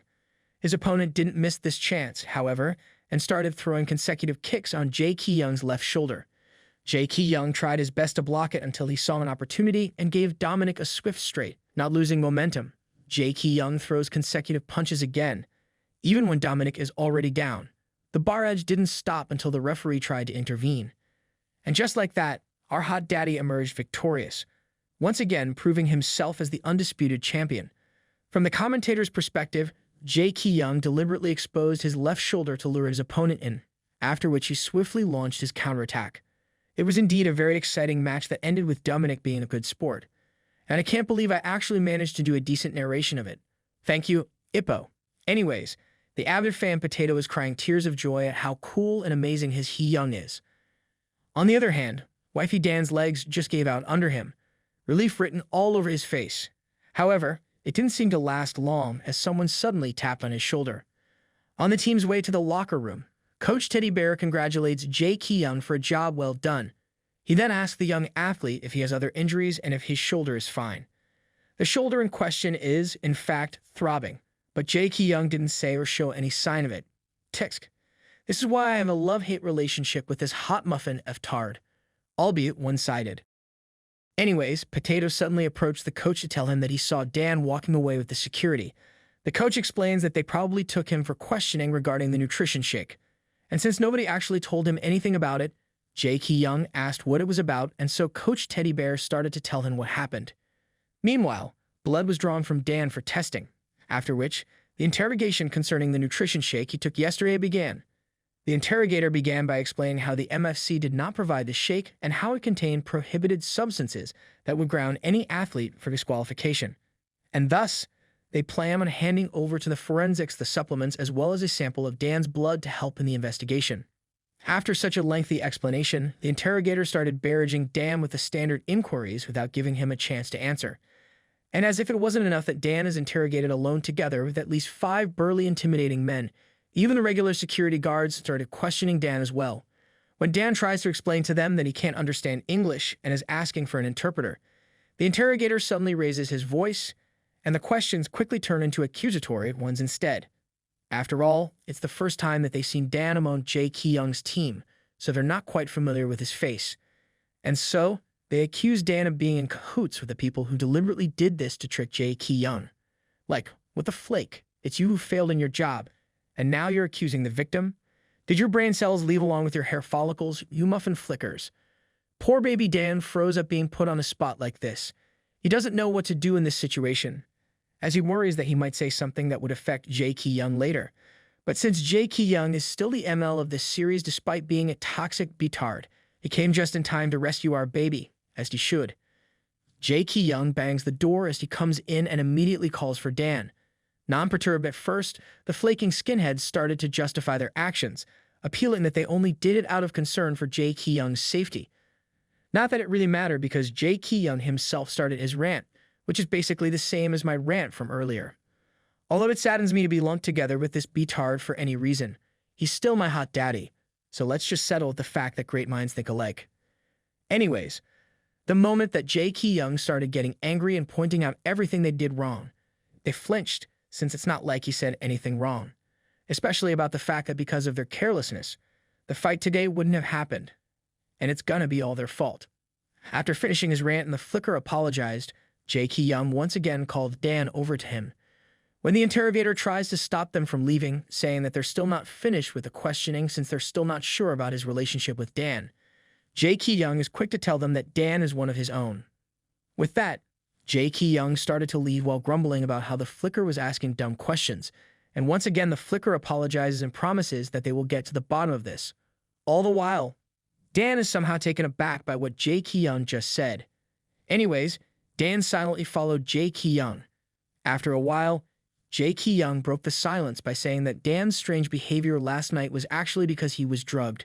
Dan apologizes for the trouble and is just about to ask about Jaekyung's shoulder when they're suddenly not alone anymore. Reporters flock before Jaekyung, all wanting to take pictures and ask questions. As the impromptu interview commenced, Dan was left admiring Jaekyung from behind. He reflects on what had happened earlier. Although Dan didn't really understand most of what was being said in the room earlier, he did understand one part of it. And that was when Jaekyung said that Dan was one of his own. And that line alone is enough for Dan to think that he means something to Jaekyung, to the point that he'll even announce he's one of his people.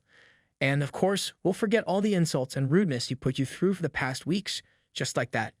Anyways, it's also thanks to that one line that now Dan is finally starting to come into terms with his feelings for Jaekyung, which Jaekyung himself already knows. As expected, right after winning his match, headlines about Jaekyung still having what it takes to be a champion, despite his injury, were published. Also, because of his most recent victory, Jaekyung's match fee doubled. Even the other athletes at the gym shared in his glory. The media and the public were in a frenzy. And once again, another chapter is finished. On Dan's first visit to the hospital, after returning from his trip abroad, he brought the souvenirs he bought for Grandma and her nurse.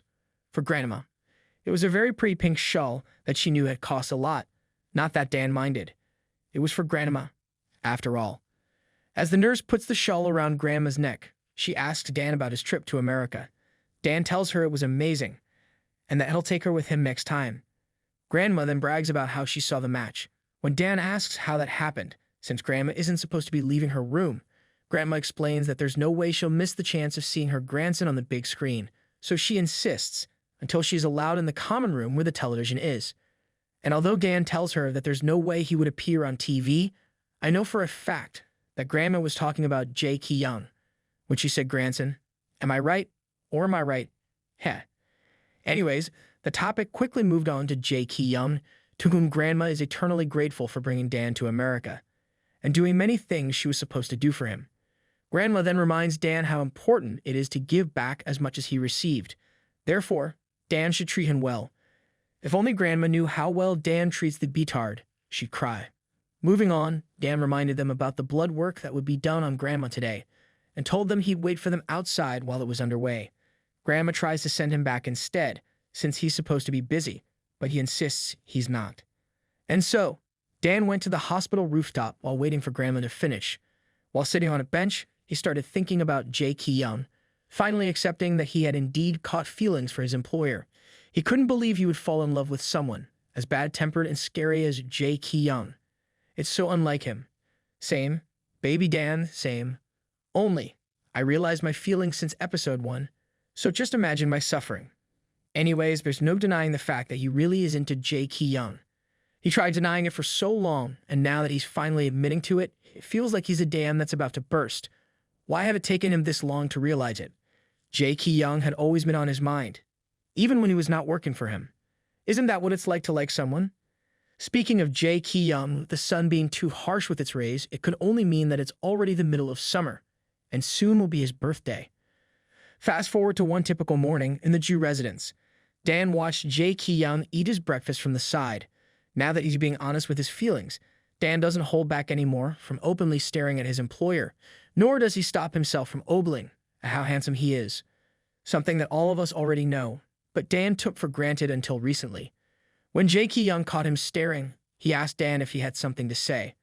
Although Dan initially said no, he eventually tried changing the topic by asking if there was an update about the nutrition shake incident. Jaekyung then explains how the investigation is still ongoing. The component analysis came back, though, and it turns out it's just a type of aphrodisiac and not a narcotic. And it's good that it didn't contain toxins or addictive substances. And with the culprit still at large, authorities consider the incident a malicious act. Well, that may indeed be the case, since if it really were Jaekyung who drank the shake, then the match would have been canceled immediately. Just thinking about it pisses Jaekyung so much that he swears he's going to make a jigsaw puzzle out of the culprit once he's caught. And Dan, for one, knows just how serious Jaekyung is with his threat.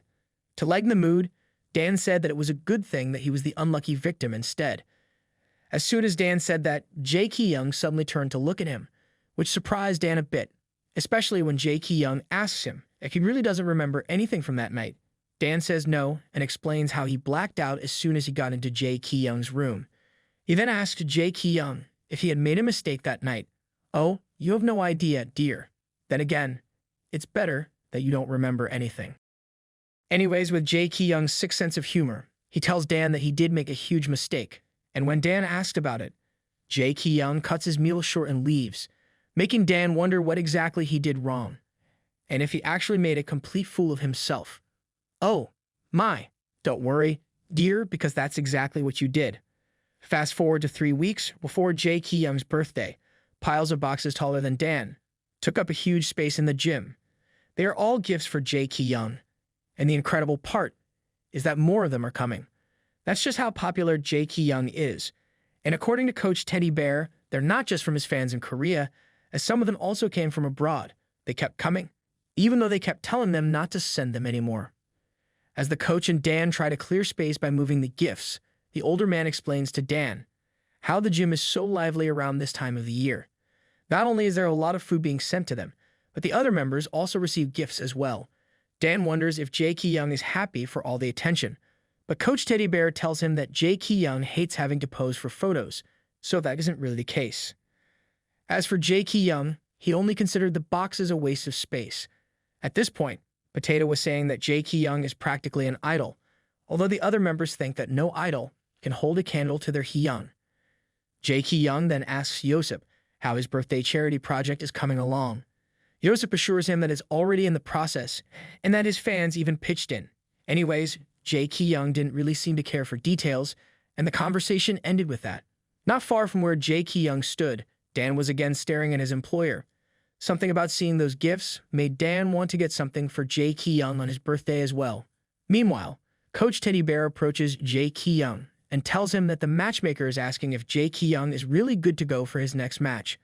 And this time, it's for a defense title. The coach thinks that it's still too soon, considering that there's still that shoulder injury. But as expected, Jaekyung claims that he'll be ready anytime. Later that day, Jaekyung was having a sparring match with one of the other members when he suddenly flinched his shoulder. Dan is keen enough to notice it, so he stops the fight and makes Jaekyung come with him.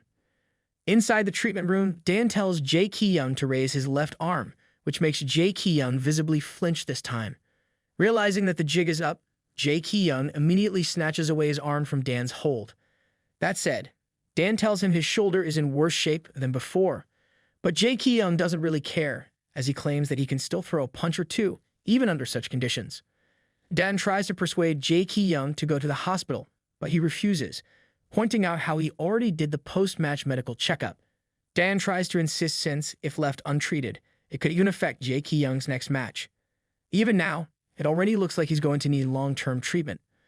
But see, that's something Jaekyung doesn't want to hear. And so he instead gets angry at the person, who only thinks about his well-being, and asks Dan if he'll take responsibility if Jaekyung's next match gets canceled as a result of going through another checkup. Jaekyung then tells Dan not to push the matter, since he knows his body better than anyone else. That said, he orders Dan to forget about it and start to tape his shoulder instead.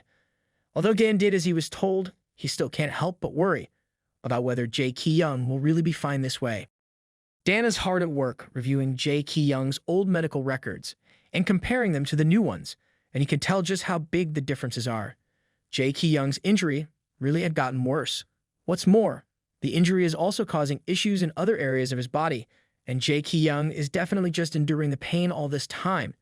What they could do is either go on a long-term recovery or a routine rehabilitation, although there's no way Jaekyung would agree to either. At this point, nothing would change Jaekyung's mind. Thus, the best that Dan can do is make sure the injury doesn't lead to an irreversible state. On a different note, as Dan was thinking about what else he could do for Jaekyung, he remembered how it would be his birthday soon. Perhaps a surprise present might improve Jaekyung's mood a bit, but since there isn't much time left, Dan wonders what he can get for him. Dan had always been the one receiving things from Jaekyung, so this time, he wanted to be the one to give. Later in the evening, Dan looks around the house for something that Jaekyung hasn't bought for himself yet, or something that he already has but needs to be replaced. But try as he might, Dan can't find anything, especially since everything in Jaekyung's house is new and shiny. Rich petard. Then again, that's to be expected of a world champion. Still, Dan believes that there should be something that Jaekyung uses daily and needs replacing. Soon after, Dan came upon Jaekyung's car keys and noticed that one of the keychains had a bit of worn-out leather. Dan looked optimistic then. A keychain seemed doable, even though there was no doubt that Jaekyung would want something nothing less than a high-end brand. Dan then turns to his phone for help to check just how much the tiny keychain would cost him. To his surprise, it was $700. What the fly? What's that keychain made of? A mammoth's hide. Anyways, safe to say there's no way Dan will be able to afford it. Not after he had already splurged buying that shawl for grandma. Plus, he's still working on his advance payment, so it's not like he has any money coming in.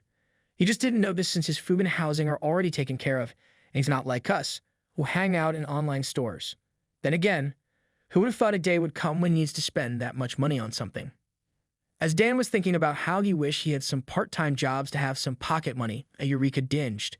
That's right, a part-time job is exactly what he needs right now. Going back to his phone, he started looking for a quick gig that would suit him, and as if being guided by some unknown being, he soon found the right one. Fast forward to one cloudy night. Dan starts with his delivery boy gig. Since it's been a while since he did part-time jobs like this, he was amazed that now shops actually lend bikes to their part-timers for deliveries. Anyways, as was planned, he'd be making deliveries every night after his main job at the gym. In Dan's mind, Jaekyung is already stressed, having to deal with his injuries, so he hopes that giving him a birthday gift will give him a bit of strength. But Dan, my dear, that's only if he admits to his feelings about you as well.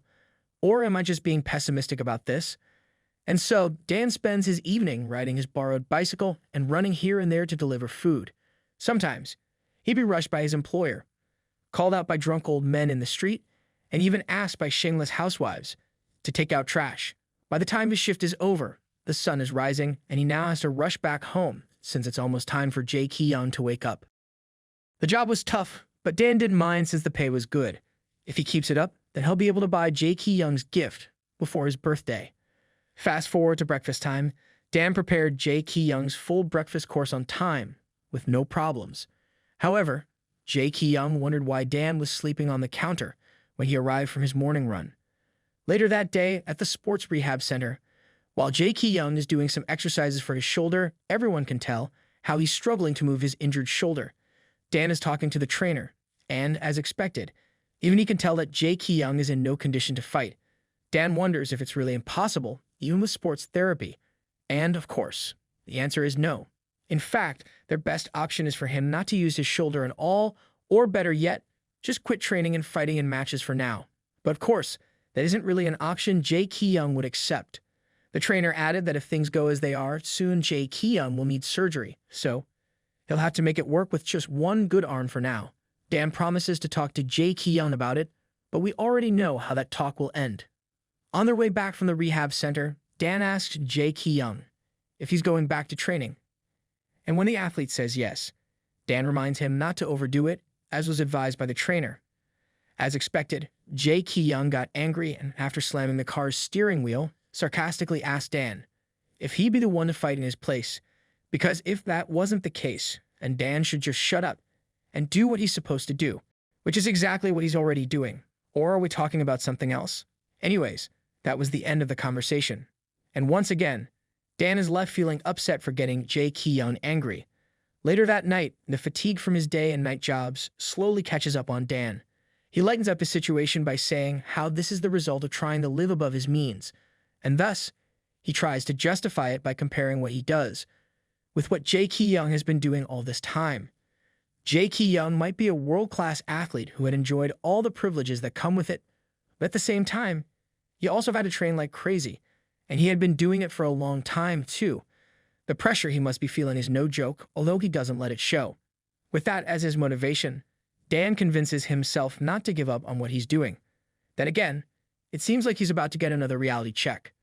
Dan was taken aback when he rang the doorbell for his next customer and realized who it was. Remember that poor guy 40 chapters ago that Dan replaced as Jaekyung's bread? Yeah, he's making a cameo, And as it turns out, he also recognized Dan from that time. The dude seems chill at first. That is until he tries asking about Dan and Jaekyung's relationship. But because of how Dan dresses and how he's working now as a delivery boy, he guessed that it's over between them too. When Dan denies it, the dude then concludes that Jaekyung is just being stingy with Dan. After all, he came out with extra compensation that night, even though he got beaten up, and yet Dan here is still looking broke. Well, he's not wrong. That said, this bitter tramp started running his mouth off, saying things like, Dan needs to do better with his bedroom techniques. After all, Jaekyung's only redeeming qualities are his big banana, and the money he has to spend. You forgot the face and body. That's only it for me. Anyways, other than that, his personality is especially poop-worthy, and that he regrets that he couldn't keep milking Jaekyung. Both his banana and money, I presume. Dan is trembling in compressed anger, because he knows that all the dude said was right, but he still doesn't like hearing it. He then tells the dude that he shouldn't slander Jaekyung like that, and then tries to cut their transaction short by handing him his change. The dude noticed this, and as for a parting gift, he pointed out to Dan the thing that he dreaded to hear the most. He tells Dan how the two of them are no different, and that he shouldn't delude himself into thinking that he's special. After all his previous breads met the same ending, because for Jaekyung, all of them are just his tools and nothing else. And once Jaekyung gets tired of him, that will be it. Which is, of course, not true. We have the two of them in the manhwa cover, right? And this is still tagged as romance. So, of course, Dan is special, since this is a romance series between them. And yes, I don't actually believe what I just said, but it's better than the implied reality. On his way back from delivery, Dan's thoughts were occupied by what the dude said, and before he knew it, his bicycle crashed after not seeing the bump on the pavement. Dan fell with injuries on his knees and palms. As he tries to get back on his feet, he reflects on what the tramp said. Dan wanted to deny everything that was said, even though he already knew the bitter reality deep down. And although he pretended that his words didn't bother him, that wasn't really it. The truth hurts, and Dan can't deny it, but at the same time, it's also hard to accept. The next day, Dan was doing a session with Jaekyung. He continues to do so, even though his palms hurt every time he presses on them. But then Jaekyung noticed that parts of his arm and shoulder had traces of blood in them. Dan was horrified and immediately apologized, although Jaekyung didn't say anything. By dinner time, while the coach sent the other members for dinner, they just left Dan alone. Apparently, he had been skipping dinner to sleep, and although Jaekyung seems to have some thoughts about it, he still doesn't say anything. Fast forward to the day before Jaekyung's birthday. Dan received the gift he worked hard to buy, although he thinks that it seems unnecessary to give. Since Jaekyung's already receiving a lot from others, he still wants to give it to him. The parcel also includes a birthday card, so Dan decided that he could also write something to Jaekyung while he was on it, although he was almost caught by Jaekyung when he suddenly barged into the room to tell Dan to prepare to go to work. When Dan and Jaekyung got to the gym later that day, confetti poppers were shot off and the gym members wished Jaekyung an early birthday. They explained that since Jaekyung would be busy tomorrow, they decided to throw the party today. After all, there's no way they'd miss wishing the great Jaekyung a happy birthday. Everyone started singing him a happy birthday and even put a party hat and glasses on him. But the festive atmosphere turned sour when Jaekyung made his dislike of the whole ordeal known. He looked really mad at the group and only calmed down when Yosip suddenly put an icing on his face and told him off for being such a party pooper. After all, they did their best to set everything up. Despite Jaekyung's bad personality, he still had his soft spot for those older than him. And so, he let it go. He then told everyone to hurry up and finish the cake so they could start their training. He even took a strawberry for himself as he did, and as punishment for his earlier behavior, Yosip announces that Jaekyung will treat them to grated beef at their dinner party later tonight, without Jaekyung's consent, of course. This whole time, Dan is just on the side, and glad that everyone is in high spirits. After all, they've been anxious around Jaekyung lately because of his injury. He just hopes that after today, the atmosphere will improve. By dinner time, the whole gym had gone to the restaurant. Everyone is in a festive mood, eating and drinking. Daejeon then observed how Jaekyung was so busy that he couldn't even afford to drink even though it was his birthday, and Coach Teddy Bear just took the statement as a joke. As Jaekyung was busy catering to his fans, the coach voiced his concerns to Dan. He thinks that they had scheduled Jaekyung's next match too early. Not only did Jaekyung have to go through a lot when losing weight for his previous match, but he's doing another one right after that. Although it's what Jaekyung wanted, Coach Teddy Bear can't help but worry a lot and thinks he is partly to be blamed. Dan then asks if he's concerned about Jaekyung's injury. The coach said that it was part of it, but also because of the fact that Jaekyung was raking up victories and accomplishments at an unbelievable rate. Coach Teddy Bear worries that someday Jaekyung might end up with a serious injury. And although that's a bitter reality that every athlete has to face, the coach worries that Jaekyung might be unable to pick himself up from it. Well, Dan agrees to these concerns. After all, Jaekyung is pushing himself so hard because he hates losing. Suddenly, the coach bangs his glass on the table and exclaims that Jaekyung should be kinder to his body. But the dude doesn't listen, even though the coach greatly worries about him. On the bright side, though, he's glad Dan and Jaekyung are hitting it off. The coach points out how Jaekyung's performance has greatly improved since Dan arrived, and because of that, he's really grateful to him. Even Yosep thinks the same. In fact, they know that Jaekyung feels the same. It's just that he doesn't know how to show it. Dan humbly accepts the compliments. Finding an excuse to pour him a drink, the coach and Yosep did not miss the chance. Dan wanted to pace himself, though, so he secretly put some of the soju into an empty cup. 20 minutes later, Jaekyung is back on the table. While he demanded a plate of beef for himself, he unknowingly took Dan's extra cup of soju and drank from it. He soon found out that it was not water and angrily demanded who had put soju on his cup. Dan is horrified, as he explains that it is his cup. The already drunk Coach Teddy Bear just laughs it off and tells Jaekyung that if he's going to drink, then drinking on his birthday is fitting. While Dan fussed with Jaekyung, everyone else found it hilarious that the man who refused to drink still ended up drinking. By the end of the party, some members were about to go for round 2 and invited Dan to join them. Dan tried politely refusing, although Jaekyung ended up sending them away himself. After all, Dan was supposedly coming home with him. He even puts his arm over Dan's shoulder and leans on him, making him flustered. The other members saw it as Jaekyung looking out for Dan and couldn't believe it, especially since Jaekyung didn't look like he would budge at all. But that was enough for the rest of the members to let them go, and so they bid their goodbyes. The blushing Dan looks at Jaekyung and thinks that he might be drunk. He got his answer as soon as everyone left, and Jaekyung wobbled beside him, straight out admitting that he was drunk, so Dan should lead the way. What the hell? What's with that face? He doesn't look drunk at all. And didn't he only take a sip? Well, I guess we just discovered a weakness. Anyways, as Jaekyung mumbled about how he really thought it was water, Dan couldn't believe that his guess earlier was right. By the time Dan and Jaekyung arrived home, Jaekyung's tipsiness is already obvious. At first, he doesn't recognize Dan, and then accuses him of being the one who got him drunk. Not that Dan denied it. In fact, he apologizes non-stop as he tries to help Jaekyung wobble into his room. When they were almost on the bed, Jaekyung reached his limit and fell on top of the bed with Dan under him. He's complaining of his head hurting while Dan flinches and blushes at their closeness. Dan's heart beats loudly in his chest as he starts feeling tipsy, too. But he has to keep it together for both of their sakes. Dan was just telling Jaekyung that he needed to change into his PAs when Jaekyung suddenly sat up and started taking off his shirt, as well as trying to take off Dan's. When Dan tries to resist, Jaekyung tells him that he thought Dan wanted to do it, and that's why Dan told him to take off his shirt.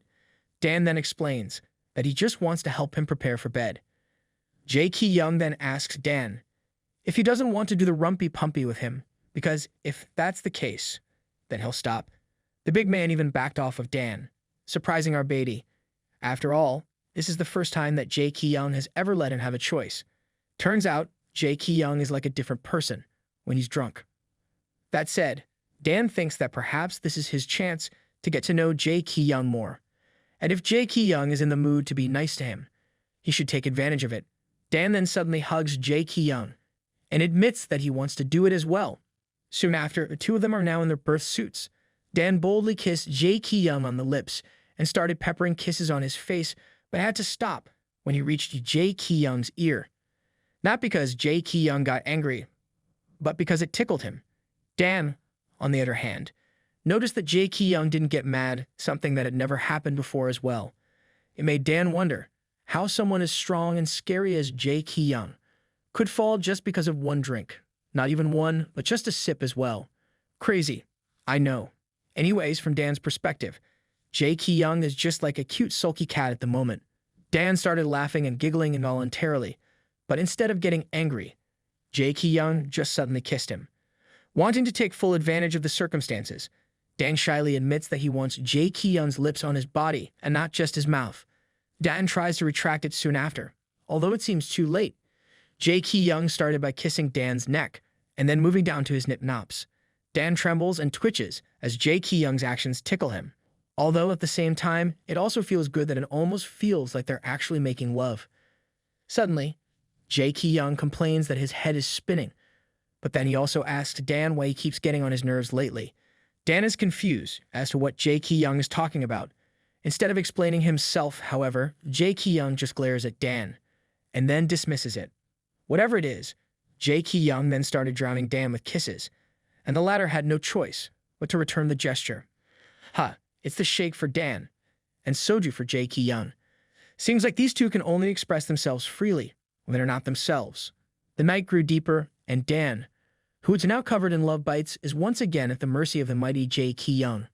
When Dan asks Jaekyung to slow down because he's being too rough, Jaekyung pauses and starts doing as he is told. This didn't make it any better for Dan, though, since Jaekyung is going too slow this time, he's hitting Dan in all the right places, making him feel so good. Dan slowly hugged Jaekyung's back, and it made him feel warm. In fact, this is Dan's first time to feel Jaekyung's warmth like this. Soon after, Dan felt like he was about to reach his limit.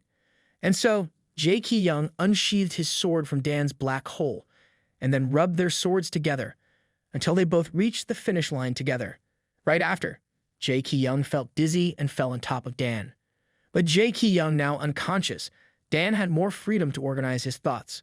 He couldn't help but appreciate Jaekyung's smell and warmth. It's making Dan feel so good that he forgets how this is all just temporary. He knows that he shouldn't be feeling it, but Dan can't help but want more of this. As Dan's trembling hands turn to hug Jaekyung, he wishes that time would just stand still, so they could be together longer like this. Morning came. It was Jaekyung who woke up first. Upon noticing Dan in the bed with him, he seems to remember the tids and bits of what happened last night. But since he's a betard who eats fried chicken for breakfast, he dismisses such thoughts and just blames everything on alcohol as he gets out of bed.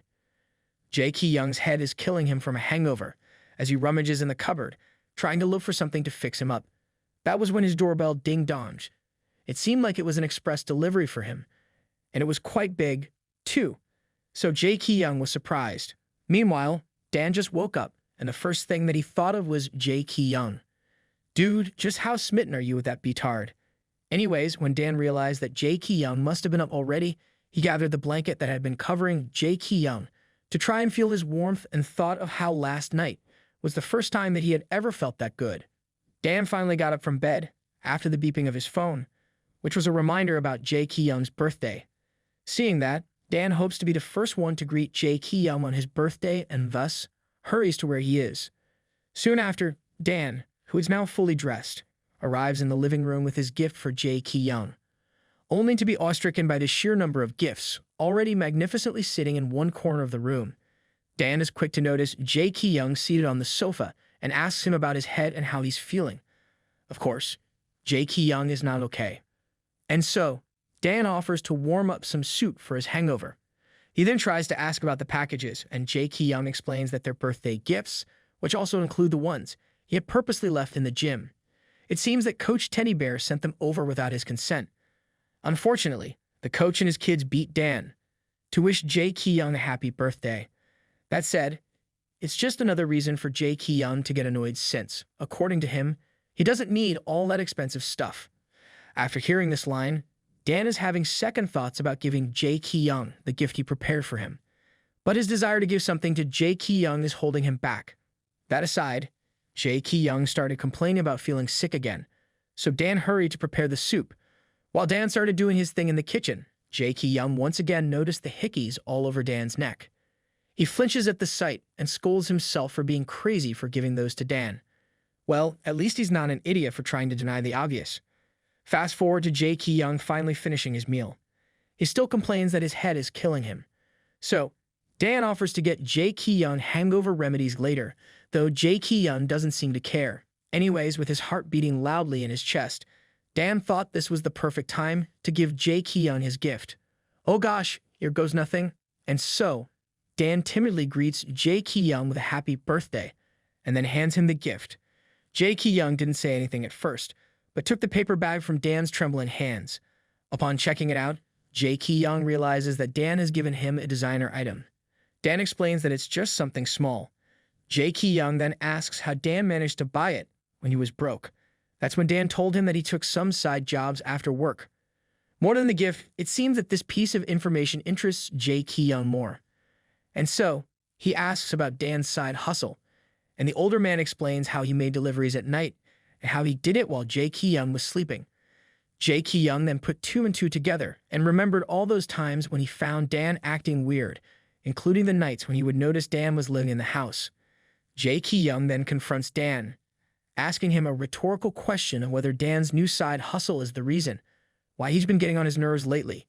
Dan tries to point out that he noticed how Jaekyung's keyring was getting old, so he thought he'd get a new one for him. Dan then apologizes for bothering Jaekyung, and since this hot daddy of ours is a well-established beatard, of course, he didn't appreciate the effort at all. Jaekyung ominously asks Dan, who asked him to buy it. He also adds that Dan should have just done his job, instead of doing useless stuff. Safe to say the keyring lost its value at this point, as Jaekyung just dropped it on the table.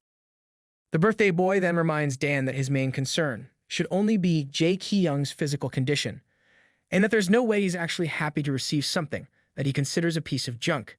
Even though it obviously hurt, Dan had no choice but to apologize. Nonetheless, Dan still tries to justify what he did as something he feels obliged to do to repay for the things that Jaekyung did for him. But, as expected, Jaekyung didn't really care. Without saying anything else, Jaekyung started to walk away. But for some reason, Dan felt compelled not to end the conversation just like that. Dan began by saying that he wanted to be honest about his feelings toward Jaekyung. Now that got Jaekyung's attention, as he walked right before Dan and, at the same time, told the doctor that he already had an inkling of what he might mean by that. Well, Dan did look like he was about to confess, only he didn't, and he just told Jaekyung that he was grateful to him for everything he had done. This just makes Jaekyung angry, though, and once again, he reminds Dan that he hired him as his physical therapist and that he doesn't want to receive something like a gift from him. Deja vu? No wonder Jaekyung is angry. He even threw the key ring on the wall behind Dan. As Jaekyung walks out of the kitchen again, he reminds Dan that his next match is near, and if Dan finds himself slacking off and wasting time again, then he might just once again lose his job. A disheartened Dan walks towards the key ring that Jaekyung threw. Eventually, tears start dropping from his eyes. He didn't think that anything Jaekyung said would still hurt him, but they did, and he just couldn't stop crying. He let the warmth that he experienced last night disillusion himself into thinking that he would actually mean something to Jaekyung. His employer was just drunk and wasn't himself. It was just Dan who had misinterpreted everything. Picking up the key ring, Dan tried to wipe the tears from his eyes. He felt such an idiot for even bothering to make an effort to buy the gift. Dan was really just lonely, and he let this emotion get the better of him. Jaekyung was right. His ex-lover was right. Dan overestimated himself because he didn't want to face reality. Dan was being greedy for wanting more than he deserved, so he shouldn't feel bad. Taking the key ring along with his box and paper bag, Dan threw all of them in the trash bin. All the while, he finally accepted the fact that from the start, there wasn't really anything special between him and Jaekyung. Nor was there any place for his feelings, since the two of them didn't even have a spark to begin with. Fast forward to one rainy afternoon. Jaekyung is sparring with someone named Seon-ho in the gym. From the looks of it, they were doing just fine. But when the round was finally over, and the coach went to Seon-ho to assist him and ask him if he could still keep going, the athlete was coughing as he tried to catch his breath. This action irritated Jaekyung, and suddenly, he told him to just leave if that was all he got, surprising both the young athlete and the coach. Jaekyung didn't just stop at that remark, though. He also pointed out how Seon-ho was bragging about his national achievements, and yet he couldn't even last 4 rounds. In the end, he's just wasting Jaekyung's time. But the worst that Jaekyung did, however, is to tell Seon-ho not to mention to anyone that he's Jaekyung's sparring partner, since it's embarrassing. That was, of course, a blow to the athlete's ego, and the other gym members didn't help by taking Jaekyung's side and ostracizing Seon-ho as well.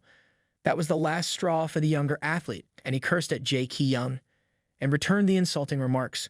Not that anything he said was not true. Seon-ho said that he had not said anything before because Jaekyung was older than him, but he wouldn't put up with it anymore, so he'd just say it now. About how Jaekyung thinks he's better than everyone, and that he lets his title get into his head when he doesn't have basic manners. What's more, Seon-ho even bumps his shoulder into Jaekyung's, pissing the latter off. I mean, Jaekyung's arrogance is justified, as much as it hurts me to admit it, but only because he traded his manners with his skills in face and body and… Okay, I'm not stopping. Anyways, safe to say that the young athlete would never want to step foot inside the gym ever again after Jaekyung is done with him. Later that day, the coaches are talking with Jaekyung in the break room. Coach Teddy Bear pointed out how they already lost 3 athletes due to Jaekyung's temper. Joseph also added that Jaekyung should show respect to his fellow athletes. After all, even if they're not as good as him, they're still professionals. And that if this incident keeps happening, their gym might have problems in the future, especially if the other fighters start talking.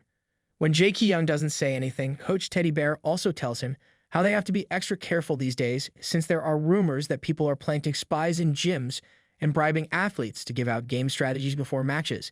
It wouldn't be good if their members' loyalties faltered and they betrayed Jaekyung. Even the directors are aware that Coach Teddy Bear is also feeling anxious. Jaekyung suddenly cut the coach and let him know that he didn't care about all that. After all, there's no way he'd just let himself lose just because a traitor gives away his data. And since that wasn't enough, Jaekyung started scolding his coaches as well, reminding them not to slack off since there are only 2 weeks until his match. And just like that, Jaekyung rudely leaves the room while Coach Teddy Bear angrily scolds him. Joseph manages to calm the coach down as he asks where the athletes' data are being supplied. The coach then explains that they were being fed to an underground sports gambling den to be used for betting. The worst part is they'll even read the outcome if it means they can secure their win. That said, Coach Teddy Bear asks Joseph to find out if they have suspicious members trying to stir trouble and to see what the situation is in the other gyms. There's no doubt Jaekyung will be the biggest target since he's the most popular and will definitely rake in more bets, and it's frustrating that he's the one who cares the least. Anyways, it's been a while, but we're now meeting again the gorilla and his gang that Jaekyung beat up in Chapter 17. They were watching Jaekyung's interview from his most recent win, and on Gorilla's computer, we see a page for putting on bets. It seems that these betards are involved in the underground gambling den. Gorilla reprimands his minions for messing up their task. Turns out they were the ones responsible for the whole nutrition drink fiasco in America. He's angry for wasting his money for nothing. One of his minions apologized and explained that that was the best auction they had. Although this just angered Gorilla more, not only did it waste his money, but he also missed his chance to get his revenge on Jaekyung. The minion then pointed out that if they just wanted revenge, then they could beat Jaekyung up instead of just spiking his drink. Taft. Yeah, right, cute. Anyways, Gorilla is a bit smarter than his minions, and knew that going after someone like Jaekyung is a moronic move. Is the biggest star athlete in Korea, for crying out loud. That said, Gorilla just ordered his minions to find another way to sabotage Jaekyung, so he could get revenge for being beaten up. Just then, Gorilla's phone started ringing for an incoming call from someone called Mr. Choi. It turned out to be Gorilla's boss, who also lost quite a bit because of the failed sabotage that they had planned in Jaekyung's last fight. Gorilla tried asking for a second chance, but Mr. Choi said that he was taking them off from this and would instead do it on his own. We then see his desk, where a bunch of Dan's photos and information are scattered. Looks like baby Dan is once again put in danger because of Jaekyung. The members of the Team Black Gym are surprised by the headline that Jaekyung's scheduled opponent got injured and is sidelined from their fight. Despite the news, it seems like the match with Jaekyung is still happening, although now it's with a different fighter. Jaekyung's new opponent is called Baek Jumin and is part of the king of MMA, Jimin Busan. At the mention of the name, one of the members exclaimed in concern and explained how he knew the dude through a friend. Hearing that, Dan came to the group and asked about the dude, since he couldn't find anything about Jumin when he tried researching. Another member then tells Dan how Jumin is a rising rookie. Although he's a newbie to MSC, he's a star quality, so their gym's CEO favors him, which explains why he got matched up with Jaekyung this early in his career. This matchup is better than canceling the whole event, especially since the tickets are sold out. However, there are still doubts about how it will turn out, especially since there are barely any videos of the dude's matches. Suddenly, Potato joins the conversation and points out how the sleazy dude should first collect a few more wins before he faces Jaekyung. Technically, he's just a no-name athlete. Plus, for some reason, Potato gets bad vibes from him. Well, if Potato says so, then there's no doubt that he's bad news. He does look like a villain, doesn't he? The rest of the members then started bad-mouthing the dude for being able to face Jaekyung easily when they had to work so hard just to get into MFC. However, it doesn't really matter, since Jaekyung will definitely breeze through the fight. The match is going to be a big deal, though, since both of the fighters are Koreans. In fact, articles about it are already being circulated, although from the headlines, it would seem like Jumin's side paid for them. Then, the member from earlier, who said that he knew Jumin through a friend, tells them about the rumor of an underground fighting ring that only the rich participate in, and where Jumin is a living legend. It seems like in this underground fighting ring, weapons are allowed, and some fighters don't even make it alive. If all of those rumors were true, then that just tells a lot about what kind of man this Jumin is. Scary. One of the members points out how the said member seemed to know so well about the illegal fighting ring, but he insists that he just heard it from a Heung of his. This kid might be one of the people Yosef should look into. Anyways, they started talking about how Jumin is a real thug with no manners whatsoever. Although it's not like it's a big deal, since Jaekyung is the same. Whatever the case may be, everyone believes that Jaekyung will easily beat Jumin, since the latter is short in experience. Potato asks Dan about his opinion, and Dan also agrees with them, although he does still look anxious. To change the topic, Dan reminded everyone about their evening training. Everyone then dispersed and started to do their warm-ups, leaving Dan to look and feel anxious by himself. Meanwhile, in the meeting room, it seems like Jaekyung's team is having a strategic discussion about Jumin. Although there isn't much information about the dude, they still could tell how he's an all-rounder who adapts his style depending on his opponent. Although the change in opponent is really sudden, they'll just have to roll with it and change their strategy accordingly. That said, since Jaekyung has an advantage in physique, he can just tire Jumin and then end him with a strong finishing move. Then again, that's not foolproof, since the dude looks like he has solid offense as well. While everyone continued discussing, Jaekyung just stared at Jumin on the TV screen and couldn't help but think how the dude looked familiar. Later that evening, Dan arrived home by himself. As he sat on the sofa, he was thinking about how Jaekyung would probably get home late again. It seems like they're barely interacting together these days. Ever since Jaekyung's birthday, he had been busy preparing for his new opponent, leaving early and then going home late. And even when they crossed paths, no words were exchanged. Dan can't bring himself to say anything to Jaekyung after the confrontation between them in Chapter 45. Not that it should matter, he should just focus on his work indifferently, since it's what he should do in the first place, and what the Betard told him to do. On a different note, it seems like tomorrow is an important day, since Grandma's biopsy result will be out. Dan earnestly hoped that it would be good news. Dan goes to his room and looks at the photo of him and Grandma. He reflects on the fact that she's been in the hospital for so long, and he's always been busy to visit her. However, it doesn't really matter as long as, at the end of the day, Grandma gets better. In fact, he promised himself that once Grandma was all better, he would go on a trip with her.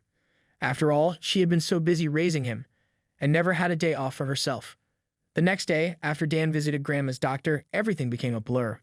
All Dan could remember was how the doctor was telling him that the cancer was not shrinking at all, and she was not showing improvement with the new treatment, so surgery wasn't an option either. Given her age, no new medicine can also be given as an alternative. That's why Dan should prepare himself for the worst. When Dan finally manages to go to Grandma's room, his face is still stricken with tear stains. He slowly walks towards Grandma's bed and sits on the chair next to it. He just sat there and watched Grandma sleeping peacefully. He then remembers all those memories he had with Grandma, from when he was still a snot-nosed kid, to elementary school, to high school, and finally, after fishing college.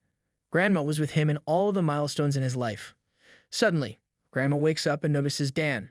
She asks him why he's crying, although Dan tries to deny it. Grandma then assures him that there's nothing to feel sad about since she's fine. She then tells Dan to take the red bean bun and yogurt she saved for him in the fridge, since he's looking thin. Hearing her words of worry, Dan couldn't help but feel guilty for all those times when he used being busy as an excuse not to visit her more often. Then again, it's not like he can turn back time and do something about it. And so, Dan just started crying. Grandma then pulls him closer and whispers to him about a favor she has. Meanwhile, Dan receives a message on his phone from an unknown number. They introduce themselves as King of MMA, Gym's executive director, of which Jumin is a part. This is so sus. Although, for the record, I'm not worried about Dan's loyalty. It was late afternoon when Dan was on his way back from the hospital. He was checking his phone, which was ringing for a call from an unknown number, which he had been getting a lot lately. Not that he bothered answering. Once again lost in thought, Dan remembers the doctor's words about preparing for the worst regarding Grandma. Not that he had any idea how to do that when, all this time, he had been living only thinking about Grandma getting better someday. Dan was just about to enter the Team Black building when some old man called out to him. Dan tries to politely ask him what he needs, to which the man explains how he's been trying to get a hold of Dan for a while now and even tried calling him earlier. He then introduced himself as Choi Gil-siak. Sounds familiar? Anyways, after identifying himself as the director of King of MMA Gym, he handed Dan his calling card. Without letting Dan respond, he tells him how Dan is very hard to reach and that he's been dying to meet him, which is why he went all the way to the Team Black gym. He then tries to invite Dan to eat, although Dan just politely declines the offer and is just about to leave. The old fart is persistent and tries to convince Dan to change his mind. But when the younger man doesn't look like he's going to budge, the old man then started talking about how he knew about the bad news about Dan's grandma. That caught Dan's attention. Grabbing this chance, the old fart then started talking about how he sympathized with Dan. He also shamelessly added how he has important information that Dan might find useful. Therefore, they should talk. Ha, can you believe the shamelessness of this old fart? Seriously? Right in front of your opponent's doorstep? Not long after, they find Dan and the old fart at a cafe having coffee. The old man tries to act friendly at first, beating around the bush and all, but Dan does not fall for it. He went straight to the point and asked the old fart about how he found out about Grandma's condition, and if he had been digging things about Dan. The old man denies the accusations and explains how he's just been asking around about Dan, because he's someone that the old fart is interested in. Same thing, old fart. He points out that because the MMA fighting world is small, talks about Dan's skills have been going around in several gyms. He added that, as Dan might already know, one of their fighters is matched against Jaekyung. They're really honored and grateful for the opportunity, and that's why he wanted to talk to Dan and ask for some pointers on taking care of an athlete. Well, Dan realized that the old fart wasn't really being honest and asked him if that really was his intention for reaching out to him. Because if it's not, he should just be honest about it. That's when the old fart started being serious and really got down to business and straight up told Dan that he wanted to recruit him for their gym. Once again, not letting Dan get a chance to have a say, the old fart explained how he wanted Dan to oversee Jumin's care. As for compensation, they'll double Dan's current salary and even give him a house in gang numbers. They'll even go as far as providing him with a car for his commute. It's an offer that's exclusively tailored for him. Dan didn't look convinced, though. He explained that he doesn't need all that luxurious stuff, nor does he deserve it, as there are plenty of people who have better skills than him in this industry. And so, Dan politely declines it. That's when the old fart once again brought up Grandma by enticing Dan to a new medication she can take. Taking the opportunity while Dan is taken aback, the old fart started explaining that the reason the doctors told Dan that there's nothing more they can do about Grandma is because the medicine imported in Korea is subpar. However, there's news about a new drug that's in development in the States and is supposed to be miraculous. Although it's already circulated in the States, it'll take a long time before it becomes available in Korea, and that's why Korean patients don't have much of an option. On that note, the parent company of the King of MMA, Gym, just happens to be the pharmaceutical company that makes the medicine. Therefore, the old fart will be able to have Grandma get treated in the States, plus all expenses paid, but only if Dan accepts the job offer. However, if taking the job is too much, Dan can also just share some information about Jaekyung, like his game plan for the match and the status of his injury. Dan flinched and looked like he just heard the most absurd thing in the world.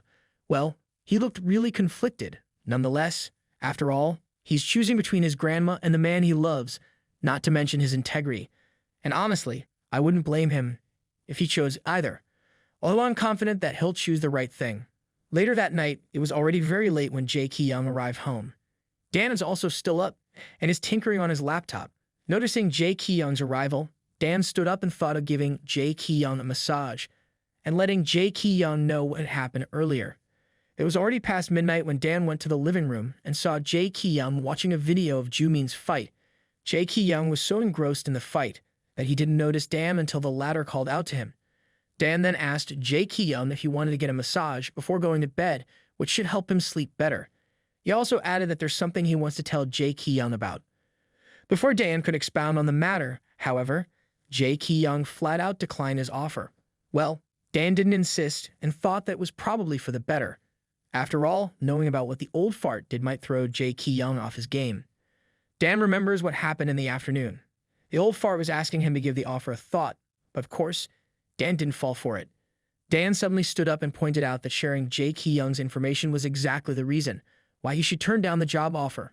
After all, he can't betray Jaekyung.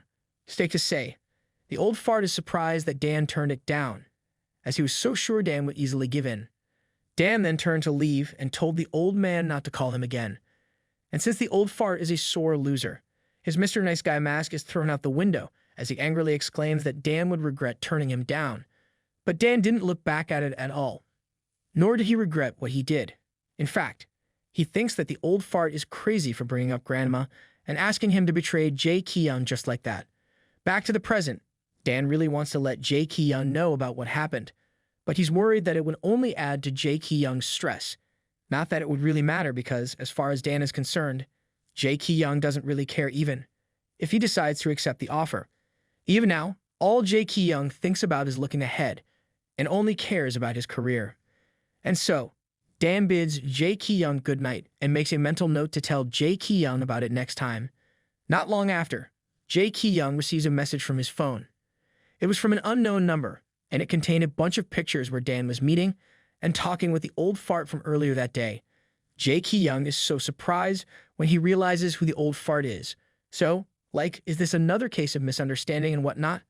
I do not like where this is heading at all. Fast forward to the face-off. For the MFC 298 main event, we see the Emperor Jaekyung and the rising star Jumin in their pre-fight encounter, one day before the match. And despite the biased hype in favor of his opponent, Jaekyung is still as cool as ever. Not long after the press conference, Jaekyung's team is in the hallway on their way home. Coach Teddy Bear asked Jaekyung how he's feeling, and Jaekyung assures him he's fine. Suddenly, the old fart calls out to Jaekyung, surprising his coach, who looks uncomfortable seeing the old man.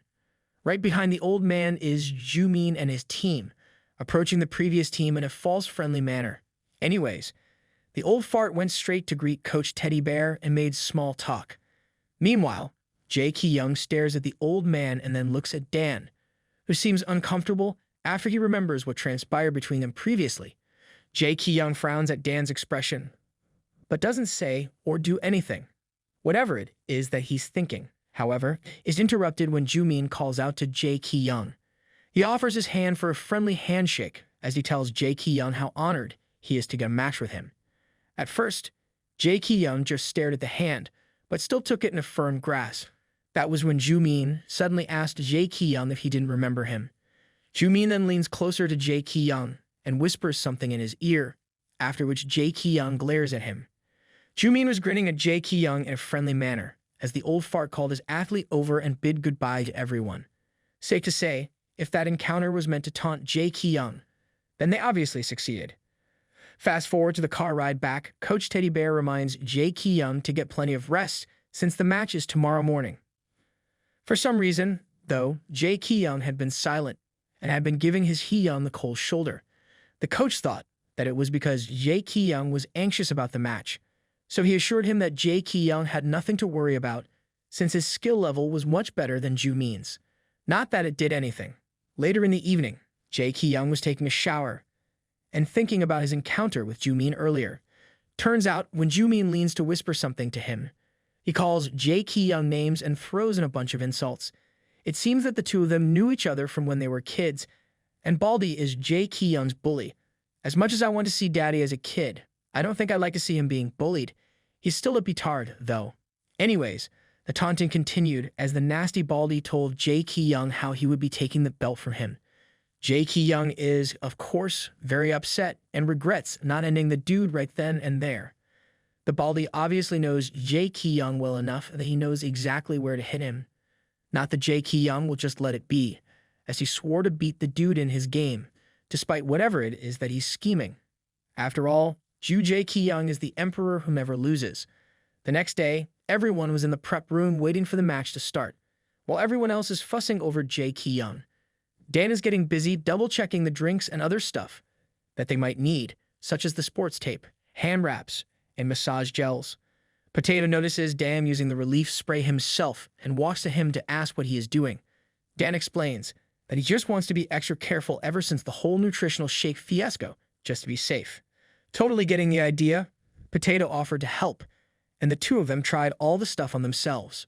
Suddenly, the old fart comes into the room with two other men behind him. Coach Teddy Bear was quick to ask the old man what he was doing there, to which the old fart just explains that he just wants to wish the team good luck, since today's event is a huge deal. He then asks about Jaekyung's condition, while bragging about how Jumin didn't sleep last night because of nerves, as if, well, Jaekyung also lost some sleep, but for a different reason. Coach Teddy Bear tries to politely ask the old fart to leave, although it seems like the old man doesn't look like he's going to budge. That is until the pissed-off Jaekyung himself made a move to shoo the old fart out.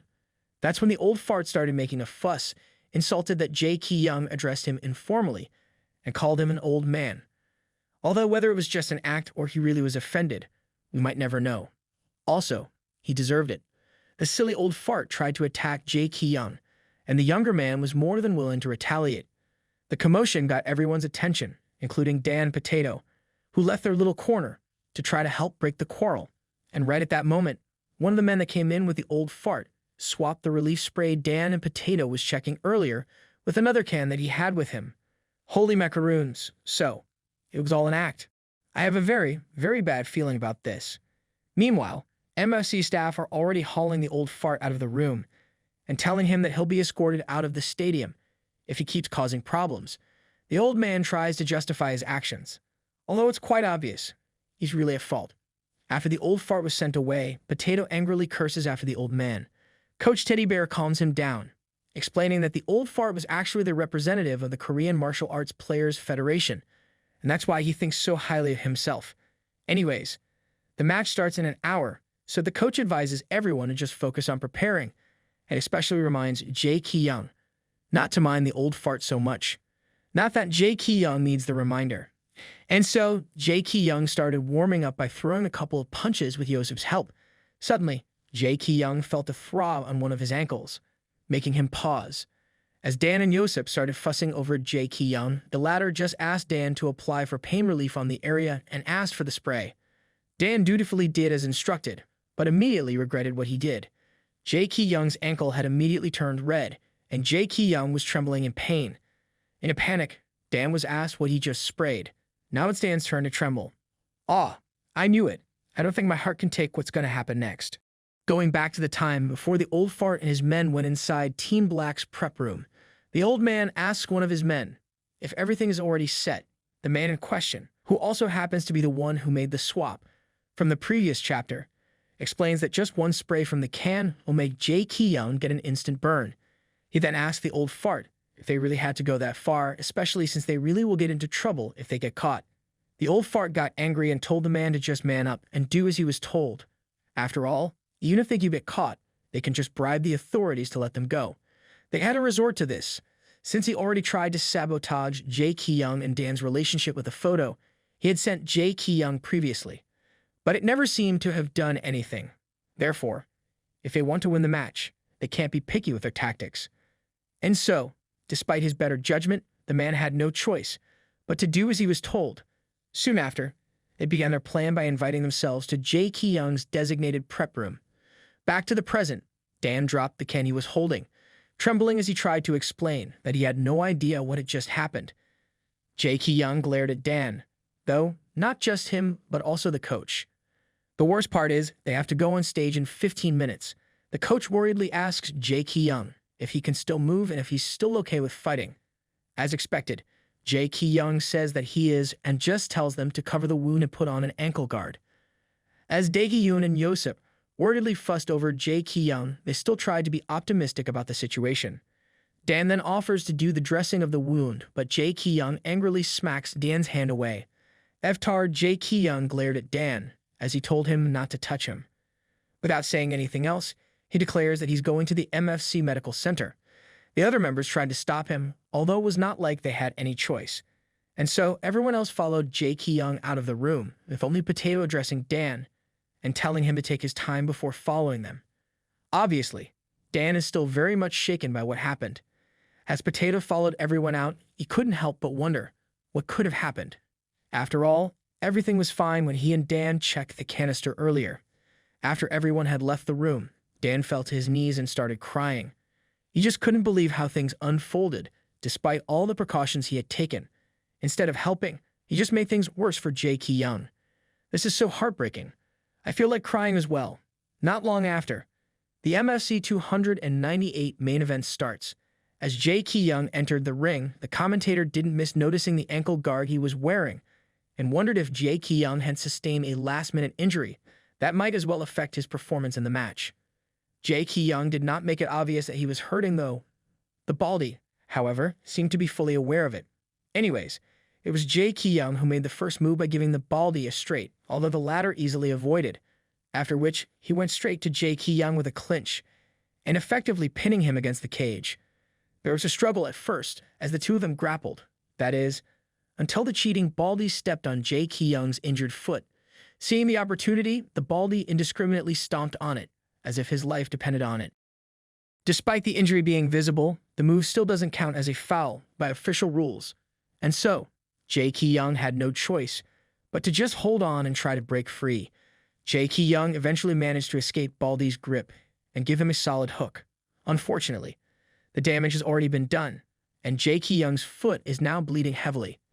Despite the bruised face, the Baldy is still grinning shamelessly at Jaekyung, further taunting the Emperor, and so Jaekyung started his counter with a vengeance as he showered his opponent with heavy blows right in the face, hopefully making the Baldy uglier than he already is. Jaekyung picked up his pace in throwing his punches, and everyone thought the match would end in the first round. Unfortunately, the Baldy held on until the end of the round. Once Jaekyung is back in his corner, the coach tells him to calm down and to try not to get too close, since Baldy is better at grappling than they thought. Meanwhile, in the opposite corner, the disgusting Baldy is still grinning, while one of the people assisting him whispers about the plan that they concocted. Before they knew it, the next round had begun. Once again, the Baldy wasted no time and went for a waistlock. Jaekyung tries to get away from the clinch by punching Baldy, but the latter isn't budging at all. In fact, he even managed to break Jaekyung's balance and slam him on the floor. The worst part is that Jaekyung landed on his injured shoulder. Of course, it hurt a lot, but Jaekyung had no time to waste as the effing Iftard son of a bell zeroed in on Daddy's injured shoulder. Baldy held on to Jaekyung's neck while holding his left arm between his legs. As Jaekyung struggled to get away, the effing Baldy found an opportunity to taunt him once again, which is a big mistake, as he didn't notice Jaekyung's other arm coming to elbow his head and effectively escaping the grip. Despite the throbbing shoulder and the bleeding foot, Jaekyung was still full of energy as he glared at Baldy. This time, it was Jaekyung who was doing the taunting, as he declared how the match would have been long over if he wasn't injured. And, of course, we know that those were not just empty words. Anyways, as the two athletes got back on their feet, we saw Dan finally arriving to watch the match. His face was stricken with tear stains. The match resumed. Jaekyung was the first to attack, giving a powerful straight to Baldy right in the face. But that was just the beginning of the bar edge of punches, so fast and intense that the latter had no way out. Suddenly, Jaekyung throws a round kick on his opponent's head. Although Jaekyung struggled in the earlier rounds, it will be different this time. The champion's injured foot is still a liability, however, and Baldy didn't miss, to use that to his advantage. Once again, Baldy executed a clinch, throwing Jaekyung off balance as his opponent pushed him against the cage. Baldy didn't waste this chance and immediately stepped on Jaekyung's injured foot, sportsmanship at its finest. I'm telling you. Anyways, the attack did affect Jaekyung, this time as well, although he barely showed any signs of it. And so he threw a right hook, but Baldy successfully evaded it by stepping back and immediately countered it with a calf kick. Because of the injury, Jaekyung struggled to dodge it, as well as the other calf kicks that followed. As time passed, the injury's effect became more severe, and Jaekyung's poker face became harder and harder to maintain. His punches also became weaker and slower, letting Baldy easily dodge them. Before the round ended, Baldy didn't miss his chance to get on Jaekyung's nerves. Although if his words did affect Mr. Hottie, it didn't show. With their limited time, Jaekyung's support team can only put a bag of ice on his injured leg and tell him to focus, as if he didn't already know that. Soon after, the fifth and final round of the match began. As soon as the bell rang, Baldy attacked Jaekyung's foot again. In return, Jaekyung gave him a straight in the face. Baldy returned the favor and combined it by executing the old in-and-out strategy. This time, Jaekyung couldn't do anything but defend against the coming punches and let Baldy rack up points. With only 15 seconds left in the match, Jaekyung risked putting weight on his injured foot and returned all the blows he was receiving until, finally, the referee stopped them as the match ended. Loud cheering can be heard from the audience. Since no one managed to get a KO, the winner of the match will depend on the points they racked up. Both of their faces have seen better days. Also, is it just me? But I think Jaekyung has issues with the dude's face. Anyways, after much deliberation and anticipation from the audience, the official verdict of the MFC 298's main event is a tie. Everyone was shocked, even effing Baldy, with the exception of the cheating old man. Of course, the result still garnered much booing from the audience. Dan was probably among the most devastated by this result, only second to Jaekyung. After all, there was no doubt how close the fight was. And for Jaekyung, who had only tasted victory so far, even just a tie must already feel like a huge loss. Then again, it was also obvious that a big part of what contributed to that was Jaekyung's injury. Baldy's team only has praises for him, not to mention the announcer, who I strongly believe has also been paid off by the forking old man. Despite his underhanded tactics, Baldy had the audacity to gloat that he was so close to winning. This is making me so mad, I swear. As for Jaekyung, who still looks incredibly hot and handsome, despite having a bleeding nose, the result indeed came as a huge blow, especially to his ego. It was such a huge shock that he just couldn't hear anything, even when his team was simultaneously talking to him as they approached. After they finally reached their locker room, Jaekyung was still not himself, which was no surprise. After all, even without the result, he's already barely holding up, just with the throbbing shoulder and bleeding foot. Dan's voice cautiously called out to him, waking him up from the trance. Immediately, Jaekyung ordered everyone out of the room, except for Dan. Our baby was trembling in fear as he apologized to Jaekyung for not taking enough time to check all their supplies. But since Dan's employer is a selfish beatard, of course, he will still blame him for what happened. The worst part is that Jaekyung even accused Dan of being the spy in the gym, and he didn't just stop with one sentence. Jaekyung insisted on his theory, considering what happened to his foot and Dan's picture of the cheating old man, not to mention Coach Teddy Bear's suspicions about someone spying on them. Dan denied the accusations, but then Jaekyung told Dan that he knew he had met with a cheating old man. And since that wasn't enough, Jaekyung asked how much money he was offered. After all, it's no secret that Dan needs money, and the way Jaekyung sees it, the amount he's giving him isn't enough, and that's why Dan went over the fence. Dan explains that he really doesn't know what happened, but it was definitely not him. He would never do something like that to Jaekyung, even if he were given $1 million. But see, more than Jaekyung taking his anger out on Dan, what hurt the latter more is that even after all this time, it seems like Jaekyung doesn't really trust him. Tears started flowing from Dan's eyes. He was shocked that Jaekyung would question his loyalty like that. Jaekyung realized what he had just done, but since he was too proud and angry to admit that he might have gone too far, he just told Dan to leave instead of apologizing. And just like that, Jaekyung left the room, leaving Dan crying and very much hurt. You've really gone too far this time, Daddy. At the athlete's center, the doctor explained that even though Jaekyung suffered heavy blood loss, after his ruptured blister was attacked again and again, the injury would heal in no time if treated properly. Although it might leave a scar, he shouldn't have any problem walking again. The big issue, however, is his left shoulder. The doctor suggests for Jaekyung to be treated in a reputable hospital as soon as possible. But even though he was already flinching, when the nurse tried to ease the pain in his shoulder, Jaekyung had a resounding no. When Coach Teddy Bear asked the doctor if he would need surgery, no wonder there, after all, if Jaekyung did get surgery, he'd be out of commission for a long time, and there's no way he'll let that happen. Coach Teddy Bear reprimands him, since it's not up to Jaekyung to decide. Suddenly, a new patient comes in, beside Jaekyung's bed, and you guessed it, it was Baldy, with his team members all over him. He even had the audacity to brag that he was so close to winning, and would have only needed one more round. The cheating old man, though, is more concerned about how Baldy's rank shot up after he was crowned the interim champion. Not to mention his match fees shot up, which happened because he's such an admirable sportsman. Anyways, their group is definitely in it to get on Jaekyung's nerves. Although, at first, it didn't look like it did anything. But then suddenly, the effing cheat commented that the result dealt a major blow to Team Black, and that was all because of Baldy's skills.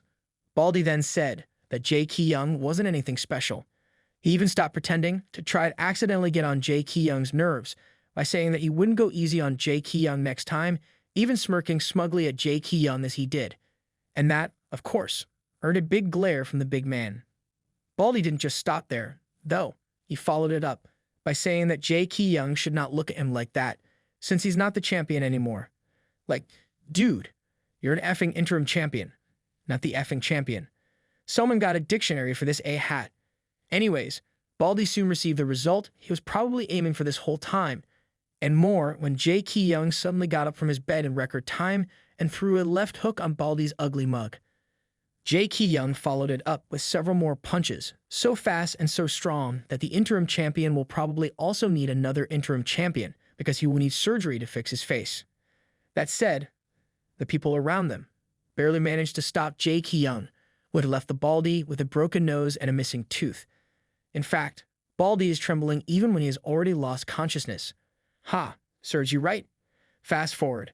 The tabloid headlines are all about that incident. It seems like not only was Jaekyung disqualified after getting into a fight outside the ring, but he was also issued a 3-month suspension as a disciplinary action, not to mention the surgery he now had to do for his shoulder. And what do you know? The only headlines in Baldy's name are him being the new rising star and whatnot. Meanwhile, we get to follow Potato for now. He was reading the articles about his hero and was quite upset. He just finds it ridiculous that after just one incident, everyone is already scrambling to defame Jaekyung like there's no tomorrow. Shortly after, Potato arrives at the Team Black gym and is surprised to find it so empty, save for Dae-hyun, Jumin, and Changmin. Dae-hyun explains that only 4 of them are still members. Turns out, everyone else switched over to Baldy's gym, and even made Jaekyung's loss an excuse to leave. But everyone knows it was just because some were offered agreeable privileges and already had other issues with Jaekyung. And it doesn't help that, because of Jaekyung's jerkitude, they always have to walk on eggshells around him.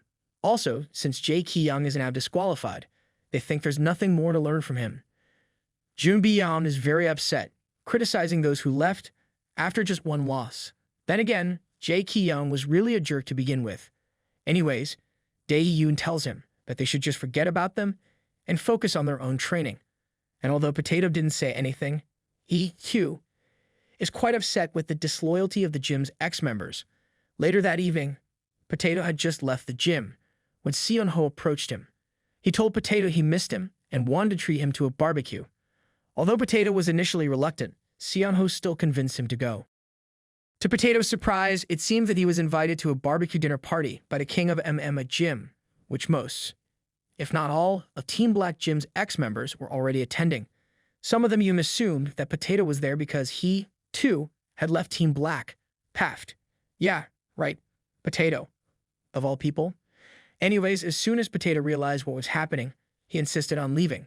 although the F-tard Seon Ho tried to stop him. He even started trying to talk to Potato to consider switching to, even how this gym's facilities are so good, not to mention, they also take better care of their athletes. The icing on the cake is that they wouldn't have to endure Jaekyung's temper.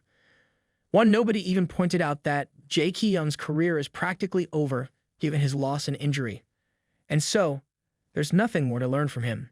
Fed up with what he's hearing, Potato still insists on leaving. That was when he overheard some people from the next table talking about how the cheating old man made a lot of money, and that's why he was the one paying for this dinner party. It seems like the old man had put all his money on Baldy's win on underground sports betting. It was a bold move from the cheat, but as we already know, it was because he played dirty by swapping one of Jaekyung's pain relief sprays, which resulted in the injury. Putting two and two together, Potato now realized that the reason the old man and his posse went to their dressing room that time was due to that. With Potato now on a mission to find the truth, he approached the gossiping men and asked them about the credibility of those words. The next day, Potato came to report what he heard to Jaekyung, Jaekyung, and the other coaches. Apparently, Potato also got into a fight to confirm it. Anyways, Potato explains that it's still not certain, although everything adds up to that scenario, if they think about it. In fact, before the cheating old man and his posse came in, Potato saw Dan double-check their supplies and even the water provided by the MFC staff. Therefore, there's no way that Dan could be the spy. He's too good for that. Well, Jaekyung didn't say anything, although it's obvious that he's already regretting what he accused Dan of. Joseph then said that he had already reported this to the MFC and the police, but the investigation might take a while because there were no cameras in the dressing room. And this issue might get buried because of Baldy's sudden rise to fame. Then again, what really matters is that Dan wasn't at fault. Coach Teddy Bear then voiced out the harsh truth that Jaekyung really had been too much by accusing Dan even though he didn't have proof.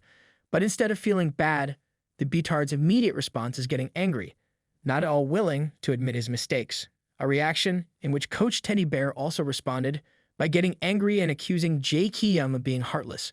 The B-tard then used the victim card and pointed out that he's the one feeling like a shit at the moment.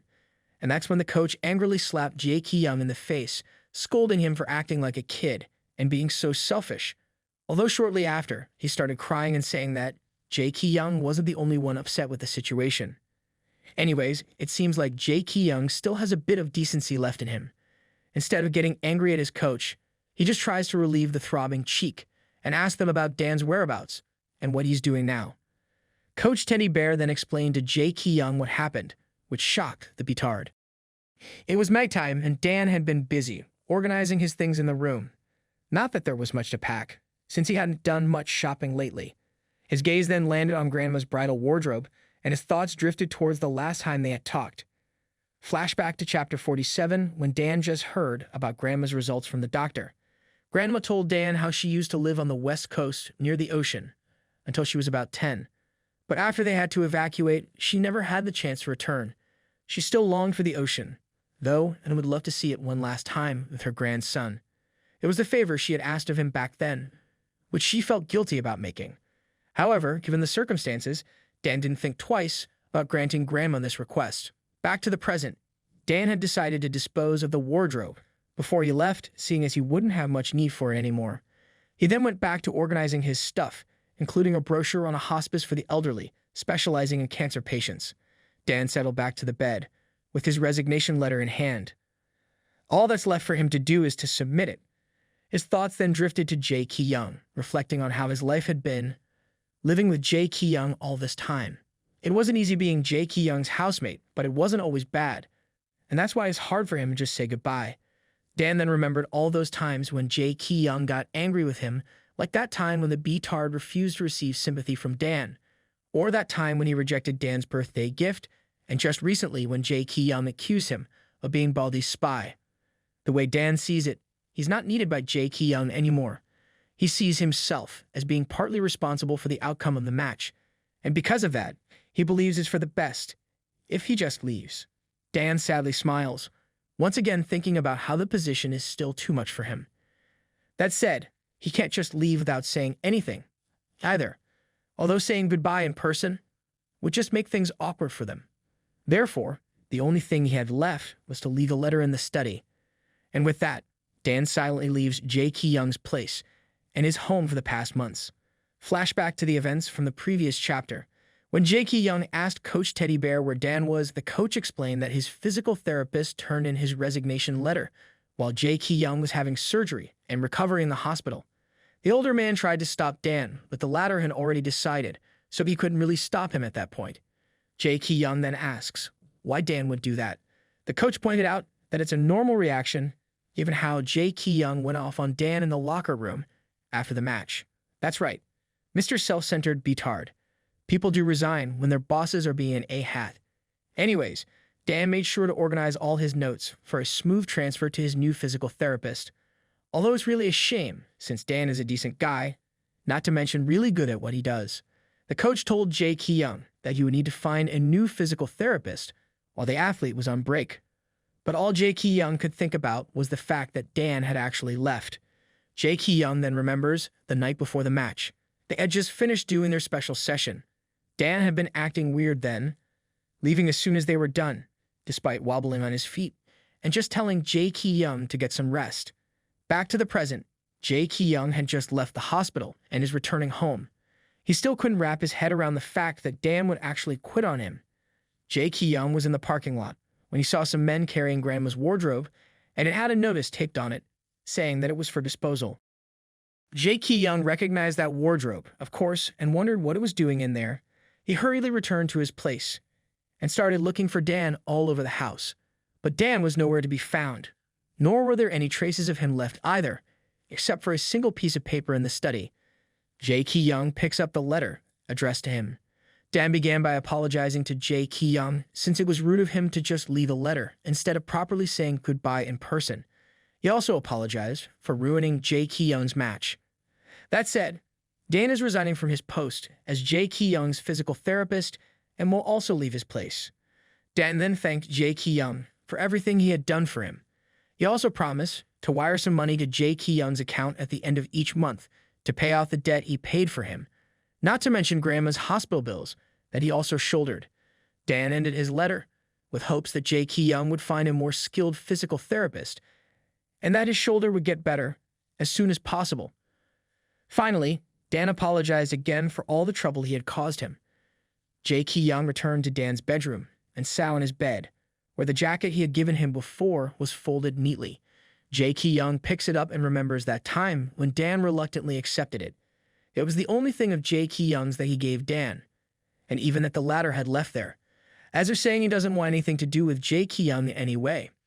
Shortly after, he throws the jacket and curses, feeling so bad about himself, which he very much deserves. And that's it, folks. That's the end of Season 1. An ending that most of us had hoped for, at least once. Anyways, it's the waiting game for us now, as agonizing as it might be.